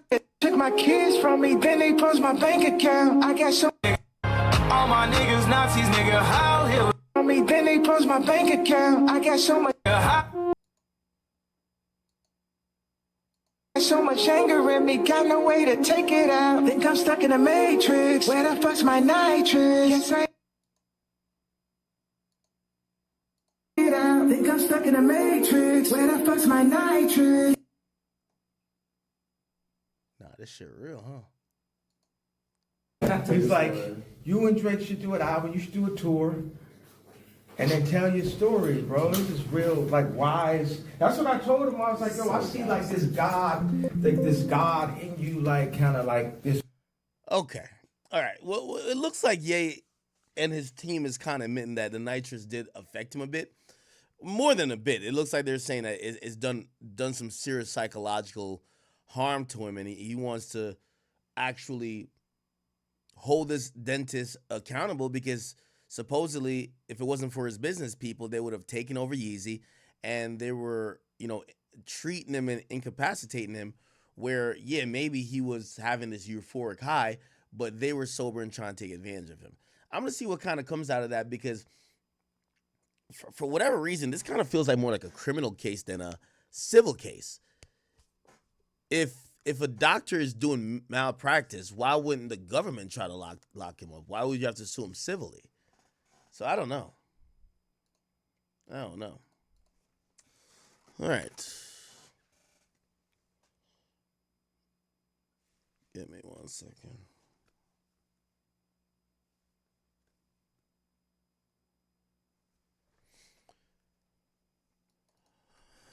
All right.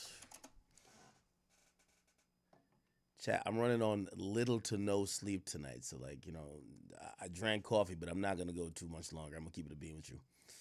I need a full night of sleep. So, but I'm going to rock out. Is it Charles defends what? 225 and you don't like her and she done come up pregnant and y'all was just fucking, y'all met at the club, fuck that baby. Nigga, fuck trying to raise that baby. Get yourself together, nigga. Work on your credit. Get a baby 10 years. Wait. What is he doing? It said Charleston White defends Anthony Edwards and encourages men to deal with women like Aisha Howard the way he did. To the baby 10, 11, 12 years old, and then you show back up as a daddy with something to get a baby. Once you show up and you give a motherfucker something, you can be gone all their life. Just leave them something. They'll love you at the graveyard. You ain't never got to be in them kids' life. Leave a hell of a motherfucking insurance policy.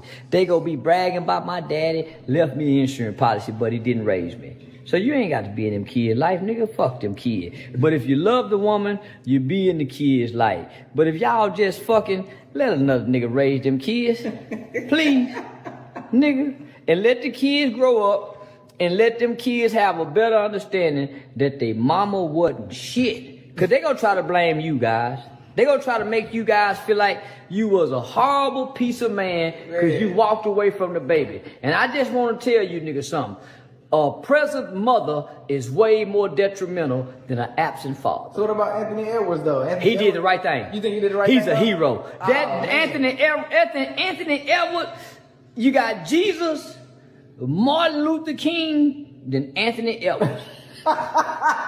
In that order. In that order? Man, he third next to the Christ. Oh, man. Man, think about what this nigga Anthony Edwards did. He got a whole... If you under 25 and you don't... All right, I think he's just joking. I don't get that. What is this? AB speaks about Shador surprising a group of athletes at school. He says, this is the type of shit they do. they have you do when you go 5th round. Wait.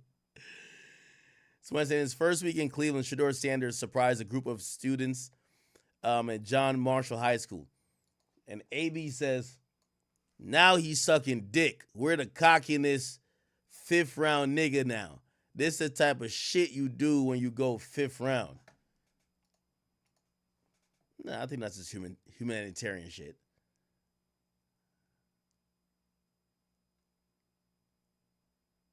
Out of my business, man.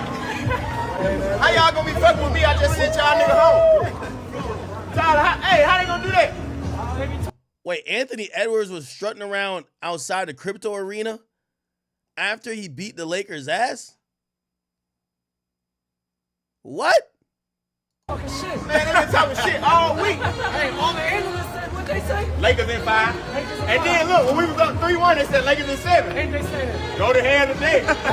Hey, Ty, what's it? Hey, the good guy gonna die in this movie. Hey, the good guy gonna die in this movie. I ain't gonna lie, they put hands and feet on that Lakers team, man. Yo, I'm gonna be honest with you, LeBron, it's over, bro. Yo, somebody gotta tell LeBron. Gang, it's over. Bron gotta retire, bro. I'm not even trolling y'all, right? LeBron is gonna always be, I think even if he's 70, he's gonna be like a top 20 player in the league. But we gotta come to grips with it. LeBron could no longer compete for a championship. That nigga just out there stuffing the stat sheet. Let's be honest. And you're a LeBron stan or a Lakers fan if you think that LeBron is this close to winning the championship. No. LeBron is getting bounced out first, second round. Maybe and actually every year is gonna probably get worse because he's getting older and older. LeBron years of winning championship is over. That shit's a dub. And I personally think once he no longer competes for a championship, he should retire. Because just holding on for this longevity shit, longevity will never make LeBron the GOAT. Yeah, you got the most points. You could have the most playoff points. You could have the most all of that. But if you weren't the best winner, they won't call you the GOAT.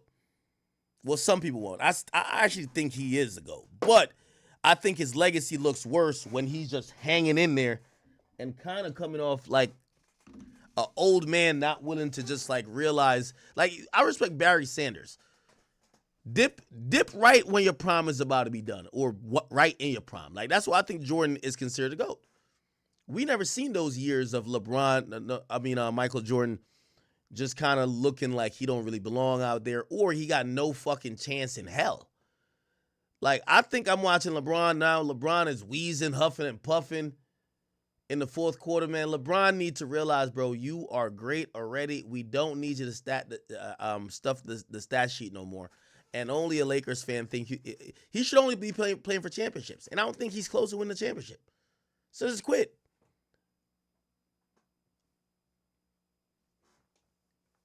I just think he should quit now. I think his legacy looks better now than for the next 3 years we watch this nigga get bounced out of the first round. He ain't going to no championship no more, bro.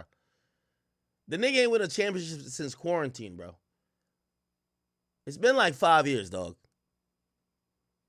It was quarantine in 2020, 2021.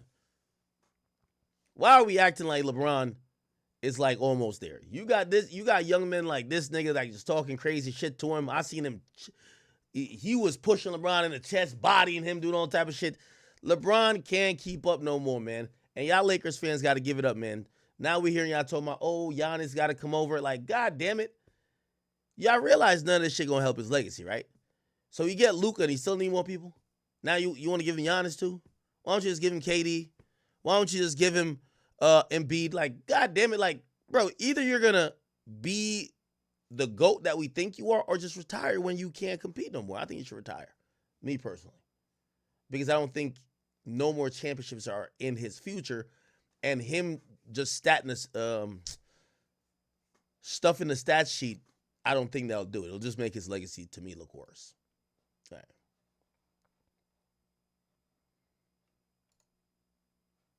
LeBron did lose because of Kevin Gates. I explained that before. Finesse Two Times has announced that... I'm gone, man. I'm finna have to go turn myself in, y'all. So Finesse Two Times has announced that, like, remember that little boy King who was, like, telling on him? Apparently, his probation officer has called him and told him that, yo, you were violated because of that. Here it is. My heart, man. My heart gonna be the death of me, though. I know that, cuz, like, I know my heart gonna be the death of me, bro. Like, and motherfucker be talking about I'm mean. Motherfucker be, oh, finesse. Y'all don't even know, man. Y'all don't even know how real I keep it with motherfuckers. Y'all don't even know how many people I done helped. Y'all don't even know how many people I done changed their whole life. You know what I'm saying? Like, crosses that bother me. It's the reason why I got violated. It came from around me. It came from a motherfucker that was by me that I helped, that I took care of. So that shit fucking with me. I ain't gonna lie, I don't care nothing about jail. Like, you know, of course a nigga don't want to go, but if a nigga gotta go to jail and gotta go do some time, I've been doing this shit all my life. I ain't fucked up with it. I don't want to go. Like, you know what I'm saying? But if I gotta go, then it is what it is. It's the reason why I'm going, though. I'm gone, man. I'm finna... Okay. I need everything in my power to stay out here. I had 3 years of probation. 3 years of federal probation, man. Man, I got 48 days left on this shit. 48. Literally. I literally got 48 days left on this shit. You need everything in my power to stay out here. So, the reason why he's going to jail is because King. So, remember the little kid that he basically tried to adopt? He basically said, damn, that's crazy. My PO just called and said they violated me for something that happened with King. I'm finna go turn myself in. Then we seen King respond by saying this. How did a nigga make you violate your probation, bro? Like, just... King, I'm going to tell you how you made him violate his probation.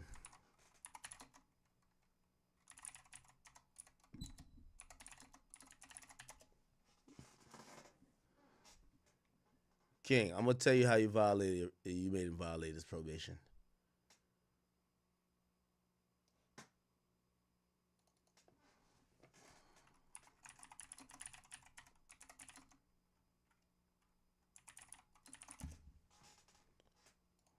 Paperwork that he tried to say he gave my grandma $10,000 and bought me a $40,000 watch and a $100,000 chain. And let me make this clear. Hey, Mob Ties, this to y'all. He told y'all they broke in a car in Nashville and took the jewelry. I'm sorry to tell y'all this. He melted that jewelry down. That's how he made the F&G handout chain. He melted that down. He still owed his jeweler money. Yes, he owed people money. He just ran off on a plug in Oklahoma for like 100 bowls. Yes, that's true. We can do my research on that, and I know y'all wanted me to go live, but I couldn't go live. I just wanted to address that to y'all, man. Paperwork that he tried to say he gave my grandma $10,000. And I hate that he trying to do this, cause you don't send your kids nothing, and you be beating on sugar. You beat on sugar, and you have sugar over there crying whenever you go cheat on her. Let's keep it real. This is hilarious. How did a nigga make you violate your probation, bro? Hold on now. I gotta just think, like, let me just think in my mind for a second. Then you got mad. You took the chain when I went out with Bagnum. You told me stop going to the locker room with Bagnum. You was hating on Bagnum. Then when I tried to go in the locker room with Fatnum to see my little nigga Buckley, shout out to Buckley forever, my brother, we locked in. You was hating on Bagnum, like, hey man, stop going in there with them niggas. And I think y'all remember I went out with Bag at a Houston show. And he was like, why is you going out with Bag? And bought me a $40,000. Like, just tell me. If you tell me I will cut all my hair off, just tell me. I've been gone away from around you 6-7 months. Bro, you violated your own probation, bro. I ain't making no more videos about you. That shit is dead. We gonna leave this alone. And don't get in my comments talking about some, why is a child speaking on a grown man? Why is a grown man speaking on a child? We just gonna leave this right here, and we just gonna clear that right there. You get what I'm saying? Just keep a nigga name out your mouth. Go your separate ways, man. I wish you the best. Hold your head high, nigga. Hold your chin up. Peace out. God damn. Finesse Two Times then somebody says, that little paperwork almost over, ain't it? Little 90 days violation probably. And I said, man, I had 45 days left on this shit. Okay. All right.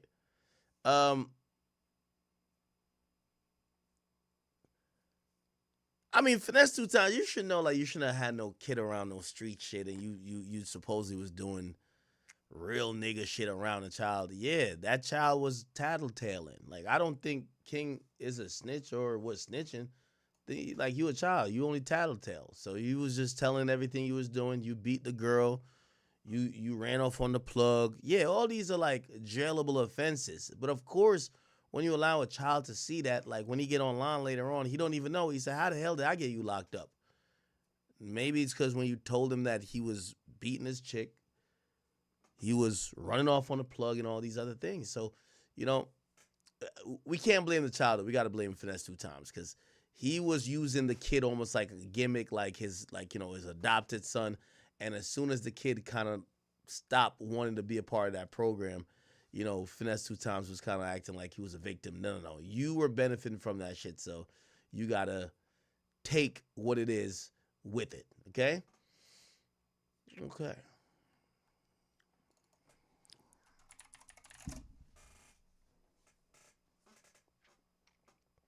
My interview with Goye comes out tomorrow. Okay. Oh, we still got to cover some of this Kendrick shit. Chat, I'm going to be honest with you. Listen, I ain't going to lie to you. I'm so sleep deprived. I'm about to call it. And we pick up on that shit tomorrow. I ain't going to hold you, so. I'll start off with Kendrick tomorrow, which, by the way, ironically, I think tomorrow is tomorrow? No. Is tomorrow the day that it was May 4th that Not Like Us dropped? When did Family Matters drop? Was it the second or third? Or maybe it was the 4th as well. I think they dropped the same day. I don't know. Okay, anyway. All right, yeah, I'll do that. By the way, let me just really look at, do me one favor real quick. Remember, Monday we're going to Kick, or we're going to be streaming as well on Kick. Yo, we got about 435 followers over there. Please, if y'all could get this shit to 1,000 by the time we start streaming, that would be really greatly appreciated. Let me see what's cracking with this. And I know, I apologize, you know, we only been streaming for about 4.5 hours. But I got to get a reset, you know what I mean? So I apologize.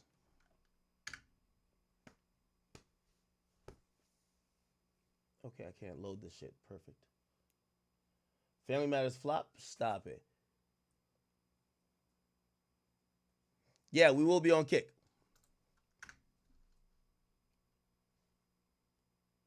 Is this thing gonna load? Okay, here we go. I want to thank all you guys for your... Hey, by the way, you know what Wack texted me?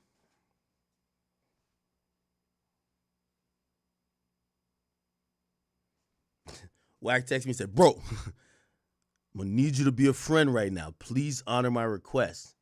But I was thinking, wasn't the request that don't have him on here live? I didn't know the request, like, don't even react to their shit. Yeah, Wack really not fucking with them, man. All right, let's see. I'm on the Academy page. Let me see what you guys have, you know, either sent in or... Okay. By the way, we have so many new members, and I thank you guys so much.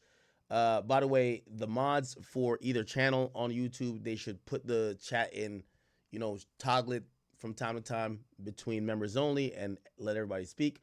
X Number says, don't let this go over your heads before it's too late. Remember Michael Jackson, his doctor got found not guilty. Did he get found not guilty? Said Kanye is showing us history repeats. Culture Cut Clips, thank you for the 5. So you look up Harley Pasternak. That was the guy who said they would drug Ye and take his kids away. All these guys worked together behind the scenes. I remember that guy. That was the guy who was responsible for the first hospitalization, I believe. V Nizzles, thank you for the 10. Said, yo, Ack, love your streams. I've been tuning in for years. Question, are we going to talk about Ye soon as dentist? I think we already did. Thank you, though, V Nizzle. Look at you. Oh, that's a chat queen. I love you, girl.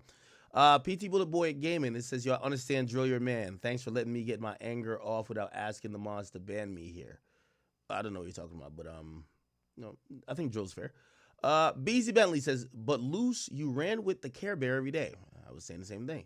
Crenshaw Veteran, thank you for the 5 gifted. The Gift and the Curse, thank you for the 5 gifted. Sonina says, Ack, I think you owe her an apology. Who are you talking about? Are you talking about Charisse? I mean, like, if you want me to just apologize to her for just to apologize, cool, but isn't it very clear to y'all now that Wack was looking for a reason not to fuck with her and to call her out? Like, again, sure, I'll apologize, but y'all are acting like the reason why Wack is into it with Charisse and Luce is because of me. That's definitely not the situation. I think we all know that, right? BZ Bentley says, yo, understand that Luce and Wack are, okay, we read that before. T-Vel says, so Luce can't dry extension now. Grand Heist, what up with you, my boy? I think I made you mod. It says, sweetie! Low Life Braze says, yo, Ack Refresh chat. I think we were having connection problems earlier. Plata or Plomo says he got 4 years hanging over his head in the state, plus Fed charges. He's going to wait until at least 2040, I know. Low Life Braze says, nigga, Luce ain't greet his baby. PT Bullet Boy Gaming says, we all know Ack is smart. He's waiting. What Wack treat the dude he called friend and godfathers to his only claimed child. 3 fingers, Wack, okay? BZ Bentley says, on behalf of the chat, please stop let Wack talk crazy and calling you out of your name. You are our leader. I don't like being, let's not use a leader word. I am one of y'all, okay? Isaiah Tavares, it says, how do you get a certificate to stop thinking about kids? Okay, that's the boom thing. All right, let me just quickly. Let me quickly just kind of show this on screen because I think he did like message me or something like that. All right. So this is the thing right here. I don't know if y'all could fucking see it. This is like a certificate he sent me. And by the way, for the people who are saying, yo, why is Zach still talking to Boom? Listen, first of all, none of y'all can tell me who I could talk to, right? Me and Boom haven't really had conversations. But I've told y'all, if y'all want me to sit here and wish he died, I'm not gonna do it. That's not gonna happen with me, right? I always wished he got help, and I'm giving y'all an update on him, whether y'all choose to forgive him or not. It doesn't mean that he's gonna be back on the stream. That's not what we're saying. But for the people who did care about that, what the resolution was to that, was he gonna go to jail? I guess not. I'm just giving you an update on what it is. Y'all knew my thoughts when I spoke back then. I said I didn't know about none of this shit, and I know, like, some people were like, man, this guy should just die. Somebody should just go kill him or something like that. I'm like, yo, bro, like, none of those things are going to happen, so I hope he gets help. I guess he tried to get help, and I guess he was on probation. Again, these things I didn't know at that point, but he did send me a certificate. And again, go to his Instagram. He could post it by his own. He sent me like some bunch of stuff, like where he went to get help, and I guess some doctors signed off on it. Again, I'm just giving y'all an update, man. That's it. I'm just giving y'all an update. That's all I'm doing. I'm giving y'all an update. And I get it. It's kind of like the Scarlet Letter. Nobody wants, y'all like, yo, why are you still talking to him? I haven't really communicated with Boom. I'll be honest with you, though. When, you know, he loves Japan and shit like that. When Ye was inviting me to Japan, I think I seen a message from him, and he said he was going there to propose to his girlfriend. And I think he proposed to his girlfriend. And I think his birthday or something passed. And I wish him congratulations. Like, bro, what do you think? Bro, again, I know y'all want me to just be like, fuck this nigga. And again, we don't speak like that. But I'm not going to have this, like, fake, oh, I've never communicated with him. So it is what it is. That's the update. You don't have to forgive him, or you don't have to whatever. I look at that and I'm like, I'm glad he's getting help, right? And that's about it. Okay. Why did somebody send in a super chat saying that Luce killed somebody? That's kind of crazy. PT Bullet Boy Gaming, thank you for all the donations, and not only donations, but also the gifted memberships you sent. I appreciate you. By the way, you said, add a meet and greet for the mods on the main page. I got a line of niggas who wanna thank him personally. The Academy mods is better. Wait, are you saying that like I should have a meet and greet for the mods? Wait, are y'all beef with the mods? Okay. Let me see. Anthony Arnold, what's up with you, my brother? Thank you for all the gifted subs or gifted memberships. Ruger Red, my guy, always been gifting from day one. Ice Spice Twerk Coach, he says, you forgot to ask Bode how it feels about Cardi and Gio. Now I didn't want to get messy like that. Anthony Arnold, thank you for all the gifted. Ruger Red, Grand Heist. Somebody says, B Audi drill bans us from the main page, so we're here. Can't wait to catch him at your event. What? Yo, y'all beefing with drill like that? Infamous World says, I appreciate the streams. We read that before. Sizzle Productions, thank you for becoming a member. And Grand High says, oh, someone boy, I feel dead. Chat niggas to the top. Okay, thank you, my brother. B Sweezy 209, thank you for becoming a member. Low Life Braid says, yo, then your friend, Zach, I don't know who he was talking about. Maybe he was talking about Luce and Sharice. And he was like, call Wack. We got to work. And Live from the Deck says, yo, Ack, you the motherfucking goat in this shit. I'm a new channel, and you're my Ye and Drake in this shit. You got Yachty out tonight.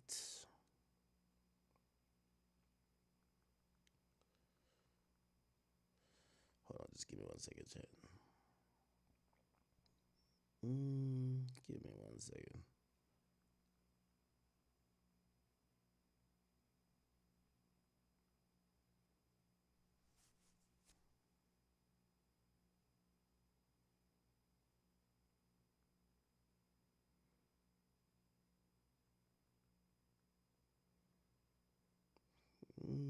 Give me 1 second.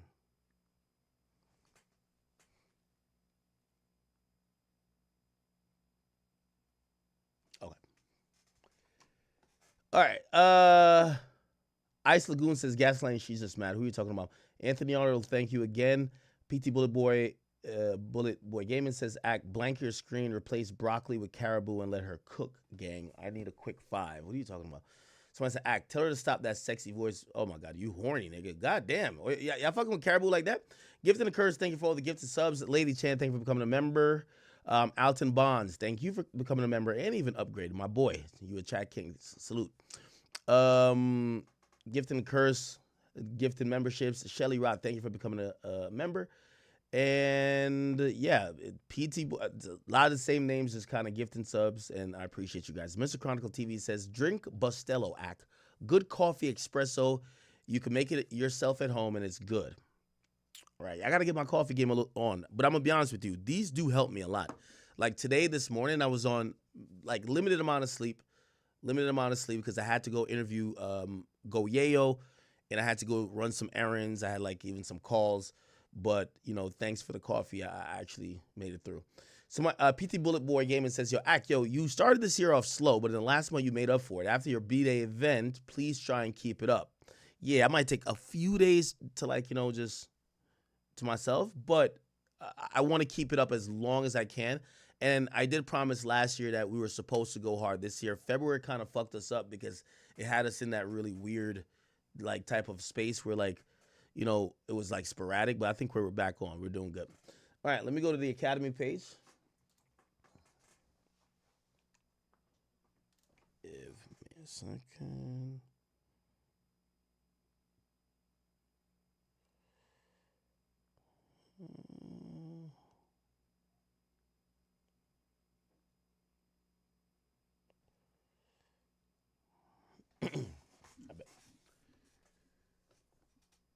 All right.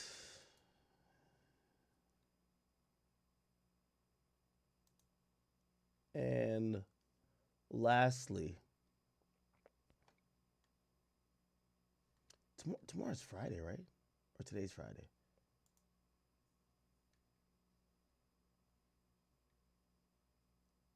Give me 1 second. This thing is taking forever to load. Okay, perfect.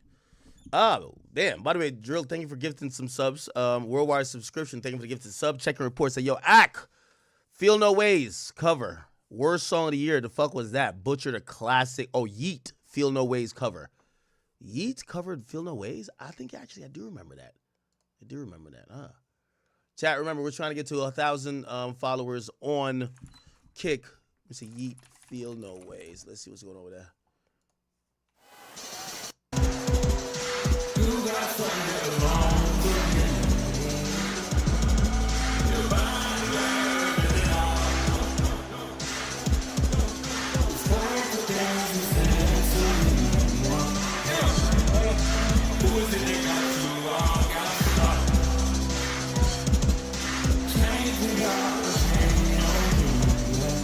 Is that like, what type of autotune is that? It's like a different autotune from Travis.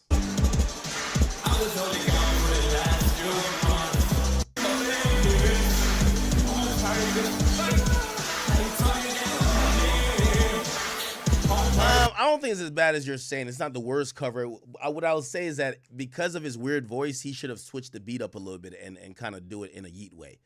Like, you're singing over the original instrumental, which I think Drake did a good job. Your voice is like this vocoder, layered, auto-tune shit. You should like figure that out a little bit better and remix the song. Bozo, thank you for the donation. Says, yo, Sneako's really ghostwriting for Ye. You think Sneako wrote some of those bars? Somebody says, you're putting your platform on the line just to report this. What are you talking about? Okay. Jacob Lindell, thank you for the 3 Canadian. Dylan, thank you for the 20 gifted memberships. BMC Biggs, yo, the King Academics channel, they're not going out without a fight, man. Salute to them. Thank you guys for your gifted subs. Ascend Today says, he shitted on Mitch. Shows you the friend he is. Who's Mitch? Oh, you're talking about Lil Boat. Dinner is delayed. He says, Boat sounds like an evil villain. Okay. 847 Yellow says, we got content. 9breaker said, put them both on the phone. I didn't want to do that. I think that would have been like, that's a Clubhouse move. And we were trying to, behind all the bullshit, we were talking legit music business. And we don't get pushed in the peanut gallery like we're just trying to create a instigating moment. So I kind of didn't do that. Berserk says, yo, how's it far-fetched from the nail painting, congestion sound, and zest monster? How are you jealous of a female? You think that Yachty was jealous? And Rank Reviews, thank you for the 5. It says, Act, they saying instead of clip farming, you be intro farming. We need that Spain stream ASAP. I feel like if I go to Spain, I'm going to be fighting for airtime with Ye with Top 5, Sneako, Digital Nas, Neon. It's like so much going on there. But I definitely want to go there. Well, maybe I wouldn't get part 2 there, but I could get like good streams there, right? Who knows?